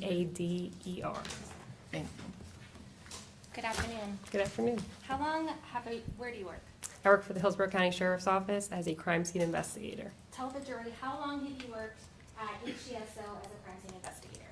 for about 3 years. On August 29th of 2022, did you work as a crime scene investigator with Hillsborough County Sheriff's Office? Yes. When did you get hired? Well, with the sheriff's office in 2019 and crime scene 2021. Okay, so at the time of August 29th of 2022, tell the jury how many times you have been called to a crime scene as a crime scene investigator to document. Probably at least a dozen times. When you go to a crime scene, help us understand as a crime scene investigator, how do you decide what to document and what not to document? Basically, we work with a crime scene detective. When you arrived at the Heritage Grove address associated with this case to do your investigation, did you meet with a detective at that time? Yes. Who did you meet with? Detective Clay Holman. Do you guys walk through the scene together and have some sort of understanding before you start documenting? Yes. Did you do that in this case? Yes, I did. When you arrived, tell them what you saw. So I walked through. It is a townhome that when you walk in, the kitchen is on your left. There's a living room area. Then you walk up the stairs. There's a bedroom to your right. There's a bathroom kind of in the hallway area. There is then a master bedroom in the front, also with a bathroom inside. Tell us what you're doing when you first walk through and during your process of documenting. So first I walk through and I do a walkthrough of the scene. And then what I do is take overall photographs, which are basically photographs of the house and everything as is when I get there. When you walk through and you're working with a detective to decide how to document, what do you use to place next to items that you see that may be of evidentiary value? Evidence markers. What do those evidence markers look like? So I have yellow cones, or I also use green scale markers or yellow scale markers. So tell us the difference between the scale markers and the cones. The cones, are they like physical cones that you can place next to something? Yes. What about the green and yellow scale markers? Are those like the cones or are they something different? They're something else. They're basically like sticker scale rulers. Do they all represent the same thing when they're used in one crime scene? In this case, particularly, I use the yellow evidence markers to document items of evidentiary value of physical items that I was collecting. I use the green scale markers to document areas of red substances, and then I use the yellow scale markers to document any damage that I saw. So yellow evidence markers were for physical things. Yes. The green scales, which are like stickers, that was used to document red substance you saw. Yes. And the yellow stickers were used for what? For damages. Damage, okay. Judge Albee, do I have permission to publish what's been entered as states 22A through EEEE? Yes. I'm placing on the Elmo states 22A. Tell us, when you first walk into the apartment or the townhome, is this what you see? Yes. What are we looking at in this photo? So this is the living room area. The front door is behind me and the back door is in front of me. And this is, you could see evidence marker 1, and then on the floor should be green scale marker A. So the cone of evidence marker 1 indicates to us that there was something physical next to it. What was physical next to it? Do you remember? Yes, this was the ace bandage clip. Okay. Now on the floor, you told us that the green scale stickers represent red substance. Is that what's notated on the floor right here? Yes. We're looking at 22B. Is this a close-up of that green sticker that we just saw? Yes, it is. And if we zoom in,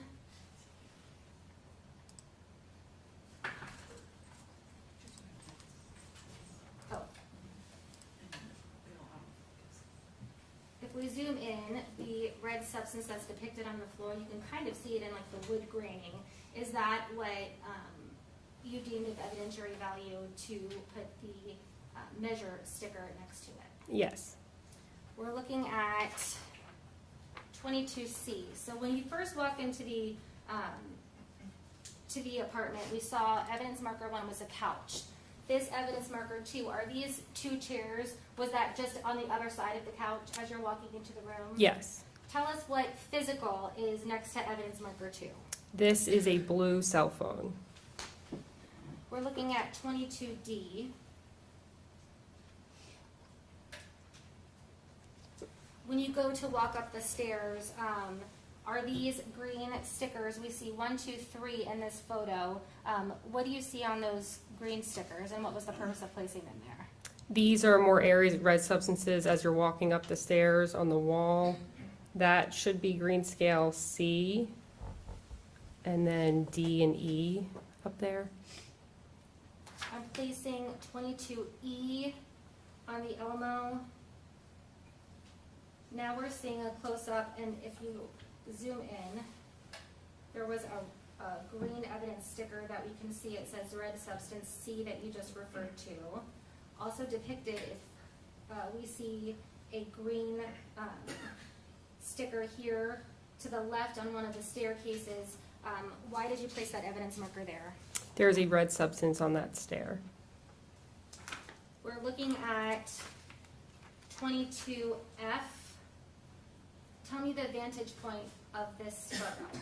So this is kind of looking up. I'm standing in the middle area of the stairwell, and you're looking up to the landing. We see a green marker on the left. Was that to document and mark a red substance as well? Yes. I'm placing on the Elmo 22G. At this point, is this as if you had walked up to the very top of the stairs and you're looking ahead? Yes. Now, we can see a yellow evidence marker 3 in this view. Tell the jury what is immediately to the right of the physical evidence marker 3. This is a gauze pad. I'm placing 22H on the Elmo. Is this just a closer up view of that gauze pad? Yes. I'm placing on the Elmo 22I. Which room are we looking into? This is the kid's bedroom. So, I want to zoom in. I see a green evidence marker on the left side of the doorway. You can see the brass or metal, door hinge to the left. Why did you place that green evidence marker on the doorway right there? There was an area of red substance there. Now, on the other side, the green area that we just looked at, that's not the side that the door is connected to, correct? Correct. So the area where I'm pointing on the right side of the photo, where immediately to the right of that, it looks like there's like an open closet right there. That's where the door is attached to, correct? So it opens up inward. Yes. Now, on 22J, which I'm placing on the Elmo, is this the same doorway that we're looking at, but we're looking at the actual side of the door? Yes. And I see an evidence marker in the middle. It's green. Tell us what that represents. The red substance on the door. Now we're zooming in. Tell the jury and explain for the record. Everything's written down. What color's the door? White. So the spots that we're seeing in this photo, is that the red substance that you deemed should be marked with that green marker? Yes. I'm placing 22K on the Elmo. We see in the bottom right-hand corner a silver door handle. Is that the silver door handle on the door from the previous photo we were looking at? Yes. So when we're walking into the room, is this the children's room that we're walking immediately into? Yes.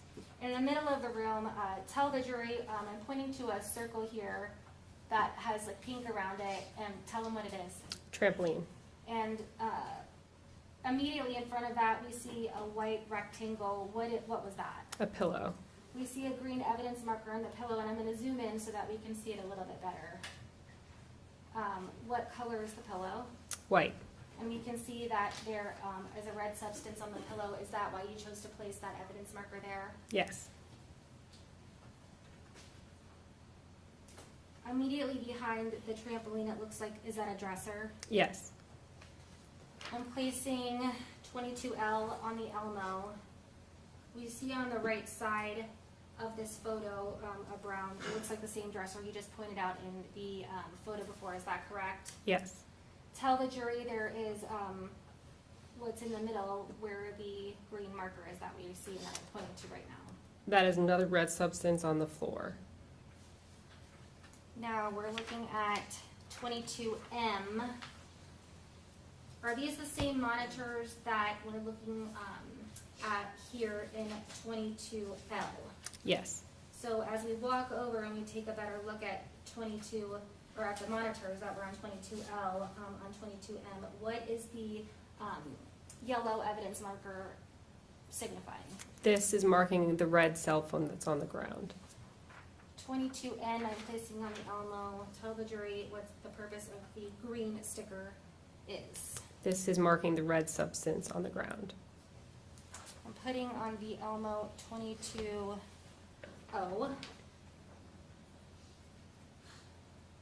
What are we seeing here? We see something in the doorway. The dollhouse. Was that there all along, or was that moved during the course of the investigation? It was moved. Where was it originally? Up against that pink house that's against the bunk bed. So I'm pointing to the right where I see gray framing. Is that the gray framing of the bunk bed you're talking about? Yes. Immediately to the left of that, we see like a darker hot pink that looks like some sort of child's house. Are you indicating that the one on the left was pushed up against? Yes. Okay. Now, this marker 7, what is that indicating? There's a piece of a gun holster in the, I guess, baby holder. Like some sort of like baby doll Yeah. toy. Okay, we're looking at 22F. I'm placing on the Elmo. Is this a closer up of the evidence marker you were just discussing? Yes. And once we zoom in, what do we see inside of this baby doll accessory here? That is a piece of a gun holster. A piece of a gun holster.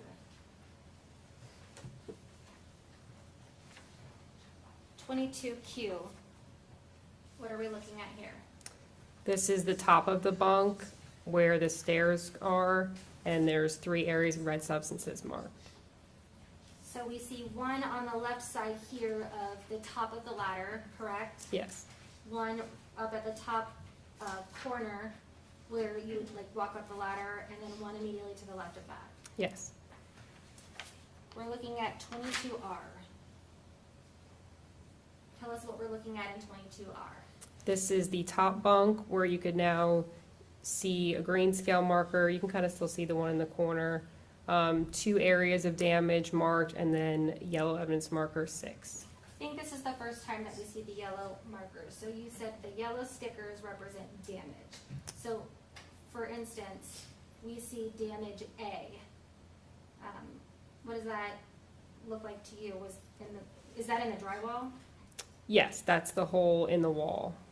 So we see, I'm zooming in for the record on damage. I just zoomed in on damage A. Now I'm zooming in on damage B. What are we looking at in damage B right here?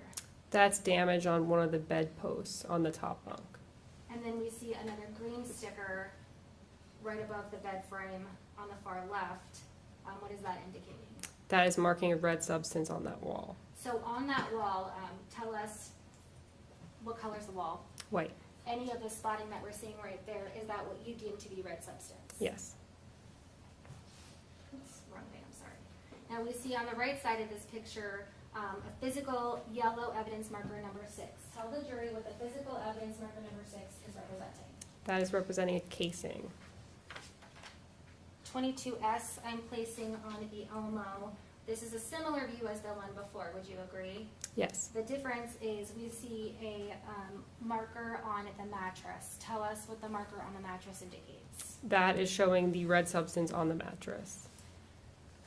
We're seeing on 22T, tell us what we see. These are 2 red substances on the wall, and this is a view from the bottom bunk. So, and to reference this, I want to put on 22U. So in 22U, what are we looking at?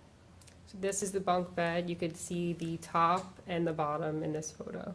Explain to the jury so that they can understand what size were the beds?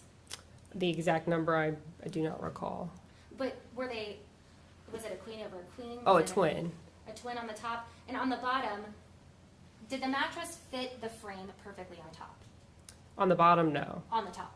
On the top, yes. Okay, and on the bottom, no. So help us understand, was the mattress too big or too small for the frame on the bottom? On the bottom, it was too small. Now, what are we seeing in, we're looking at 22U specifically, and I want to focus your attention. You can see that there is a mattress on the bottom, but then it looks like some sort of item behind the mattress, flat up against the wall. What was that item? A giant teddy bear. And what did it look like the purpose of the giant teddy bear being between the wall and the mattress to you? Objection, speculation. Sustained. When you were at the scene, looking at the giant teddy bear, did it fit between the mattress and the wall? Yes. Was the mattress touching the wall at that time? No. Now, I want to refer back to 22T. There's 2 evidence markers here. Oop. What are they representing to you? We see one that says red substance Q. And it looks like a straight line down. What did it look like to you when you were there in person and had a chance to look at it up close? It was the red substance on the wall, and then next red sub R, also a red substance, both consistent with blood. Now, we just talked about you, so let's go to V. This gives us a better view of evidence marker 6 that we talked about before. What are we looking at that's immediately to the right of evidence marker 6? This is the casing on the bed.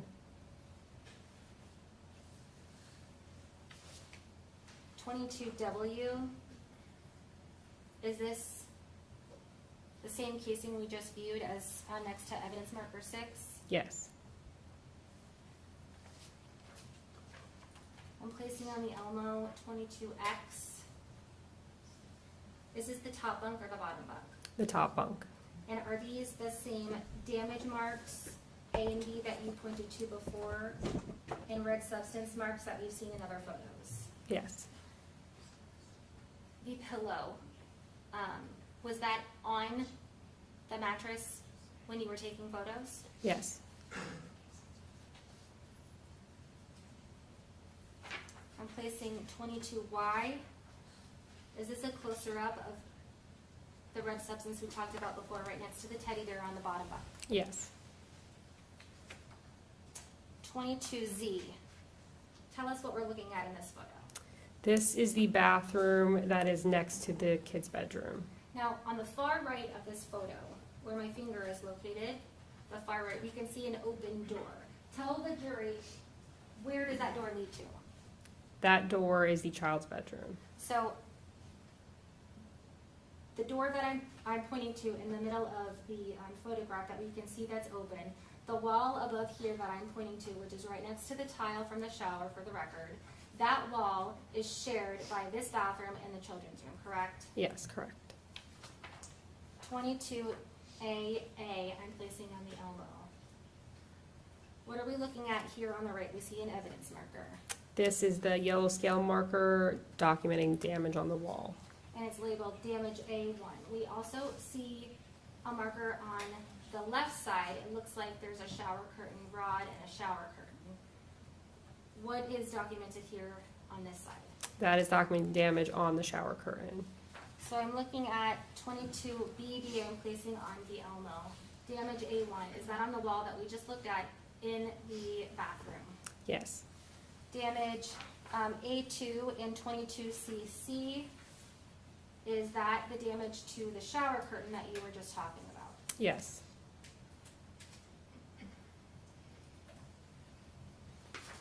I'm placing on the Elmo 22DD.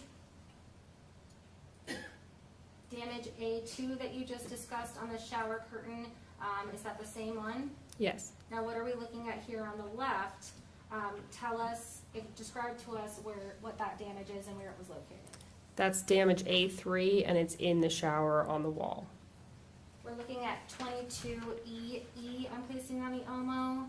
Is that the same damage you just described? Yes. What's located within the damage that we see on this photo? That would be a projectile. 22FF I'm placing on the Elmo. So we just left the bathroom. We're not in the bathroom anymore. Where are we right now looking at the damage that is depicted in this photo? This is the top bunk railing. I'm placing on the Elmo 22GG. Tell us the vantage point of this photo. I see a marker that says A1 and damage B2. Where are you standing when this photo was taken?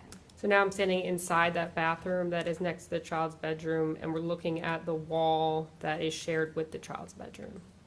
Is this the same bathroom that just showed the damage that was to the shower curtain and the projectile that was found in the shower tile that we just looked at? Yes. Same room. Yes. We're looking at 22HH. We see damage B2. Again, is that the same bathroom that we've been discussing? Yes. 22II. Tell us what we're looking at. Which room are we in now? This is the kids' bedroom, and this is a view of the bottom bunk and where the stairs start. When we're looking at this bottom bunk, we see what looks like a pink and purple blanket. Behind that, we see kind of a big lump back there. Is that the teddy bear you were talking about earlier? Yes. We see an evidence marker number 5. What is that significant? That is another casing on the bed on the bottom bunk. We're looking at 22JJ. What's the purpose of this photo? This is showing the height of how high the bunk beds are. So we see what looks like a measuring tool here on the left, and it looks like the top portion of the railing on the top bunk is 5 feet and 5 inches. Is that fair? Yes.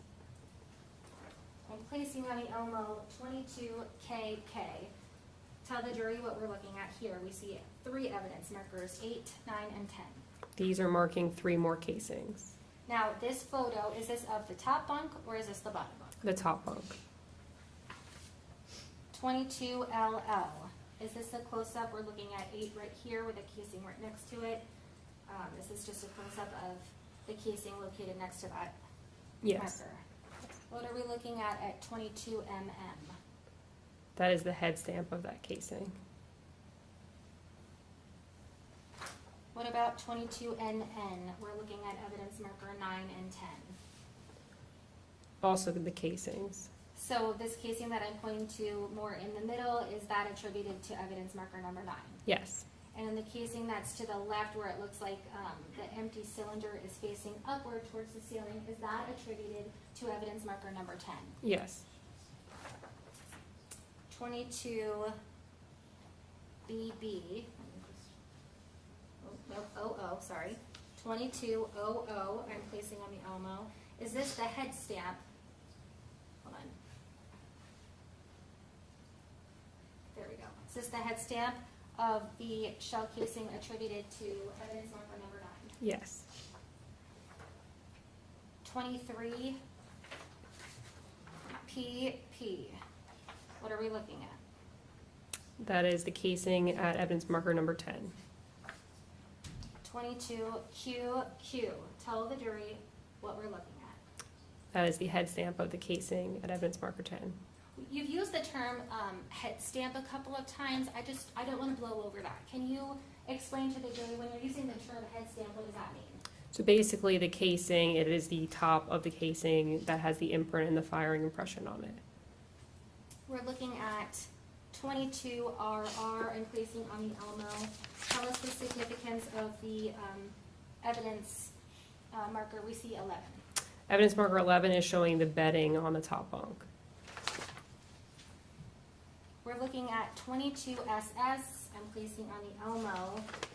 Help us get oriented. We've been into the bathroom, we've been into the children's bedroom, we've been downstairs. Where are we now in 22SS? So now we're in the master bedroom. 22TT, I'm placing on the Elmo. Is this the same master bedroom? Yes. Help us understand the vantage point. I see in the middle, I see what looks like an open door right to the right of the silver dresser depicted in this photo. Is that the door that you would use to enter and exit this master bedroom? Yes. 22UU, I'm placing on the Elmo. Help us understand what we're looking at here. This is the dresser in that master bedroom, and there is a live round next to evidence marker 12. I'm going to zoom in. What does a live round mean? It is a round that has not been fired by a gun. To the left of evidence marker 12, there is a silver object that I'm pointing to. Is that the live round you just spoke about? Yes. I'm placing on the Elmo 22VV. What are we looking at in 22VV? That is the head stamp of the live round. 22 WW, I see evidence marker 13 and 14. Help us understand what they are attributed to. This is that drawer in that dresser that we just looked at, and 13 is a wallet, and 14 is a gun. So let's go back to, this is 22 TT. In the back, we see evidence markers 13 and 14 and a drawer to the top left that's open. Is that what we're looking at, just like a top aerial view here in 22 WW? Yes. I'm placing on the Elmo 22XX. Is this a close-up of the two items you just described? Yes.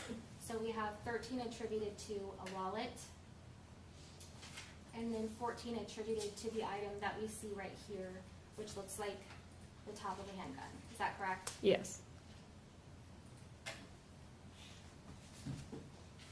22YY. I'm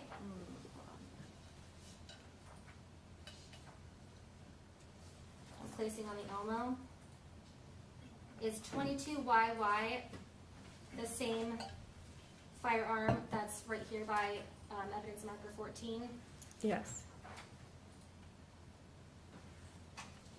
In this photo, it's facing the right. I'm placing 22Z on the Elmo. Is this the same firearm? Yes. It's facing the other way. Yes.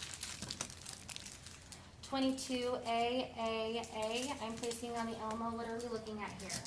That is a magazine that was also in that drawer.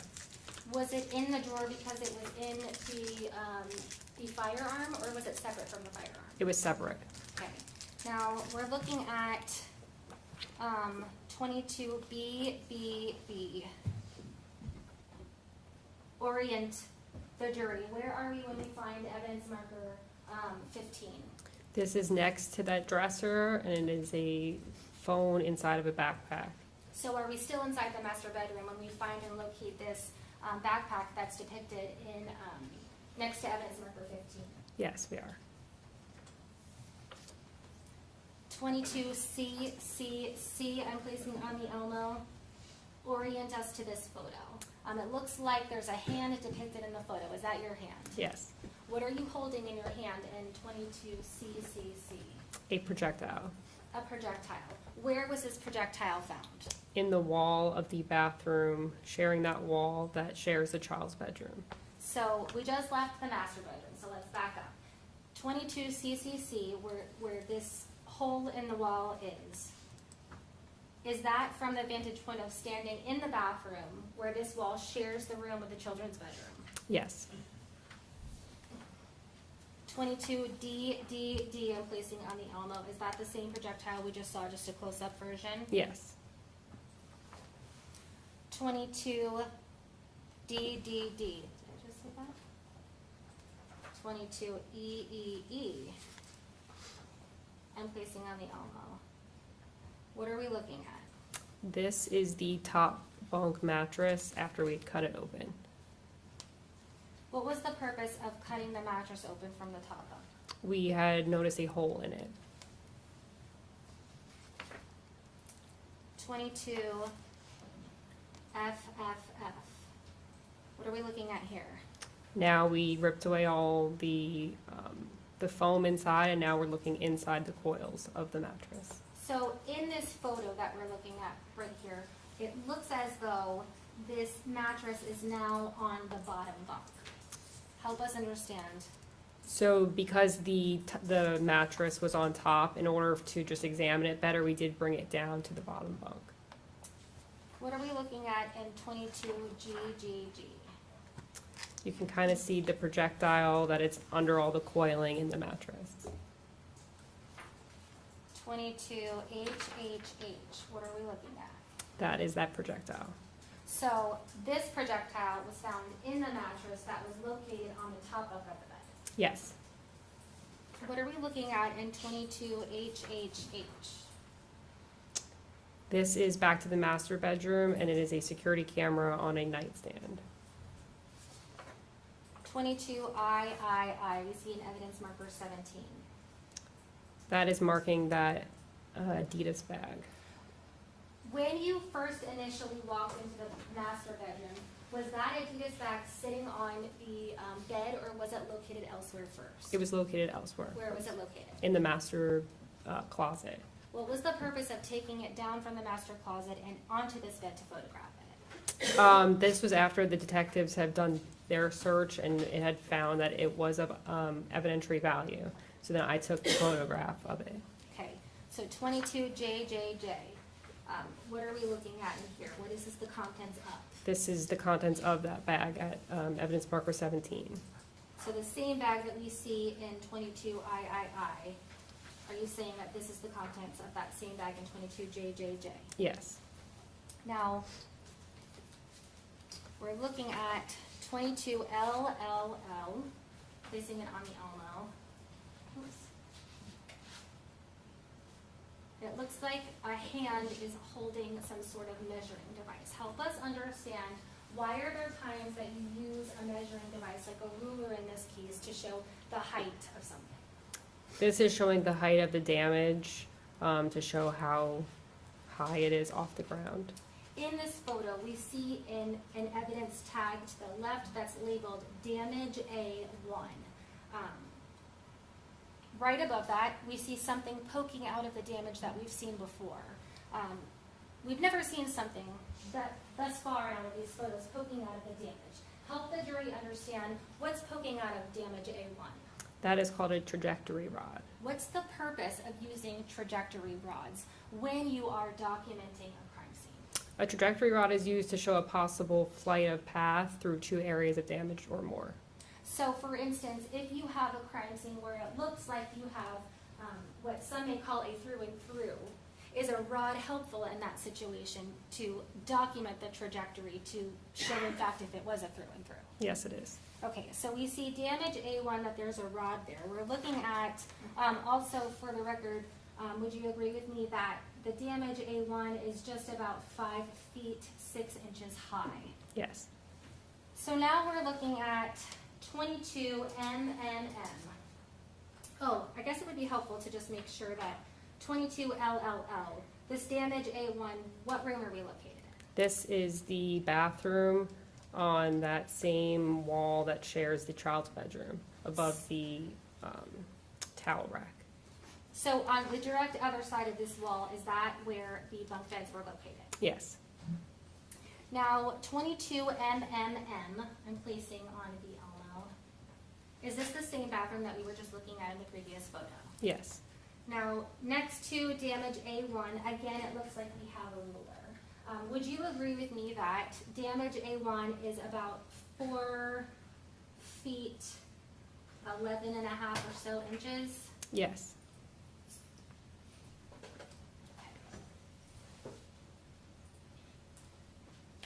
We're looking at 22 NNN. What are we looking at in this photo? We see a ruler to the left of what? This is showing the height of damage A3 in the shower wall. Would you agree with me that the damage is right around the 4 foot 10 to 11 marker? Yes.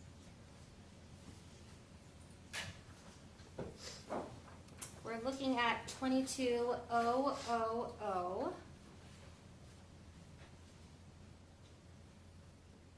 The green item that we see depicted in the middle of this photo, is that the trajectory rod that you were discussing with the jury earlier that we saw poking out of damage A1?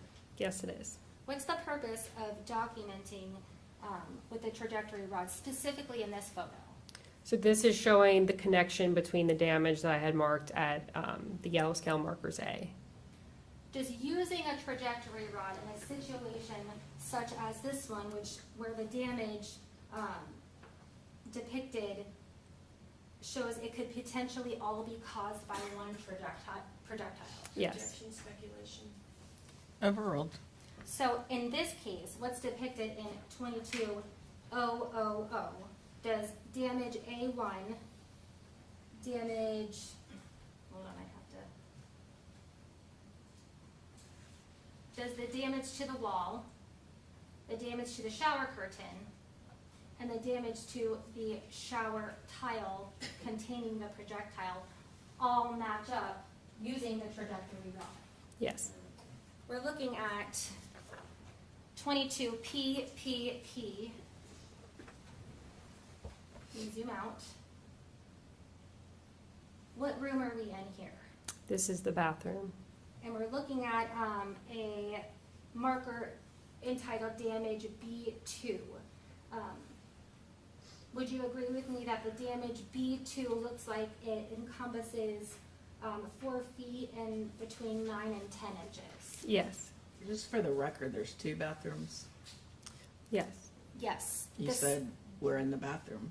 Yes, Sorry, ma'am. Thank you, Judge. The bathroom that we've been discussing all along with the damage. Yes. Is that all the bathroom that's directly next to the children's bedroom? Yes. Did you notice any damage whatsoever in the bathroom that would be right next to that, adjacent to the master bedroom? No.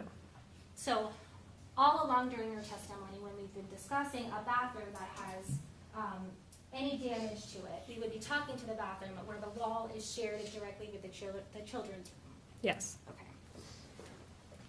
22 QQQ. Is this photo documenting the difference between the 2 damages on the wall? Yes. Damage A1 and damage B2. Yes, and how far it is from the entryway door. Okay, and so on the right where this 1 starts, is that where the door would be open? Yes. 22 RRR, I'm placing on the Elmo. Take us back. What room are we in again? The children's bedroom. The photo depicted, we see a mattress and bed railings. Are we looking at the top bunk or are we looking at the bottom bunk? The top bunk. The damage that we saw, we see damage A and damage B. Are those the damage markers that we've discussed before seeing on the top bunk? Yes. Now, we see an item that is sticking out of damage A and an item right next to damage B. It's not going through damage B, but it looks like it's coming from behind the wall. Help us understand what those 2 items are. Let's start with the green one that's coming out of damage A. That is the trajectory rod that we were discussing earlier. That green trajectory rod that you said we were discussing earlier, is that the same exact trajectory rod that we saw depicted going through the damage into the children's bathroom, through the shower curtain, and into the tile? Yes, it is. That is the same exact rod we were looking at. Yes. What about, we see it looks like red or pinkish rod that we're looking at here. It's right next to the damage B marker, but it's not coming out of it. Help us understand that. So this one is going into the hole in the wall. That would be damage B1. Where is damage B1 located? On the wall behind that railing. Okay, so we're looking at 22 SSS. Is that the same trajectory rod we just were looking at that goes from the children's bedroom into the children's bathroom? Yes. And we see a red substance on the right side as well. It looks like 22 TTT refers back to, is this the children's shower that we were talking about, the green trajectory rod? Yes. And referring back to 22 SSS, that's the same pole depicted in both. Is that your testimony? Yes. 22 UUU, what are we looking at here? This is a bag, and on top of it is a holster, a box of ammunition, and a magazine. Was that bag located right here when it was photographed? No, it was not. Where was it located before it was photographed? That was in the children's bedroom closet. So it was brought down from the closet so that you could take the contents out and photograph them? Yes. 22 VVV, I placed on the Elmo. Where is this damage located? This damage is where the projectile came from of the B2 in the bathroom that shares the wall with the children's bedroom. We're looking at 22 WWW. What do we see here? This is the bottom of the drawer that we saw earlier with evidence markers 13 and 14. This is once taking the clothing out, evidence marker 18 was placed. What room is evidence marker 18 found in? The master bedroom. So the drawer that we saw before, is this the same drawer? Yes. So help us understand, you didn't see these items before because of why? There was clothing on top of it. Once you removed the clothing, you were able to see these, and that's why you placed this evidence marker there? Yes. Tell us what exactly is depicted in this photo. In this photo, there are loose live rounds at the bottom of this drawer. And again, a live round is what? A round that has not been fired yet by a gun. 22XXX. Is this just a closer up of evidence marker 18, those live rounds that you're discussing? Yes, it is.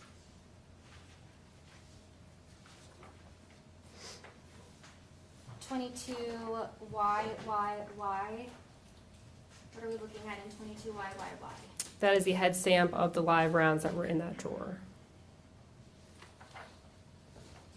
It looks, let's see, 22AA. I'm placing on the Elmo. What are we looking at here? This is the Adidas bag that was at evidence marker 17. Remind us, where was this Adidas bag initially located? Initially in the master bedroom closet. After it was taken from the master bedroom closet, where was it placed so that you could photograph it? On the bed in the master bedroom. Now, where are these photographs taking place? These are taken back at the office at the crime scene section. 22BB. What are we looking at here? This is that same bag just opened. 22C. I'm placing on the Elmo. What are we looking at here? These are now the contents I took out of the bag. So it looks like in this photo, in the top middle, it looks like a computer mouse with some wiring. Is that correct? Yes. Then we see to the right of that, we see a zippered pouch right here. And next to that, it looks like another sort of pouch. Yes. We see below that, looks like some plastic, or one plastic container of sorts. Is that right? Oh, yes. It's a plastic bag? Yes. What's to the left of the plastic bag? That is a magazine. Magazine. What's to the left of the magazine? Ammunition box. What's to the left of that? Batteries. Now we're going on what would look like the third row. We see a box of metal objects that have a point to it. What are those? Those are also an ammunition box. What's inside of the ammunition box? Live rounds. To the right of that, we see what looks like a rectangle of something. What are those? Live rounds as well. To the right of that, we see another rectangle. And for the record, the one to the left that she just described was more, what color would you call that, silver? Yes. The one to the right, what color would you say those were? More gold. And what are those gold things? Also live rounds. Now next to those gold live rounds, we see 3 items next to each other. They look similar, but they're different lengths. Tell the jury what they are. They are magazines. Magazines for what? A gun. We look next to that and we see 1, 2, 3, 4, 5, 6, 7 boxes. What are those? Those are ammunition boxes. Later, do you open up those ammunition boxes and photograph the contents inside of those other 7 ammunition boxes? Yes. Below that, it looks like a cell phone, is that correct? Yes. What's to the left of that? It looks like something on its side, I can't tell. I think that is a magazine as well. Okay, and to the left of that, we see 1, 2, 3, 4 items on the bottom of the page. What are those? Casings. Casings. There's 1 silver item above that. What is that? Also a casing. There's 1, what color would you call that? A gold A item gold. above that? It looks like actually there's 3 of them. What are those? Also casings. To the left of that, we see an orange item that is like a U in nature that looks like it has 2 little silver keys on it. What is that? A lock of some sort. Above that, what are we looking at right here? I'm not sure what that is. Okay. And to the left of that on the far left bottom corner, it looks like a circle with something coming out of that. What is that? It's used to hold ammunition, live rounds. So let me exit all the way. 22 D. Is this a closer up view of the contents of those boxes we just discussed? Yes, it is. And remind me again, what are those? Live rounds. 22 E. We see that circle item that has something coming out of the top. What are we looking at there? These are the live rounds that came from that circular device. So when you photographed the circular device the first time, we didn't see those silver items up top. Did those come from within the Yes. circular item? Yes, they did. Okay, and Judge, may I have a moment to hand this to my co-counsel to put back in order, please?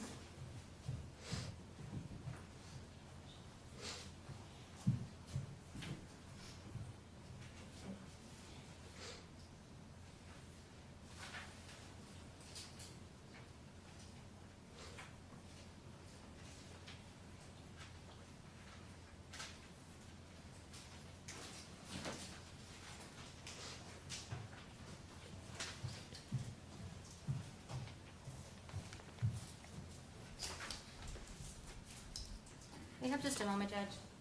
Yes.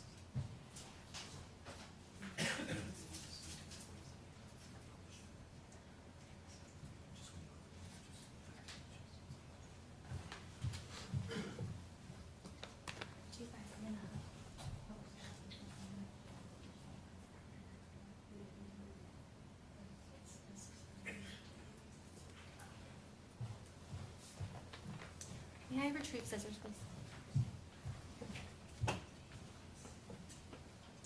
And Judge, what's been entered into evidence as State's Exhibit 9, do I have permission to publish? Yes. And if you want to step down for me? There's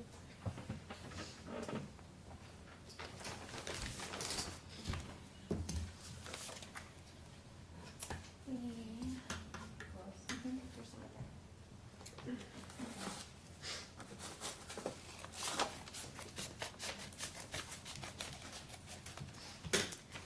State's Exhibit 9, the show casing that you got from the bottom bunk, do you remember when you were discussing that with the jury? Yes. If you don't mind, sliding it over here so they don't see it very well. If you don't mind removing that, if you look at the label, this is the show casing that was taken from the bottom bunk, correct? Yes. Okay, and we saw a picture of that earlier, correct? Yes. Don't mind removing that shell casing.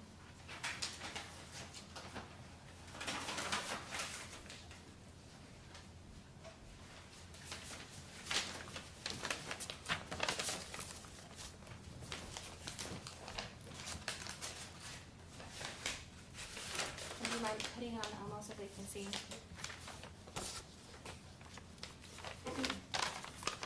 So, orient us again. We walk into the children's bedroom. On the bottom bunk, we find this spent shell casing. Yes. Okay. Will you put it back in front of me?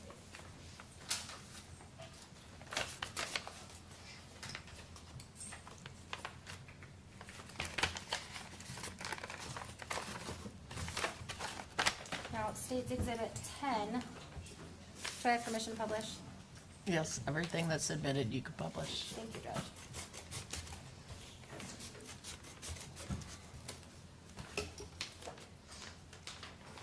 State's Exhibit 10 was found on the top bunk, correct? Yes. So if you recall, the photos of the blue blanket, and there were 3 shell casings found on the blue blanket, correct? Yes. And this is one of them.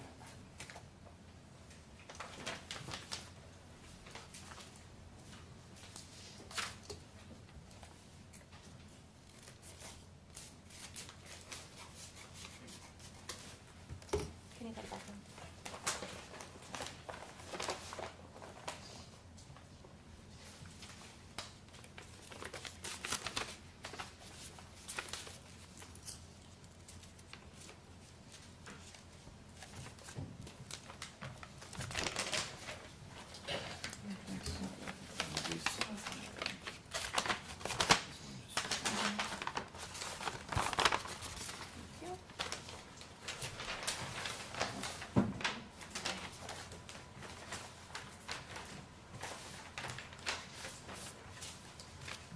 This is 10, sorry.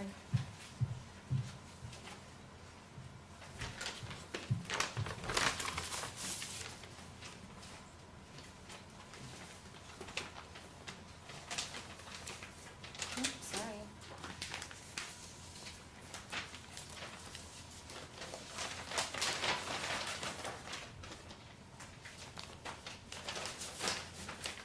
at states 11, which was another one found in the top bunk. Yes.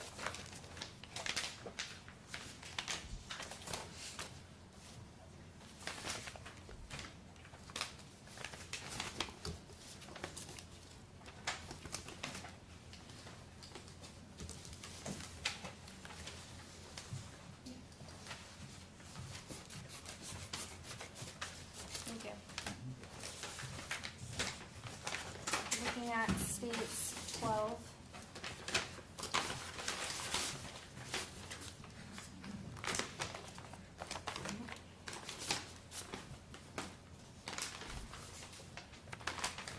Or double bagged, sorry. You can reach in and get it.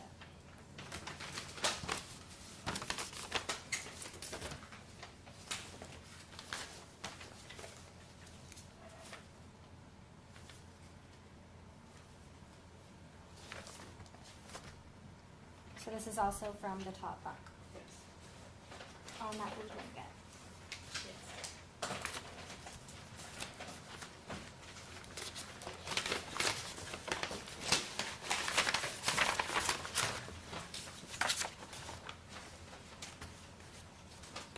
States 13, the last one from the top bunk.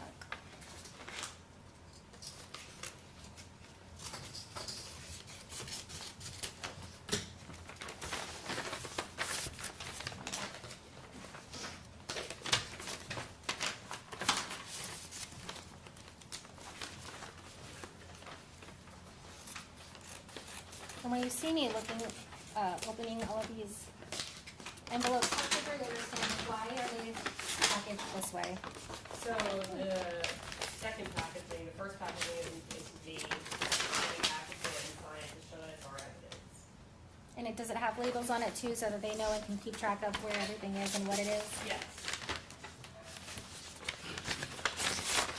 So states 13 that we're looking at right now, this is the last of the casings that were found at the top bunk on that blue blanket, right? Yes.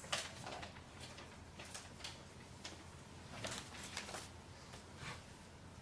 Let me mark this one. Now, the next item that we look at, when you were in the master bedroom, we saw pictures of that silver dresser. We saw a wallet next to one of the evidence markers. Yes. Here, you have what's on. Can you pull it out? Is this the wallet that you Yes. took into custody? Yes, it is. Can you open it?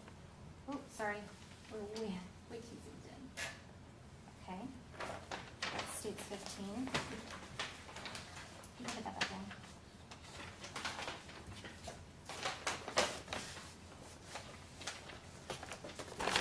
States 17. I'm opening.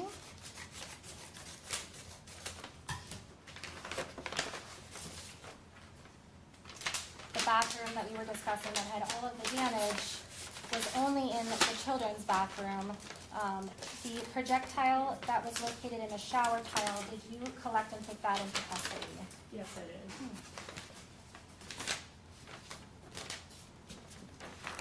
There's too many envelopes, hold on. Okay. Can you get the tape open, or do you need my, there you go.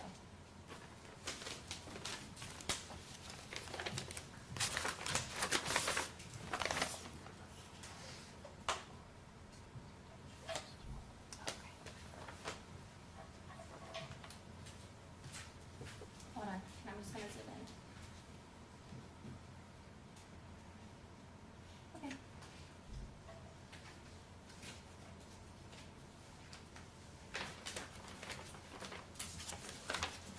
States 18. I'm now opening, I'm gonna orient you back to the shower with damage, children's shower. There was a point on the wall that we saw photos of where the drywall was removed so that you could collect what was inside. Yes. There was a projectile that you found inside, correct? Yes. I think that was the photo that we looked at where we could see your hand in the photo. Yes. Can you open what's inside of stage 18 to show the jury what was found inside of that wall.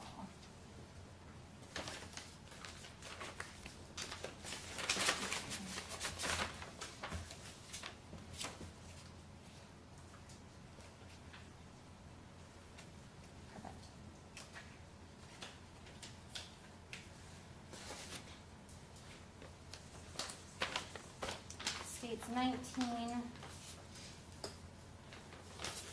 we're looking at, you talked about the bottom bunk bed, or the mattress that you moved to the bottom to collect projectile from the mattress.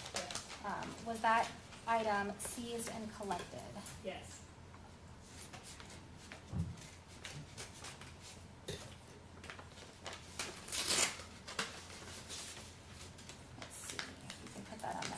For me, so that the jurors can see what came from that mattress.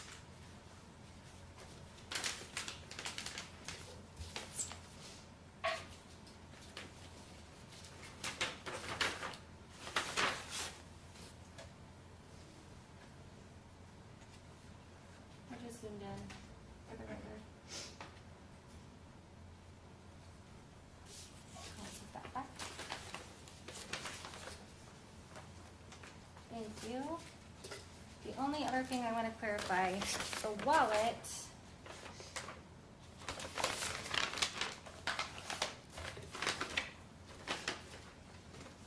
You take the package out, sorry. Sure. Can you open up the wallet and take out the ID from the wallet? So that the jurors can see whose ID was contained within the wallet. For the record, the witness pulled out a Florida driver's license. I'm zooming in on it. It says Jermaine Bass Jr.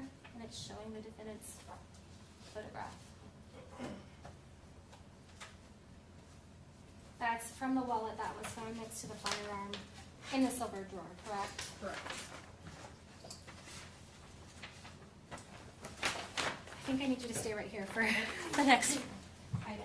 I may just have a moment, Judge.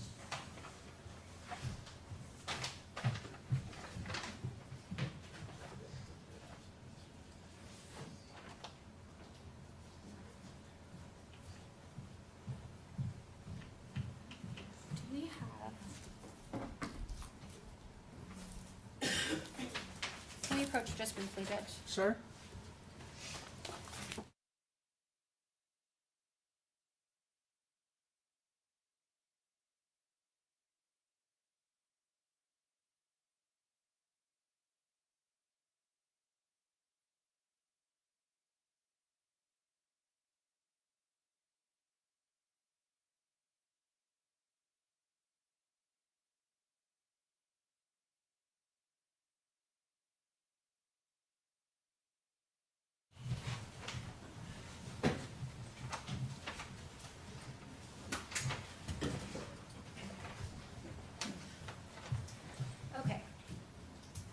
The last thing we talked about was the drawer where in the silver dresser master bedroom you find the wallet, you also find the firearm. Did you collect the firearm? Yes.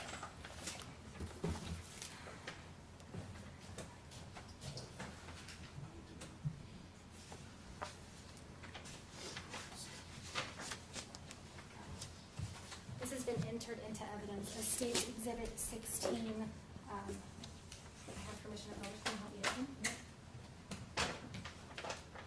So the firearm that you found in that silver drawer, we saw an evidence marker in the photo next to it. Is this the firearm that you collected from the Heritage Grove townhome that day? Yes.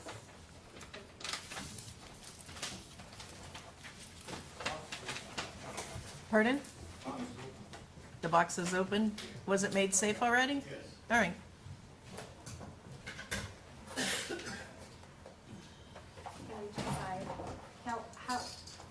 Explain to the jury how is this made safe during... With the zip tie. Place it on the elbow for me. So now that State 16 is on the Elmo, we see a zip tie on the top that goes through, it looks like where a projectile would come out. Correct. Does that help make it safe?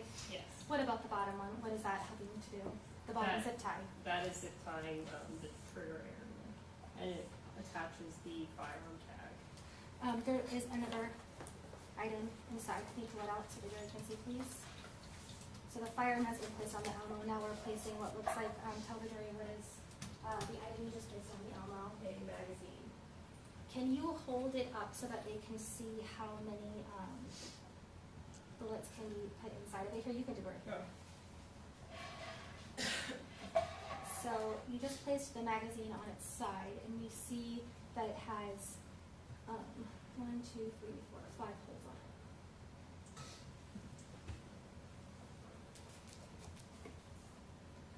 Okay, we can put it back in the box. Thank you.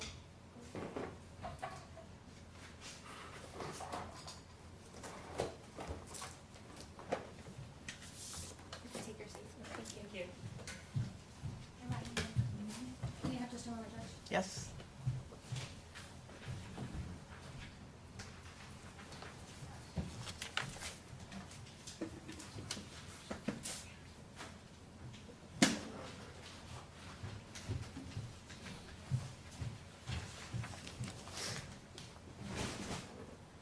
And Judge, if I may just have a minute, I need to put gloves on as well for this item.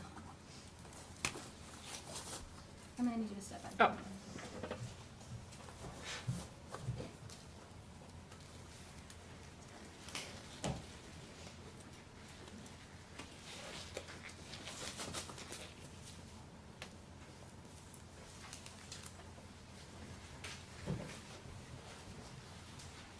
So I want to direct your attention to the top bunk of the children's bed. You showed us in photos, and then you showed us the 3 casings that were found on the children's top bunk.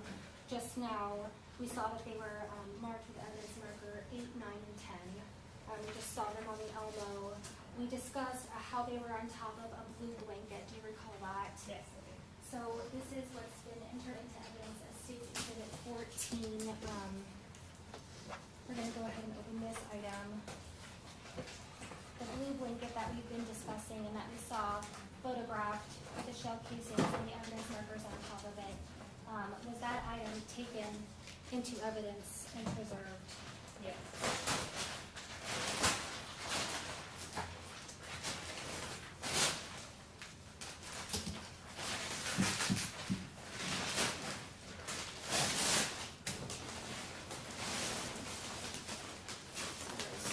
One item in here.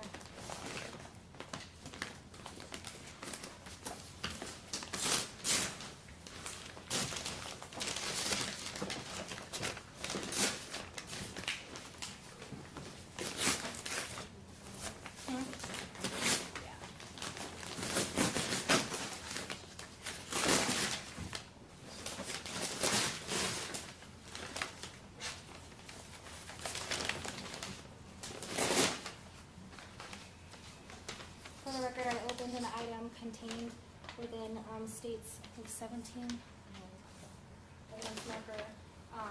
I'm holding a pillow that has red substance on it. Is this the pillow that was located on the top bunk? Yes. Where the rest of the evidence markers and items were located? Yes.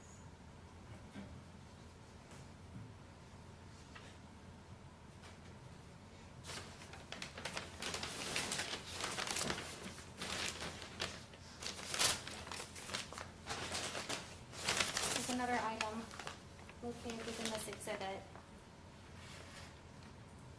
that I'm going to pull out now.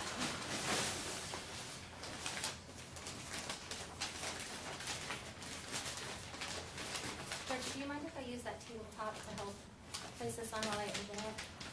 Well, Is there a whatever desk the right bailiff there? wants, whatever the bailiff wants you to do. Thank you.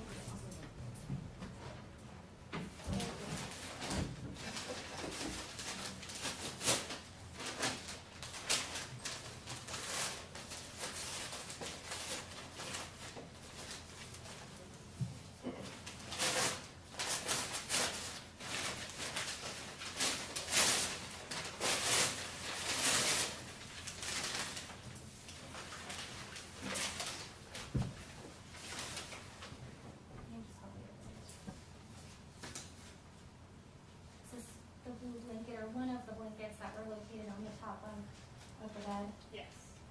Where those evidence markers and shell casings were located? Yes.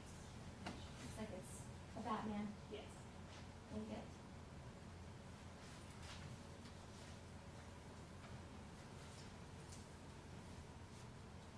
One more item.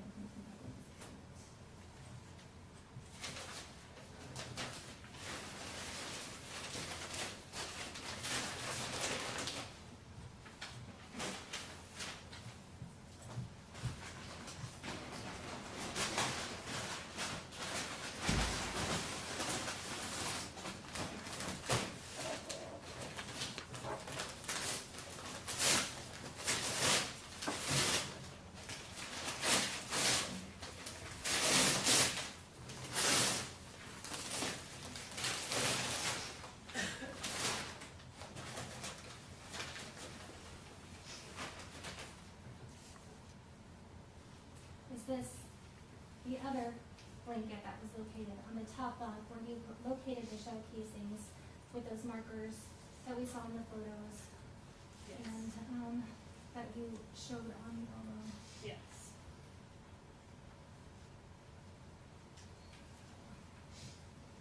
Looks like it's a Star Wars blanket with the red substance.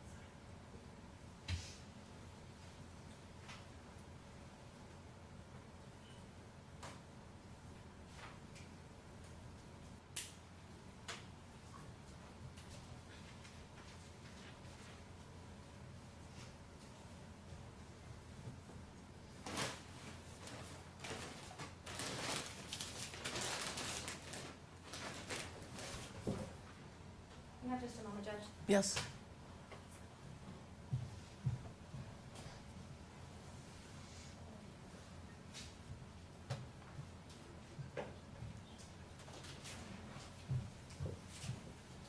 Judge, if I may just have a moment, you can take your seat to just repackage. Thank you.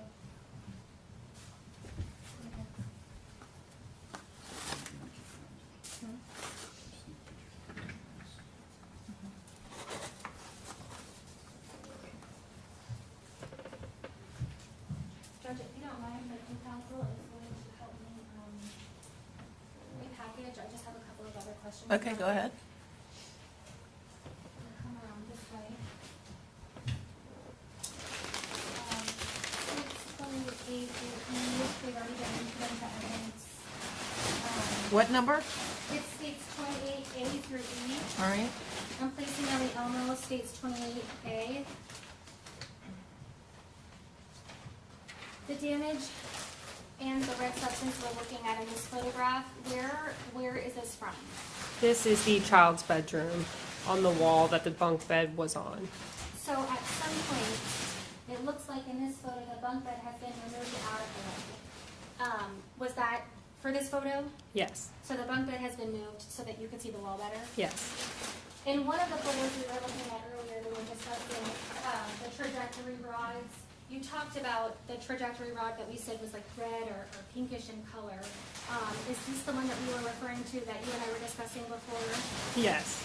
Now, the damage that was done to the railing that was up against the wall, is that coordinating with this damage B1 or is this separate? It is separate. At the time, I thought it was coordinated, but it is separate. Okay, so, and is the point of the measurements of the wall, help us understand, we've seen other things before, but why place these measurements here for these three items? So this is a method that we call T-scaling. We basically go across from the entrance of that bedroom across and then down. It just gives you a height of all three of these areas. It shows you the damage, how high it is, and how far across it is, as well as that red substance.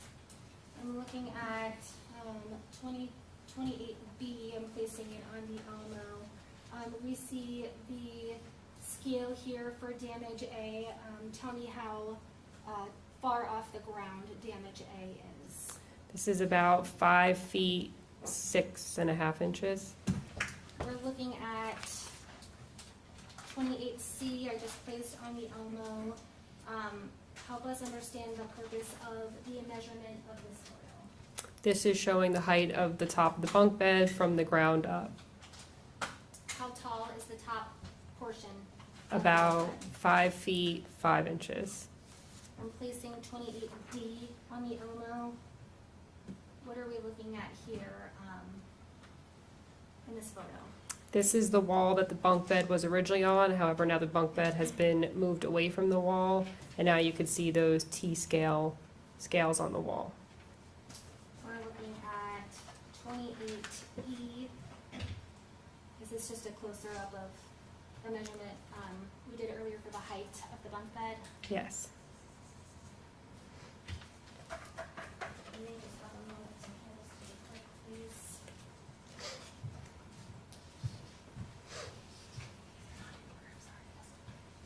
I just have a moment to confirm. Yes. I don't have any questions at this time. Thank you. Thank you. Oh, I need to return scissors.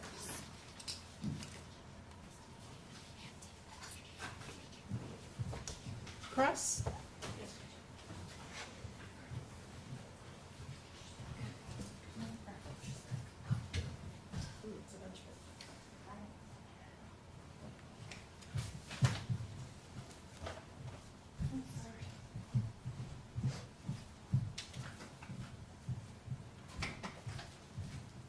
Good afternoon. Good afternoon. How are you, Ms. Bader? I'm good. How are you? I'm doing all right, thank you. You're a crime scene technician at the Sheriff's Department? I am. You're doing that for quite a few years, correct? Correct. And you're not sworn law enforcement, but you are a civilian employee? Correct. Okay. All right, just pretty much your involvement in this case going to be limited to a lot of the things that you've discussed with Ms. Reeder? Yes. Right, so you basically were the main processor in the home, downstairs, staircase, and upstairs as well? Yes. Okay. And did anybody assist you at the time that you were doing all your work? My partner, CSI Danielle Janizik. She did a Pharaoh, right? Yes. And she did the diagram? Yes. Okay. And that's typical for you guys to divide up the work. You'll label, process everything, and she Pharaoh and diagram. That's typical. Yes. All right. Okay. So you've indicated that GSM is a red substance scale marker. Yes. Right. And then PM is a photo marker, just a photo marker. Is that item collected? Yes. It is, okay. And then YSM is a yellow scale marker. Is that just damage or is it an item collected as well? Damage. Just damage, okay. All right. First off, let's talk about phones. My understanding that there were 2 phones that you collected in this case, is that correct? There were 3 or 4. Oh, okay. So we have a blue iPhone that was found where? The blue iPhone was on the couch downstairs. Okay. And do you know whose phone that is? No, I do not. Okay. There was a red phone, looked like it was in a charger inside the children's room, correct? Yes. All right, so what are these other 2 phones? There was the one that was evidence marker 15 that was in the backpack in the master bedroom. And then the Adidas bag, there was also a cell phone. Okay, so there's 2 phones that are found in bags in the master bedroom. Do we know if those were even working, anything like that? I do not know. Okay. What, if anything, are you going to do with the blue iPhone that was on the couch? Collect it, put it into evidence. All right, any other processing would be done, downloading, things like that, by other people? Correct. All right. And did you ever do anything with a phone identified as belonging to Shirley Bass? I do not know. The phones you have mentioned, the one blue iPhone on the couch and the red phone upstairs in the kids' room. We have the 2 that are in either an Adidas bag or a backpack in the master bedroom in the closet. Is that the extent of any phones in this case? Yes. All right. All right, I want to go downstairs real quick. You have a green scale marker, A and B. A was a red substance on the living room floor, Yes. correct? Yes. All right. And green scale marker B was on the living room couch. Yes. Okay. And did you know that Mr. Bass was sitting on that couch with his son? No. Okay.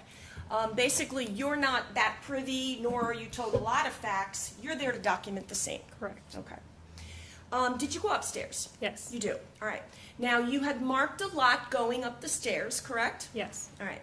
And coming down as well? Yes. You saw anything else? Okay. If you are coming down that staircase, would you go near the area to get on the couch where you found green scale marker A on the floor? Here, let's put, all right, let us put states 22A. There we go. All right, so this is our green scale marker here? Yes. All right, and that is going to be green scale marker A, correct? Correct. All right. And then we have, this is the couch we have been talking about, correct? Correct. And Ms. Reeder showed you some chairs before. Those chairs are further down, separated from the main couch, closer to the glass slider. Is that fair? Yes. All right. Now, when you have, here again is my question, State's Exhibit, we just cited green scale marker A. The staircase, best way to do this. I'm going to take my pen. Staircase is going to be this way. No. Okay, where's the staircase? The other way, kind of in front of that pink Jeep. What is it? The pink Jeep all the way in the back. The pink Jeep? Yeah. Okay. So the staircase is this way. Correct. Gotcha. Okay.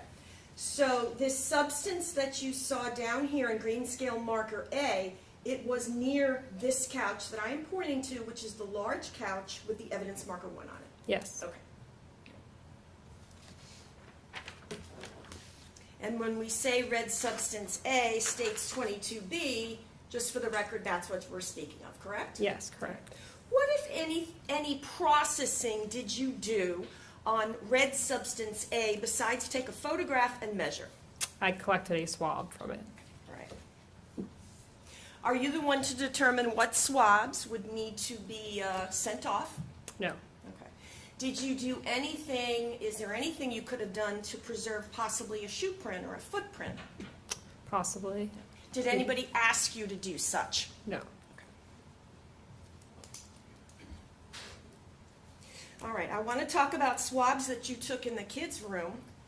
From what everything that you testified to, it seems that on the top bunk itself, correct me if I'm wrong, the only real swab on the mattress itself would have been green scale marker O. Is that fair? On the mattress itself? On the mattress. Yes. Okay.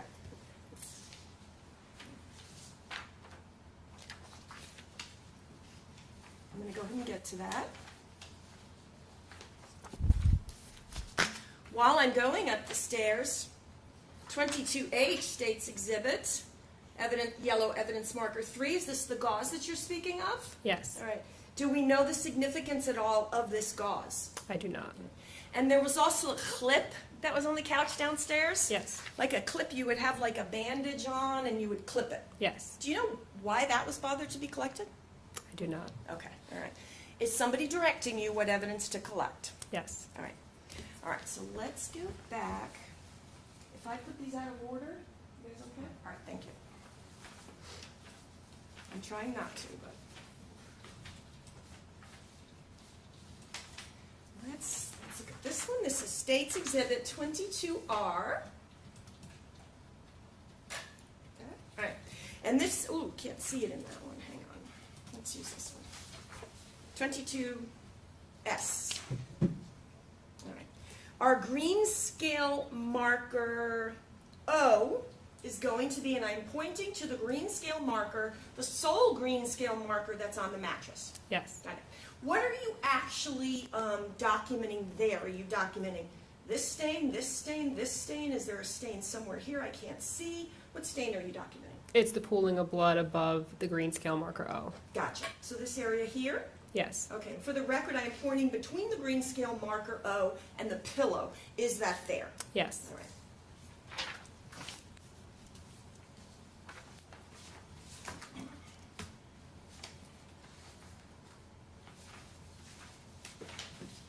Trying to stay in the same topics.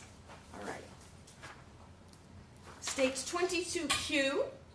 There are 3 red substances you're going to mark, and that is going to be L, M, and N. And that is going to be on the ledge and the ladder that is near the more eastern end of the bunk bed, correct? Correct. Right. Now, there were some other blood stains, like, for example, we can see one that is to, let's say, the part that's right above the staircase, if that's fair. We see a little drip there. Granted, there's going to be maybe some other spots, but these are the ones that got marked. Is that fair? Yes. All right. When you got there, Miss Bader, in the same exhibit that's up, this comforter, am I looking here, and I'm pointing to the right item, is this the Mandalorian comforter? Yes. Star Wars? Yes. I wouldn't know that. And then you have like a softer, smaller one, that's going to be Batman. Yes. And for the record, I'm just pointing to the one that's over to the left. Yeah. What processing at all are you going to do of the Batman blanket? The Batman, I just documented any holes that I observed. All right, no holes. There was holes in it, but Do you think it was holes potentially from projectile that you had to be concerned I with? couldn't say that for certain. Okay. And the Mandalorian comforter? Same thing. I documented the holes that I observed, and I took a swab of red substance. Okay. And we're going to talk a little bit later, because I do understand you do some additional work in this case involving that Mandalorian comforter? Yes. All right, we'll get to that since it's later in time. We'll keep that picture here. All right, and then you marked Q and R, which were the two things that were onside the wall near the bottom bunk. Yes. Okay. Near where we saw the teddy bear. Yes. Okay. So in terms of L, M, and N, and then we have, let me go back for 1 minute. We had on the wall P, and here it is, States Exhibit 22R. I am pointing to P. Is that correct? Yes. All right. So besides L, M, and N on the ladder area and the ledge near the ladder, O, the one area on the mattress that you've told us is the area between the green scale marker and the pillow. We have P, which is the wall we just looked at, and Q and R are the ones below. Yes. Is that the extent of the green scale markers you did inside this bedroom? No. Okay. What other ones did you do? There's the one on the floor. Okay. There's the two in the doorway, and then one on the pillow. Okay. Which is the pillow that was on the ground. The pillow on the ground, right? I think we looked at that earlier. Yes. The little spot. Okay. All right. In terms of anything else on that mattress, more towards the east end, I'm going to see if I can find.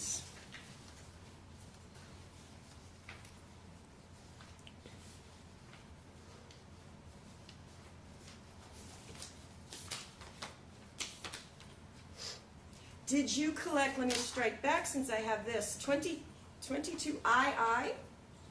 That is a pink blanket on the bottom bunk. Yes. Near evidence marker 5, which is going to be a casing, is that correct? Correct. Right. Was this blanket collected? It was not. Did you do any processing on the pink blanket that's on the bottom bunk? No.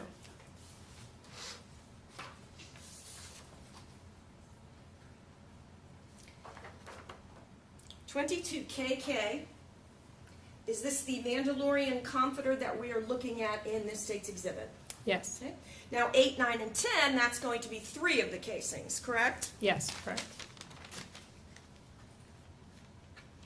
And on top of the bed, we also have 6. So we have 4 casings on top. Yes. Which are going to be 6, 8, 9, and 10. Is that correct? Yes. All right. Then we have the one on the bottom bunk, which is 5. Yes. All right. And what brands were these 5 casings? There was Norma and Hornaday. Norma and Hornaday. Okay. Those are 2 different types of manufacturers? Yes. Okay. I'm going to point now the best I can in the same state's exhibit. We have, for example, let's say I am in the northern part of the mattress. I am to the left of the Mandalorian comforter, and I'm pointing to some red spots on the bed. Was this swabbed at all? No. Okay.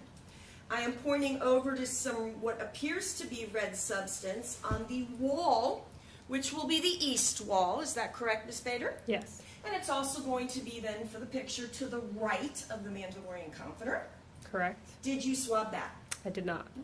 I see some blood behind evidence markers 9 and 10 on the wall. Did you swab that blood? I did not. And do you know how this comforter came to be in this position as we see it when you documented it? I do not.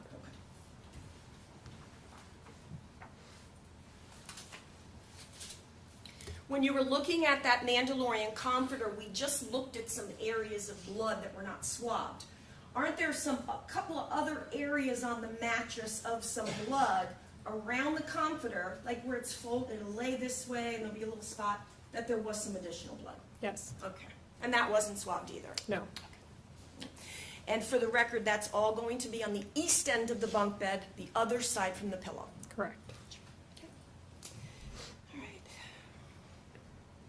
All right, let's talk.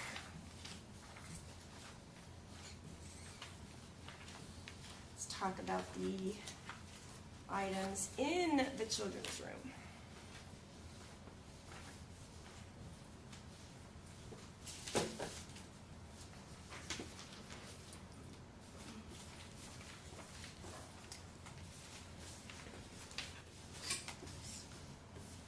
A standard procedure to take a picture of the casing.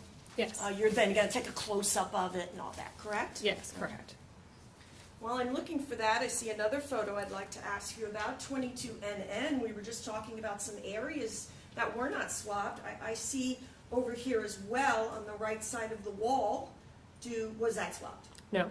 And it looks like we can see a little bit clearer what's between 9 and 10 on the back of the wall above 9 and 10. Is that correct? Correct. And the same, that was not swabbed, correct? Correct.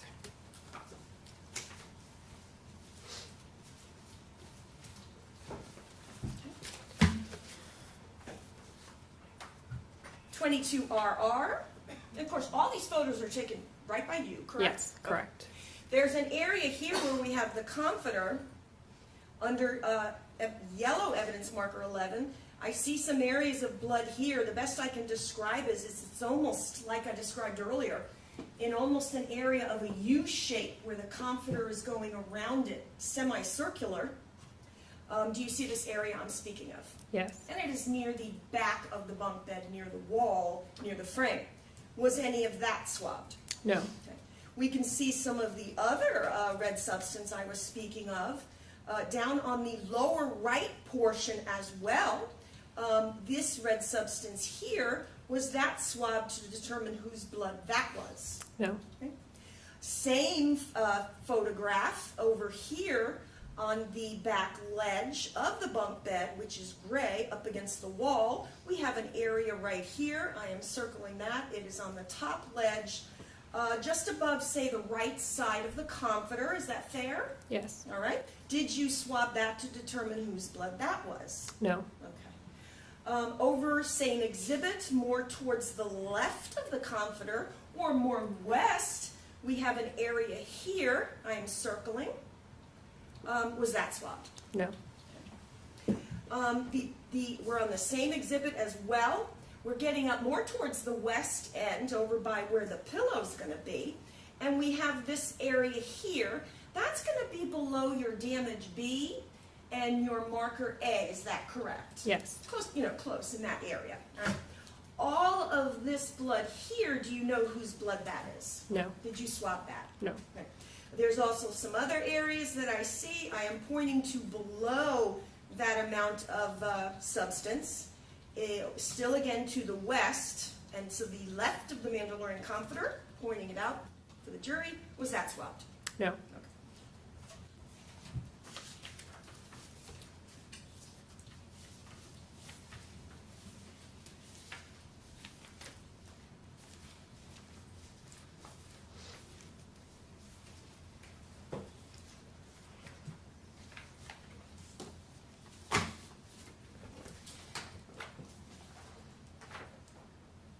(22EEE). Is this the mattress in which was cut open to get the projectile out of it? Yes. 22DD. Is that the mattress as you are taking the layers off to expose the projectile? Yes. Okay. Now, you have previously testified, have you not, and documented in your report something different than you testified here today. Is that fair? Correct. Okay. How did you find out that you had made a mistake? I misspoke when I was writing mine because we did bring it down to the bottom bunk, so I misspoke to say what mattress that was. No worries. So when we are looking at the two exhibits, which is 22 EEE and DDD, is the same mattress. Yes. This is the mattress that was on the top bunk. Correct. That you got the projectile out of. Correct. Right. So when you testified under oath in your deposition and you wrote all throughout your report and property sheets that it was the projectile from the bottom bunk mattress, that was an error. Correct. It was a misspokenness. Okay. All right. Well, not just misspoken, it's in your reports too, right? Right, but I'm Right. saying Okay. the mattress that was on the bottom bunk that we brought down to the bottom bunk, but this was originally the top mattress. Okay. Right. And you documented your property receipts the same way, correct? Correct. Projectile from bottom bunk mattress. Correct.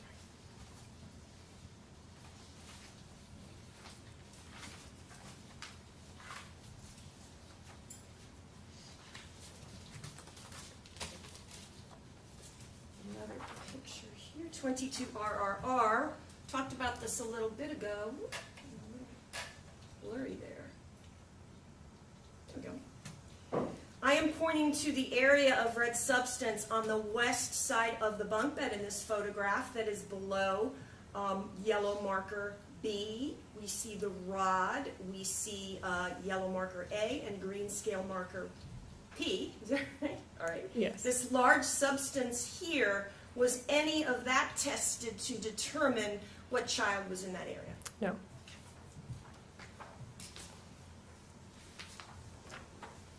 .22 SSS, we talked a little bit about this earlier, but on the eastern side, or to the right of the photograph, this area of red substance, that was swabbed?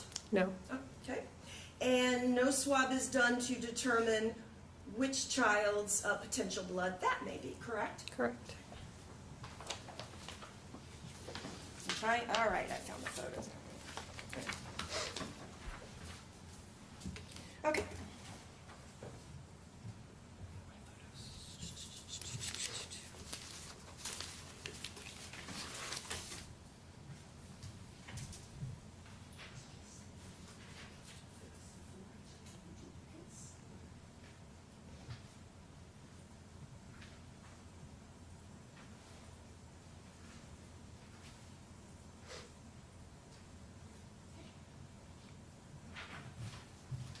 All right, so I want to talk now about what was recovered in the children's closet. Okay. I am going to show you what was marked for identification as Defense Exhibit 1. Ask you if you recognize this. Yes. Okay. And did you take that photograph? Yes, I did. And you processed and collected some of the items that were in that photograph, correct? Yes. Okay. Your Honor, at this time, I would move Defense Exhibit 1 into evidence and ask to publish. All right, it'll be received. Thank you. I don't have an objection to any of the photos. Okay. All right. So Defense Exhibit 1, is this the closet in the children's bedroom? Yes. Okay. And you located a purse. Give us an idea approximately, because I see a lot of things in the closet. Give me an idea where that purse is in this picture. You can actually see the bag. It's that, That item. the brown suede. Okay. Let's say like right under the arm of what looks like a suede or leather jacket. Yes. Is that fair? Okay. Now, did you collect that purse? The purse, no. Why? I was not instructed to do so. Nobody told you to collect it. Correct. So you don't know whose purse that even is. Correct. Now, there were some items inside that, however, you did collect. Correct. States 22, UUU. Do you recognize that? Yes. Okay. Is that in fact the purse we were just speaking of with some items placed on top of it? Yes. And for the record, marked by evidence marker 19. Yes. Is that kind of marking everything in that photograph? Yes. Right. So tell me what we're looking at in this photo. This is the holster, there's a magazine, and a box of ammunition. Now, that ammunition that we see here, just in case you need to refresh yourself, I have zoomed in on the state's exhibit. Please tell the jury what box of ammunition, what caliber you view from that purse. Norma 380 Auto. And go ahead and tell us, Miss Bader, if you don't mind, what are these other two items? One looking a little gold and one black. What are these? A magazine and a holster. Do you know what type of firearm can fit that magazine? I do not. What, if any, processing did you do with the box of ammo, the holster, or the magazine? I did not process that. The firearm that you collected in this case was a .380, correct? It was a Glock 42. Glock 42. It's .380 caliber. Yes. Okay.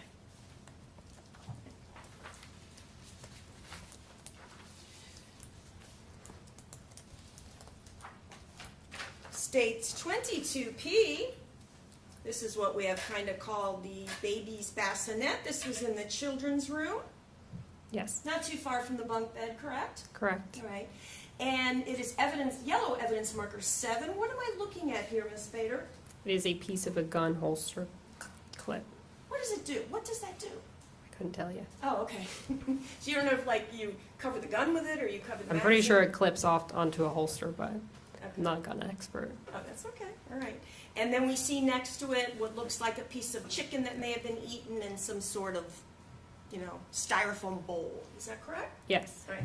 What, if any, processing did you do with this clip, would you call it? Yes. Clip? What processing did you do with that clip that is found in the baby's bassinet, in a baby bassinet in the kids' room? I did not process that. And this is located, states 22C. It says C. That was located not far from the bunk bed, correct? Correct. You had mentioned earlier an area of blood on the floor. That's kind of an area in which first responders put Jayla down. Were you aware of that? I do not know that. All right. And then you had seen a drop or two on a pillow that was on the ground. Correct. Then there was some potentially, like on the door jamb and on the door coming in and out of this bedroom. Yes. All right.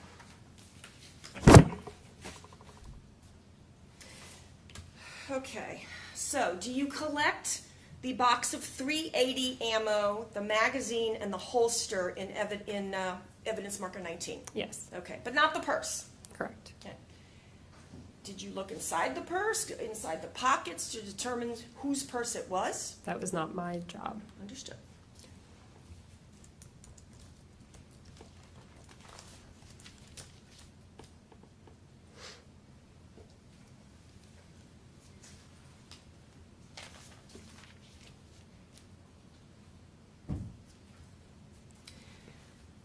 Did Detective Hobelman have any involvement with this lady's purse and the items inside of it?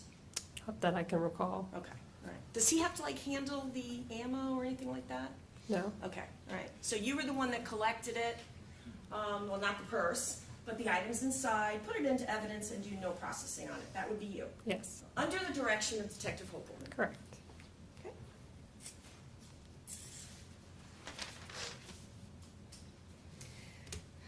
All right, so basically in this case, you had projectile, like a hole in the wall, which you marked as A, correct? Correct. And that's going to be a yellow scale marker? Yes. Okay, so we had yellow scale marker A. That goes through the bathroom wall, which is going to be marked A1. Yes. Okay. Then it goes through the shower curtain, Yes. which is marked A2. And then A3, it ends up in the shower wall. Yes. Okay. Now that projectile was fairly damaged or squished, as we would describe it. Yes. Okay. Do you know the caliber of that projectile as you sit here today? I do not. Okay. Now, in terms of B, the marking on the bed frame, there was green scale marker B. Yes. Oh, I'm sorry, yellow? Yes. Okay. Here, let me put a picture up. 22 RRR. And this is a good one because it's got the rod in it. So, damage B, because here's our A we just talked about, and our damage B. When you originally documented and spoke with us, did you believe that damage B went through and through the bunk bed? When I originally documented it, yes. All right. And so did Detective Hogelman, right? Yes. If you know. All right. So basically what damage B is, and I use the word nick or damage. Okay.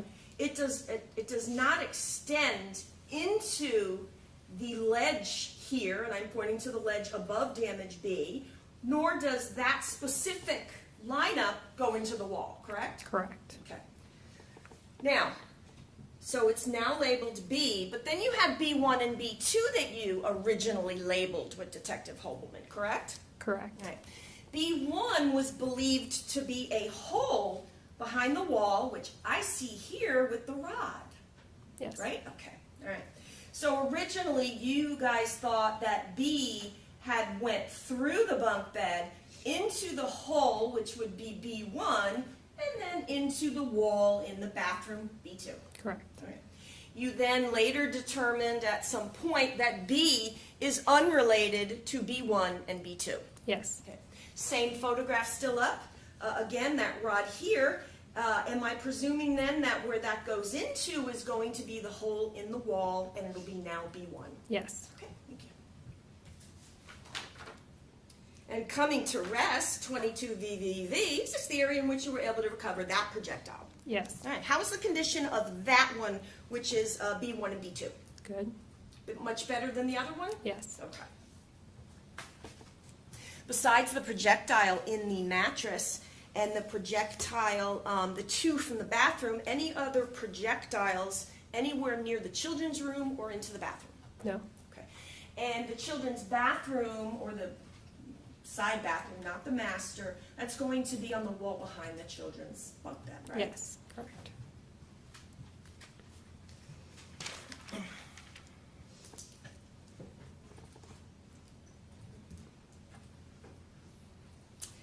Master bedroom. You were talking a lot about items found in the master bedroom. Let's talk about that. First of all, you did not find any blood or any damage in the master bedroom, correct? Correct.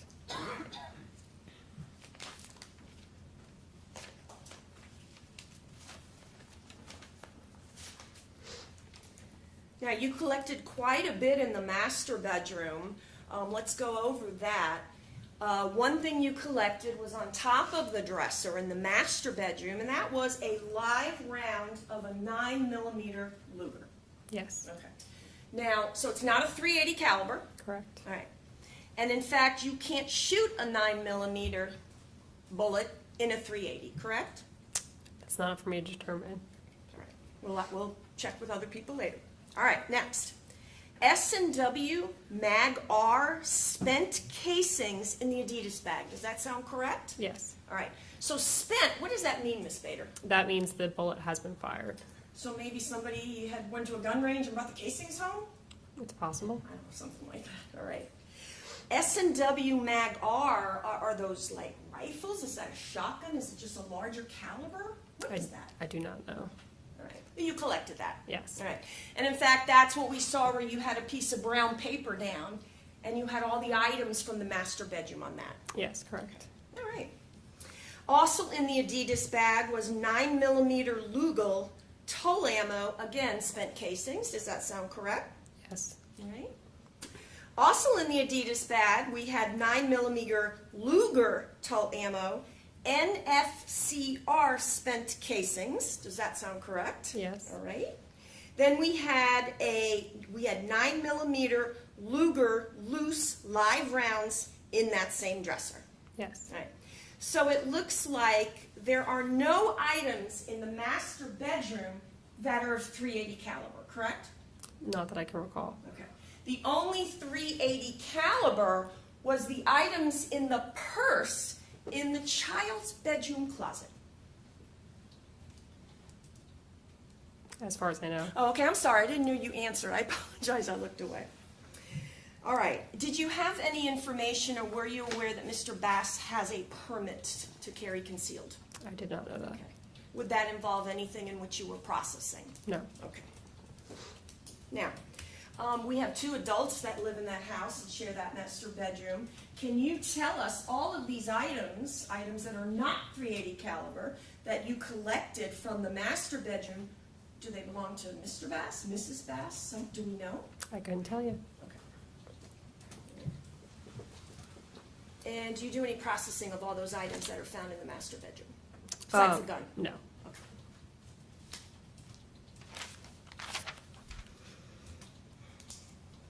Covering stuff. Look at my notes. I don't want to have to repeat things I've already asked you.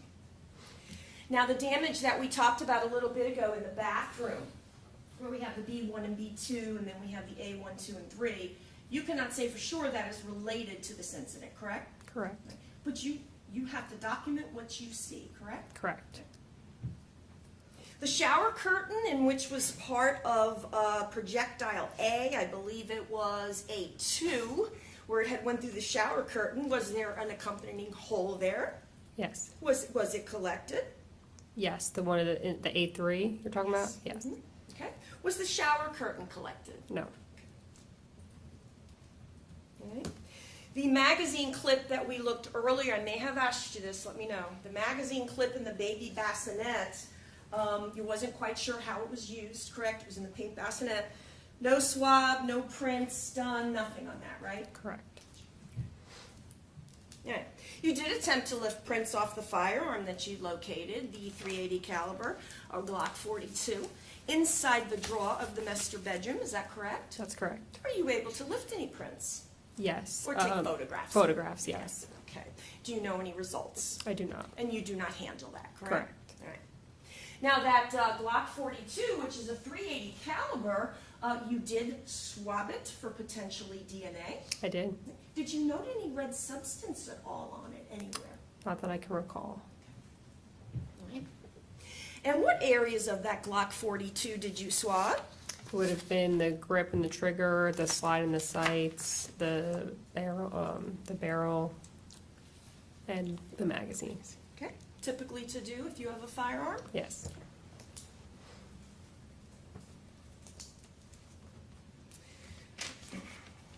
I'm going to talk about now defense. Let's start with this. Defense 2A and B. Okay. Defense 2A. What am I looking at here, Miss Bader? This is an interior view of the front door. Okay. And I see some potential red substance on that.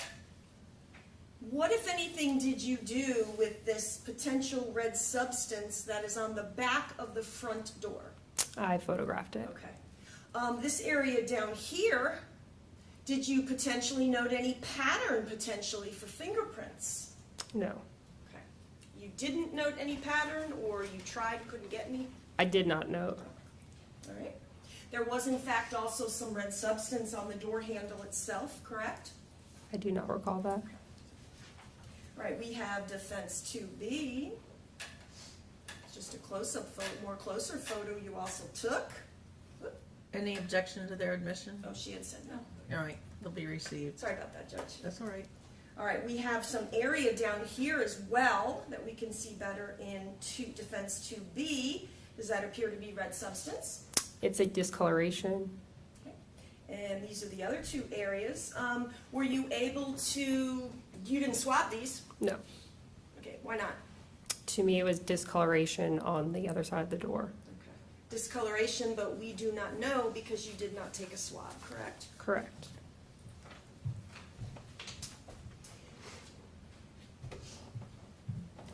Defense 2C. What am I looking at here, Miss Bader? This is the back sliding glass door. Okay. I am looking at this child's, what appears to be a child's like car toy that's pink, and it says sunshine on it. Do you see that? Yes. All right. There's some red substance, I don't know what it is, right here in this area. For the record, I'm taking my pen and I'm just circling a little area of some red here on the child's car. Do you see what I'm speaking of? I do. Okay. Was that processed at all? No, looking closer at it did not determine to be paint. but you did not swab it, is that correct? That's correct. Okay. And this is the sliding glass door, so it's much further down the living room from the couch. Yes. Okay, all right. Because we had the couch first, and then we had the chair that had the 2 seats. Yes. Then we had the child's toy. Yes. All right. All right, C will be admitted.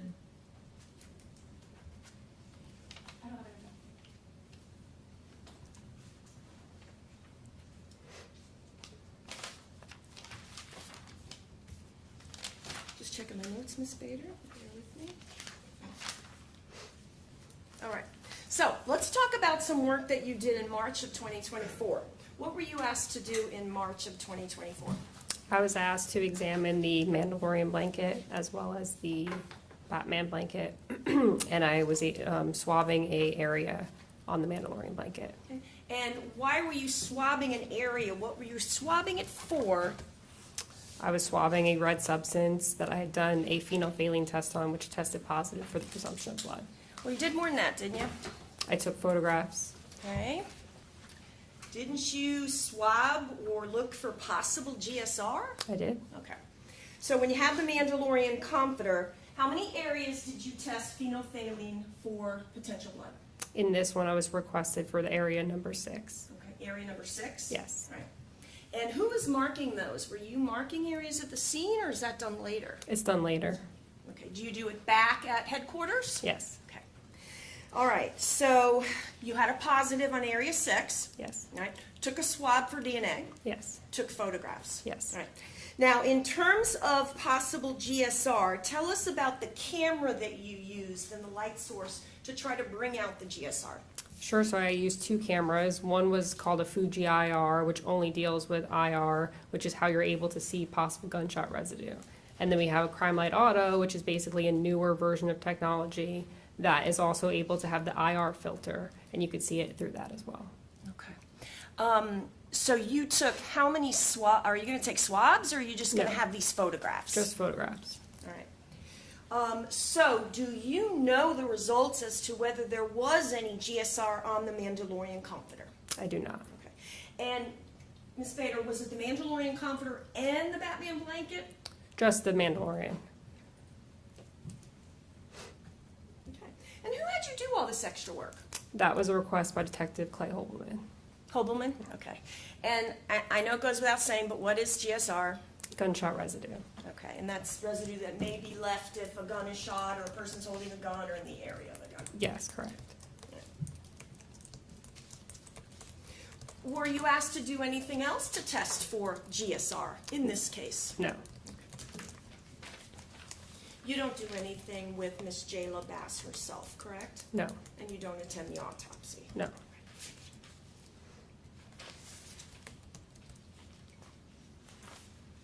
Okay. May I have a moment, Judge? Yes.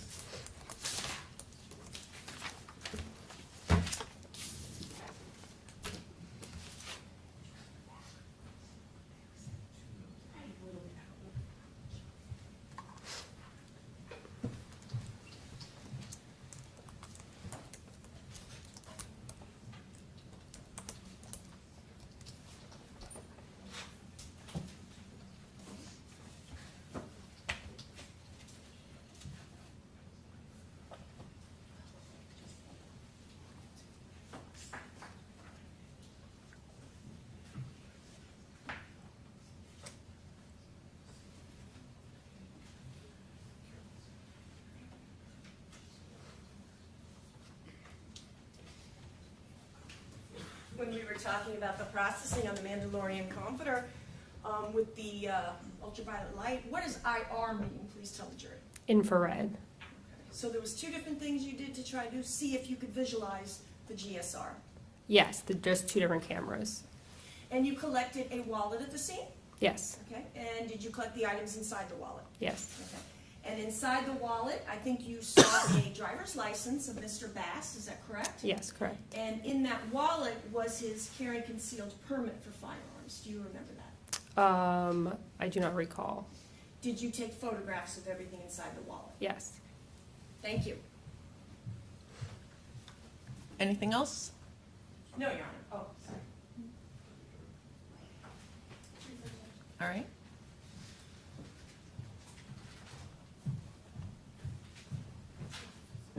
Defense counsel was asking you about some of the other live rounds that were found in the master bedroom. And she asked you, you wouldn't be able to determine who they belonged to. Do you remember that? Correct. And you agreed with her they could have belonged to the wife Shirley or the defendant. You remember that? Yes, correct. Now, along with the opposing counsel kept calling it a women's purse, but the bag that was found in the children's bedroom, do you remember what it looked like? It was leather and it looked like it had two straps on it, like a backpack? Yes. So would you be able to determine who the owner of that backpack was? No. So you have no idea sitting here today or when that backpack was found and you photographed who owned it or who used it often, right? Correct. Would you have been able to determine from where it was found or the photographs that you took who brought that backpack into the kid's bedroom and hid it in that closet? No. Now, when you take an item like a firearm into evidence and secure it and swab it, help us understand. Do you swab the same areas every time for DNA? With guns, typically, yes. Tell the jury exactly where do you typically take swabs from on a firearm? So with the guns, we take separate swabs. We'll do a grip and trigger swab, slide and sights, the magazine, and then the barrel. Now, when you're talking about the slide and sights, I feel like grip is probably self-explanatory, the same with trigger. But when you're talking about slide and sights, help us understand what portion of the firearm are you talking about? So the slide and sights, the slide is the top of the gun that you would pull back, and then the sights are the little dots on top that you use to help line up your shot. So we have the slide, the sights, the trigger, and the handle. Specifically, what portion of the handle are we talking about here? The trigger, the grip. Sorry. Of repeat the that. handle. What part of the handle? Oh, the top part. Okay. Now, you were shown several photos of the top bunk of the children's bedroom, and your attention was directed to several areas of red substance. Help the jury understand, as a crime scene investigator who has done this hundreds of times, how do you decide what area or what substance to swab and what area or what substance does not need to be swabbed? So in certain areas, there can be a lot of blood in scenes. It depends. We have had blood. Me specifically, I've had blood stain training that you are able to. I can't state what a specific blood stain is, but I could kind of tell what it is, and based on that, you determine which areas of substances from each area should be taken, not necessarily each blood swab. When you are being trained on to be a crime scene investigator, it's help us understand, is it like you can take an infinite amount of swabs per crime scene that you attend? No. Okay, help us understand, what are the parameters that you're given when you go to a crime scene and you're being instructed and taught during this blood stain instruction of how to swab and where to swab? So we work with the crime scene detective, and we determine with them what areas of, because they also know more at the time than we do, and we just kind of walk through and determine the areas that are that should be swabbed. Yeah. And then any areas back at crime scene is just kind of like how we process things. Like the gun is typical of taking those areas to swab. At one point, you were shown a picture of a pink and purple blanket that was located on the bottom bunk of the children's bunk bed. Do you recall that photo? Yes. It looks like a little girl's blanket. Yes. Did you notice anything specific on that blanket, like shell casings on top of it or red substance on top of it? Not that I recall. So did you locate anything of evidentiary value on that blanket on the bottom bunk? No. May I have just a moment, Judge? Yes. I don't have any further questions. Judge, Sure. can I ask one quick question? Sure. I promise it's only one. This reader described the item that you found in the child's bedroom as a backpack. You, in fact, in your report and throughout your deposition, referred to it as a purse, correct? Correct. Thank you. All right. Anything else? All right, you can step down, ma'am. Thank you. She released from her subpoena? Yes, Judge. We would ask that she just remain under subpoena. All right. She can leave.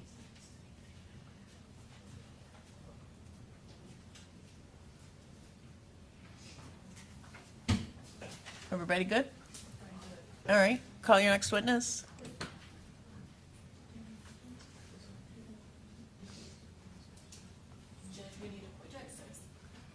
Approach the bench for a minute.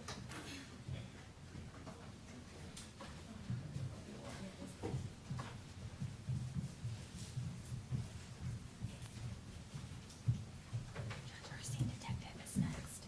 And I think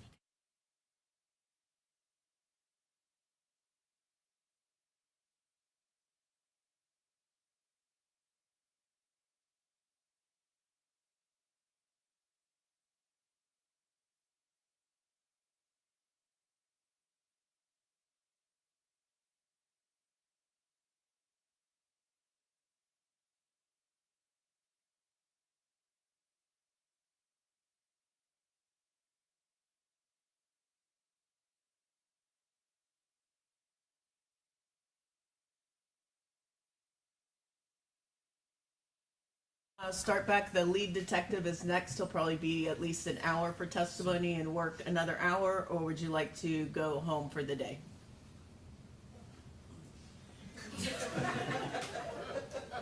Don't worry, I won't ask you this very often, but we're just for timing purposes I didn't want to take a break if you really would prefer just to get an early start anyway. You want to go home early because of the traffic and everything? Or just a break? You make a call, Judge.